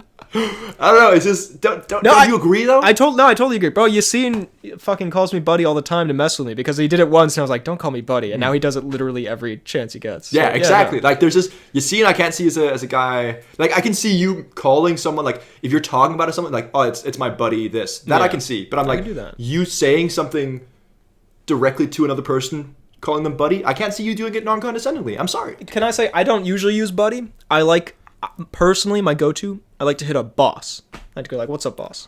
That's a good. I think that's boss a good- works. that's Boss good. works. Yeah, I've used buddy many a time, but it's never once been with good intent. Yeah, no, it's always meant to put someone down. I will say, my friend Brendan, shout out Brendan, he does use the word in reference to the show The Bear. He does occasionally call me chef, which I kind of fuck with, not gonna lie. That's kind of Chef cool. also kind of works. We hit a little chef. Sometimes hits me with a cousin, not often though. That goes a little too far into would the you- bear lore. He calls me Carmy sometimes. I don't really get it. Not a fan. Actually, Carby's my So killer. you and Brennan big on the nicknames. One of my good buddies and I were talking like random nicknames. What are your thoughts on being called the Big Easy? What? The Big Easy. Didn't you have some fucking? Was this it? Did you, when we were out? The Big Easy? I don't think I was ever called the Big Easy. Okay, no, but we were out on the fucking. We were out drinking. We're out on the as town. we are every night. No, we were out for this thing, and you kept trying to make.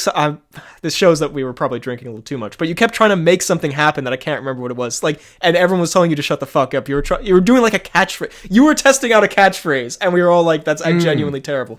What was this? Oh, I don't.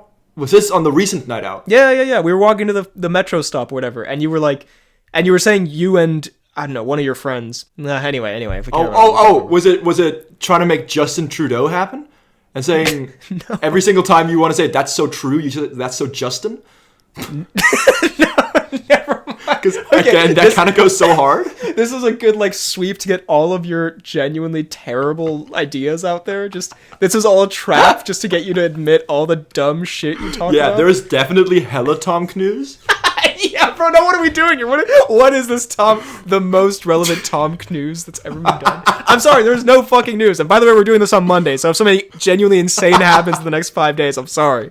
Yeah, people are gonna be like, "Oh my god, Thank God they're here to talk about the new Tom Cruise situation. Sitting here talking about, yo, that's so Justin. Would you want to be called the Big Easy?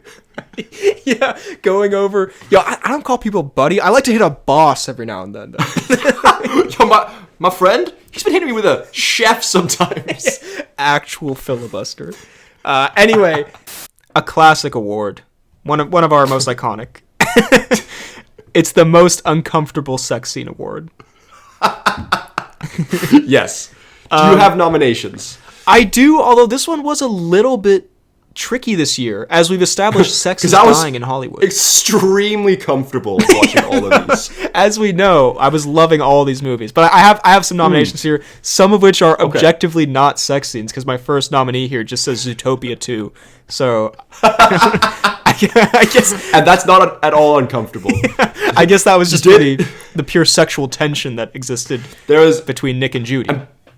And boy, was there a lot. Also, I put my Letterboxd review out, and you just sent me a screenshot that said, "I don't pretend I didn't see this." I know. Your review was, I believe, Judy Hopps drooling emoji. So we're just gonna act like that didn't happen. But I stand by that. Some other nominees here: Wicked 2. We talked about this in the review, but there is a surprisingly not explicit, but a surprising sex scene, I guess, and what I thought was like more. I think just the fact that there is a sex scene in Wicked makes that inherently uncomfortable. It's a little strange. I don't know. Yeah. We have the movie Caught Stealing. There's some steamy scenes with Austin Butler and Zoe Kravitz, mostly just uncomfortable because I saw it with my dad, but also we moved. Also, really unfortunate note here, most uncomfortable sex scene, and it just says Caught Stealing with my dad. So we should maybe change this around a little bit. Yeah, maybe don't write the notes like that. We have, I've written here, Benoit Wiggly Jiggly. I feel like that counts as a sex scene in a way when he's jiggling Josh Brolin's belly fat. Either that counts as a sex scene, or you're implying that when the camera's cut, he went to town. That's not is this part about revealing the fact that Benoit is a necrophiliac? Is that why he's such a good detective? Is that... First of all, I feel like you made that connection there. Also, what a twist That's that a would be. famously known thing. What a crazy reveal in a Knives Out movie. Wake up dead man indeed. Actually, I was going to town on the body. That's how the evidence got messed up. My bad. Let me tell you how seminal fluid ended in Monsignor Wick's colon. It's Monsignor Wick's colon. And this was not uncomfortable, but it was certainly the most sex scene of the year, I guess. But okay. In the movie Sinners, quite a steamy movie. Ooh, again, yeah, not uncomfortable really, but just similar. I think that scene where she, Haley is doing craziness. Yeah, that you reached similar. That scene where Haley's doing tricks on it.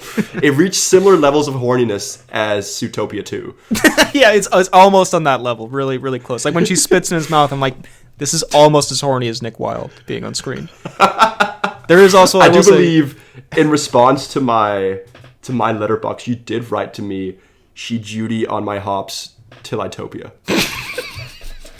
That's not a thing I wrote. I'd like that to be stricken from the record, please. Next category, character you'd least like to spend Christmas with. And this is also paired with character you'd most want to spend Christmas with. Little Christmas appropriate, even though it's as established December 26th.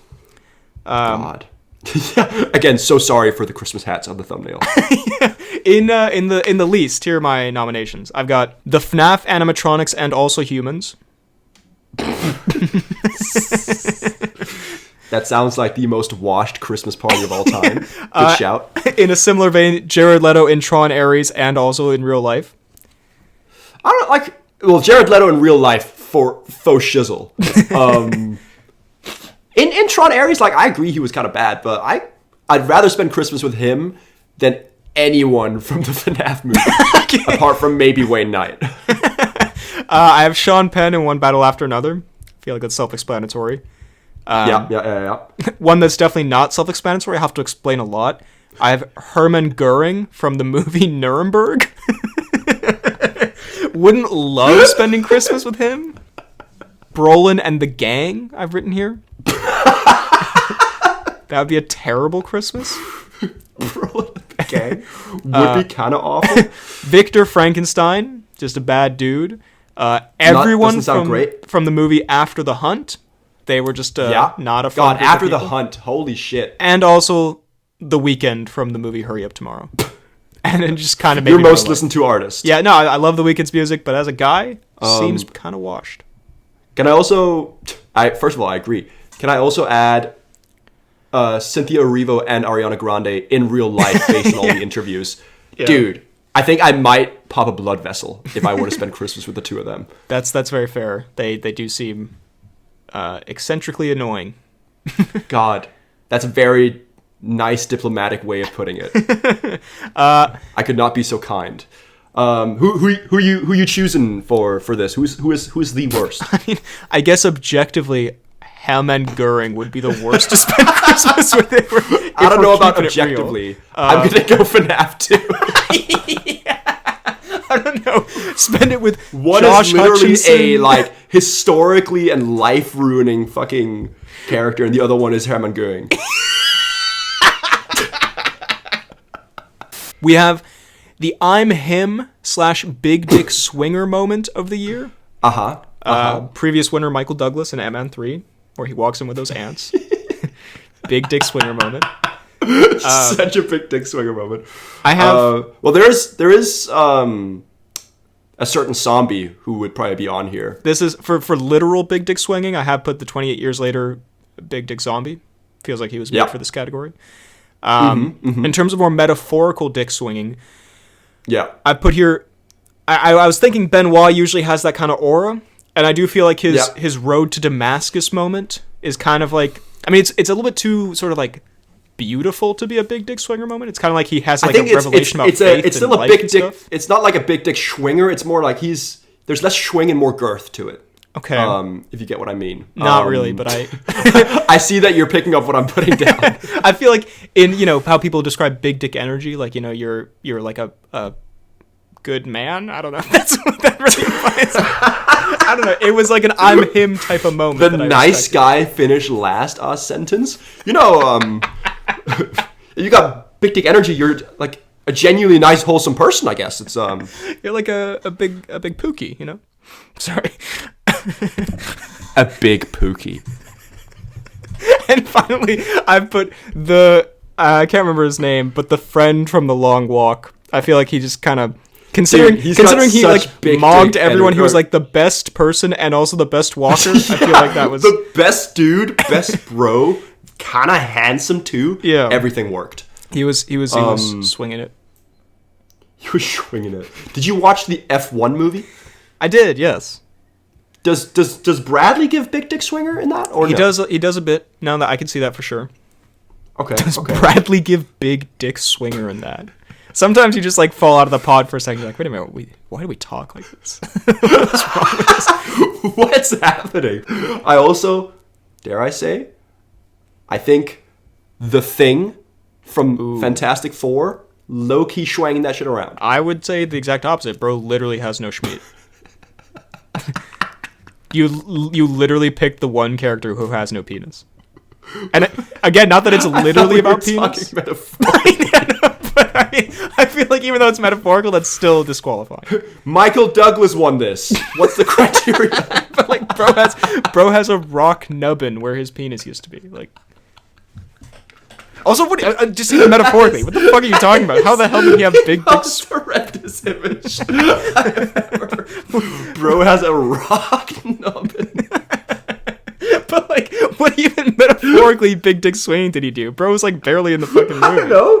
Bro just kind of walked in, met a woman once, and she fell in love with him. I guess that's fair. Oh, sorry. One last one. I think the lawyer from FNAF 2, Loki, huge big dick swinger. Yeah, I guess. Walks in, introduces himself as if he's the fucking ghost. No explanation, and then just leaves. Yeah. Apparently, by the way, I saw in some comment, apparently he's from like the first movie or something, and it was like a big meme or something like that. Oh. I still don't get it. But I agree he did have Okay. kind of that I'm gonna put my dick away type energy. Also, you know those memes where it's like, is this podcast really about movies? what is the Poorly Planned podcast even about, bro? Genuinely, like, in-depth This used to conversation. be about superheroes. Yeah, we used to review movies here. Well, a slight Thing has a rock nubbin. I have two categories here that tie into each other, although the second one only has one nominee, and I think only one rightful winner. But Okay. first category, goofiest moment. Please. And we can do that first. I think the Ruffalo cameo and Now You Three Me. It's got to be up there. God, the Ruffalo cameo is actually terrible. no, unacceptable. Yeah. The villain death. Unforgivable cameo. Villain death in Mission Impossible 8. I feel like that's a goofiest moment contender. Goofy yeah. Still enjoyable, but goofy. Yeah, more good than, because I mean a lot of these are bad. Like the FNAF 2 Avengers Endgame moment, where all the FNAF characters come together and, and do also a big very FNAF. goofy. Benoit's various jiggly wiggly Scooby Dooby Doo moments in the Knives Out movie.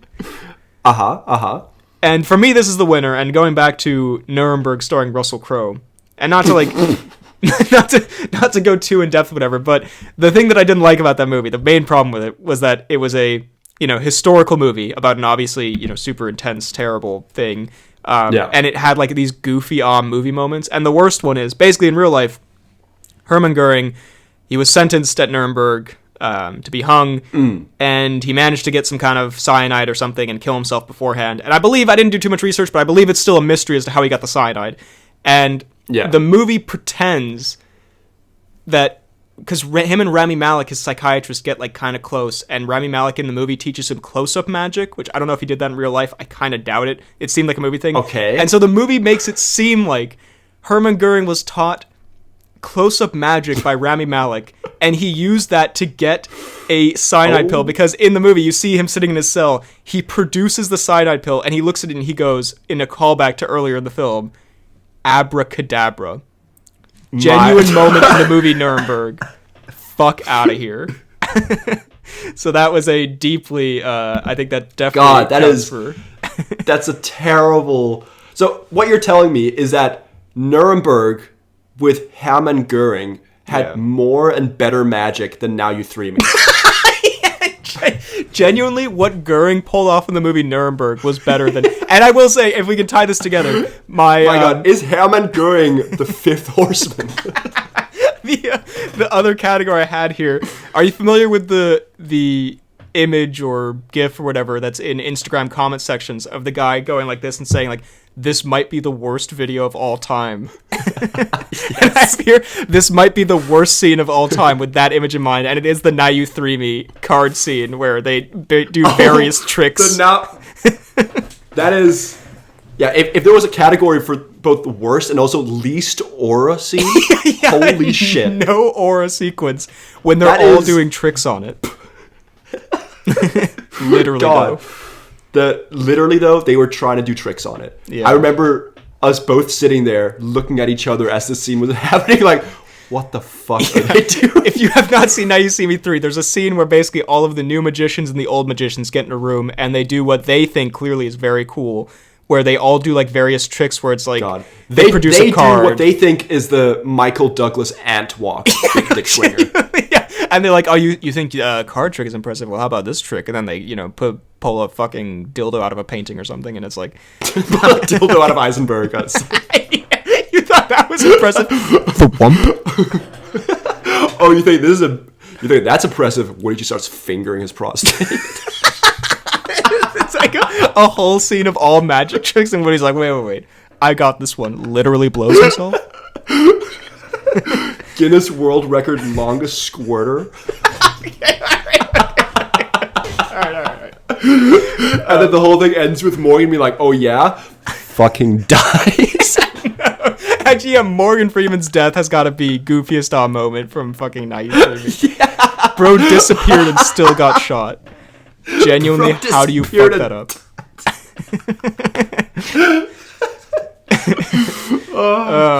No, okay, I think those are some worthy contenders. God. What the hell? No, that's We have. Well, you know what? Speaking of which, actually, I'll move this one up to transition smoothly. The Oldest Man Award. It's gotta be. No, here's the thing. This year, honestly, and I think this is progress for Hollywood not doing these like remakes where they bring back Bill Murray or whatever. But there's been a lot less. Also, don't pretend like I didn't see in your latest video the Bill Murray insert when you're talking about old men. The Bill Murray insert. Because I was looking through, options here, and honestly, besides Morgan Freeman, all of them fucking suck. I put, like, Cruise in Mission Impossible, he's kind of old, but whatever. I have Sandler in Happy Gilmore 2. I guess he's on the older side. I mean, he's kind of old and washed. Yeah. But obviously, the oldest man, I think the oldest man, like, on Earth might be Morgan Freeman, and now you 3 me. Yeah, it's so true.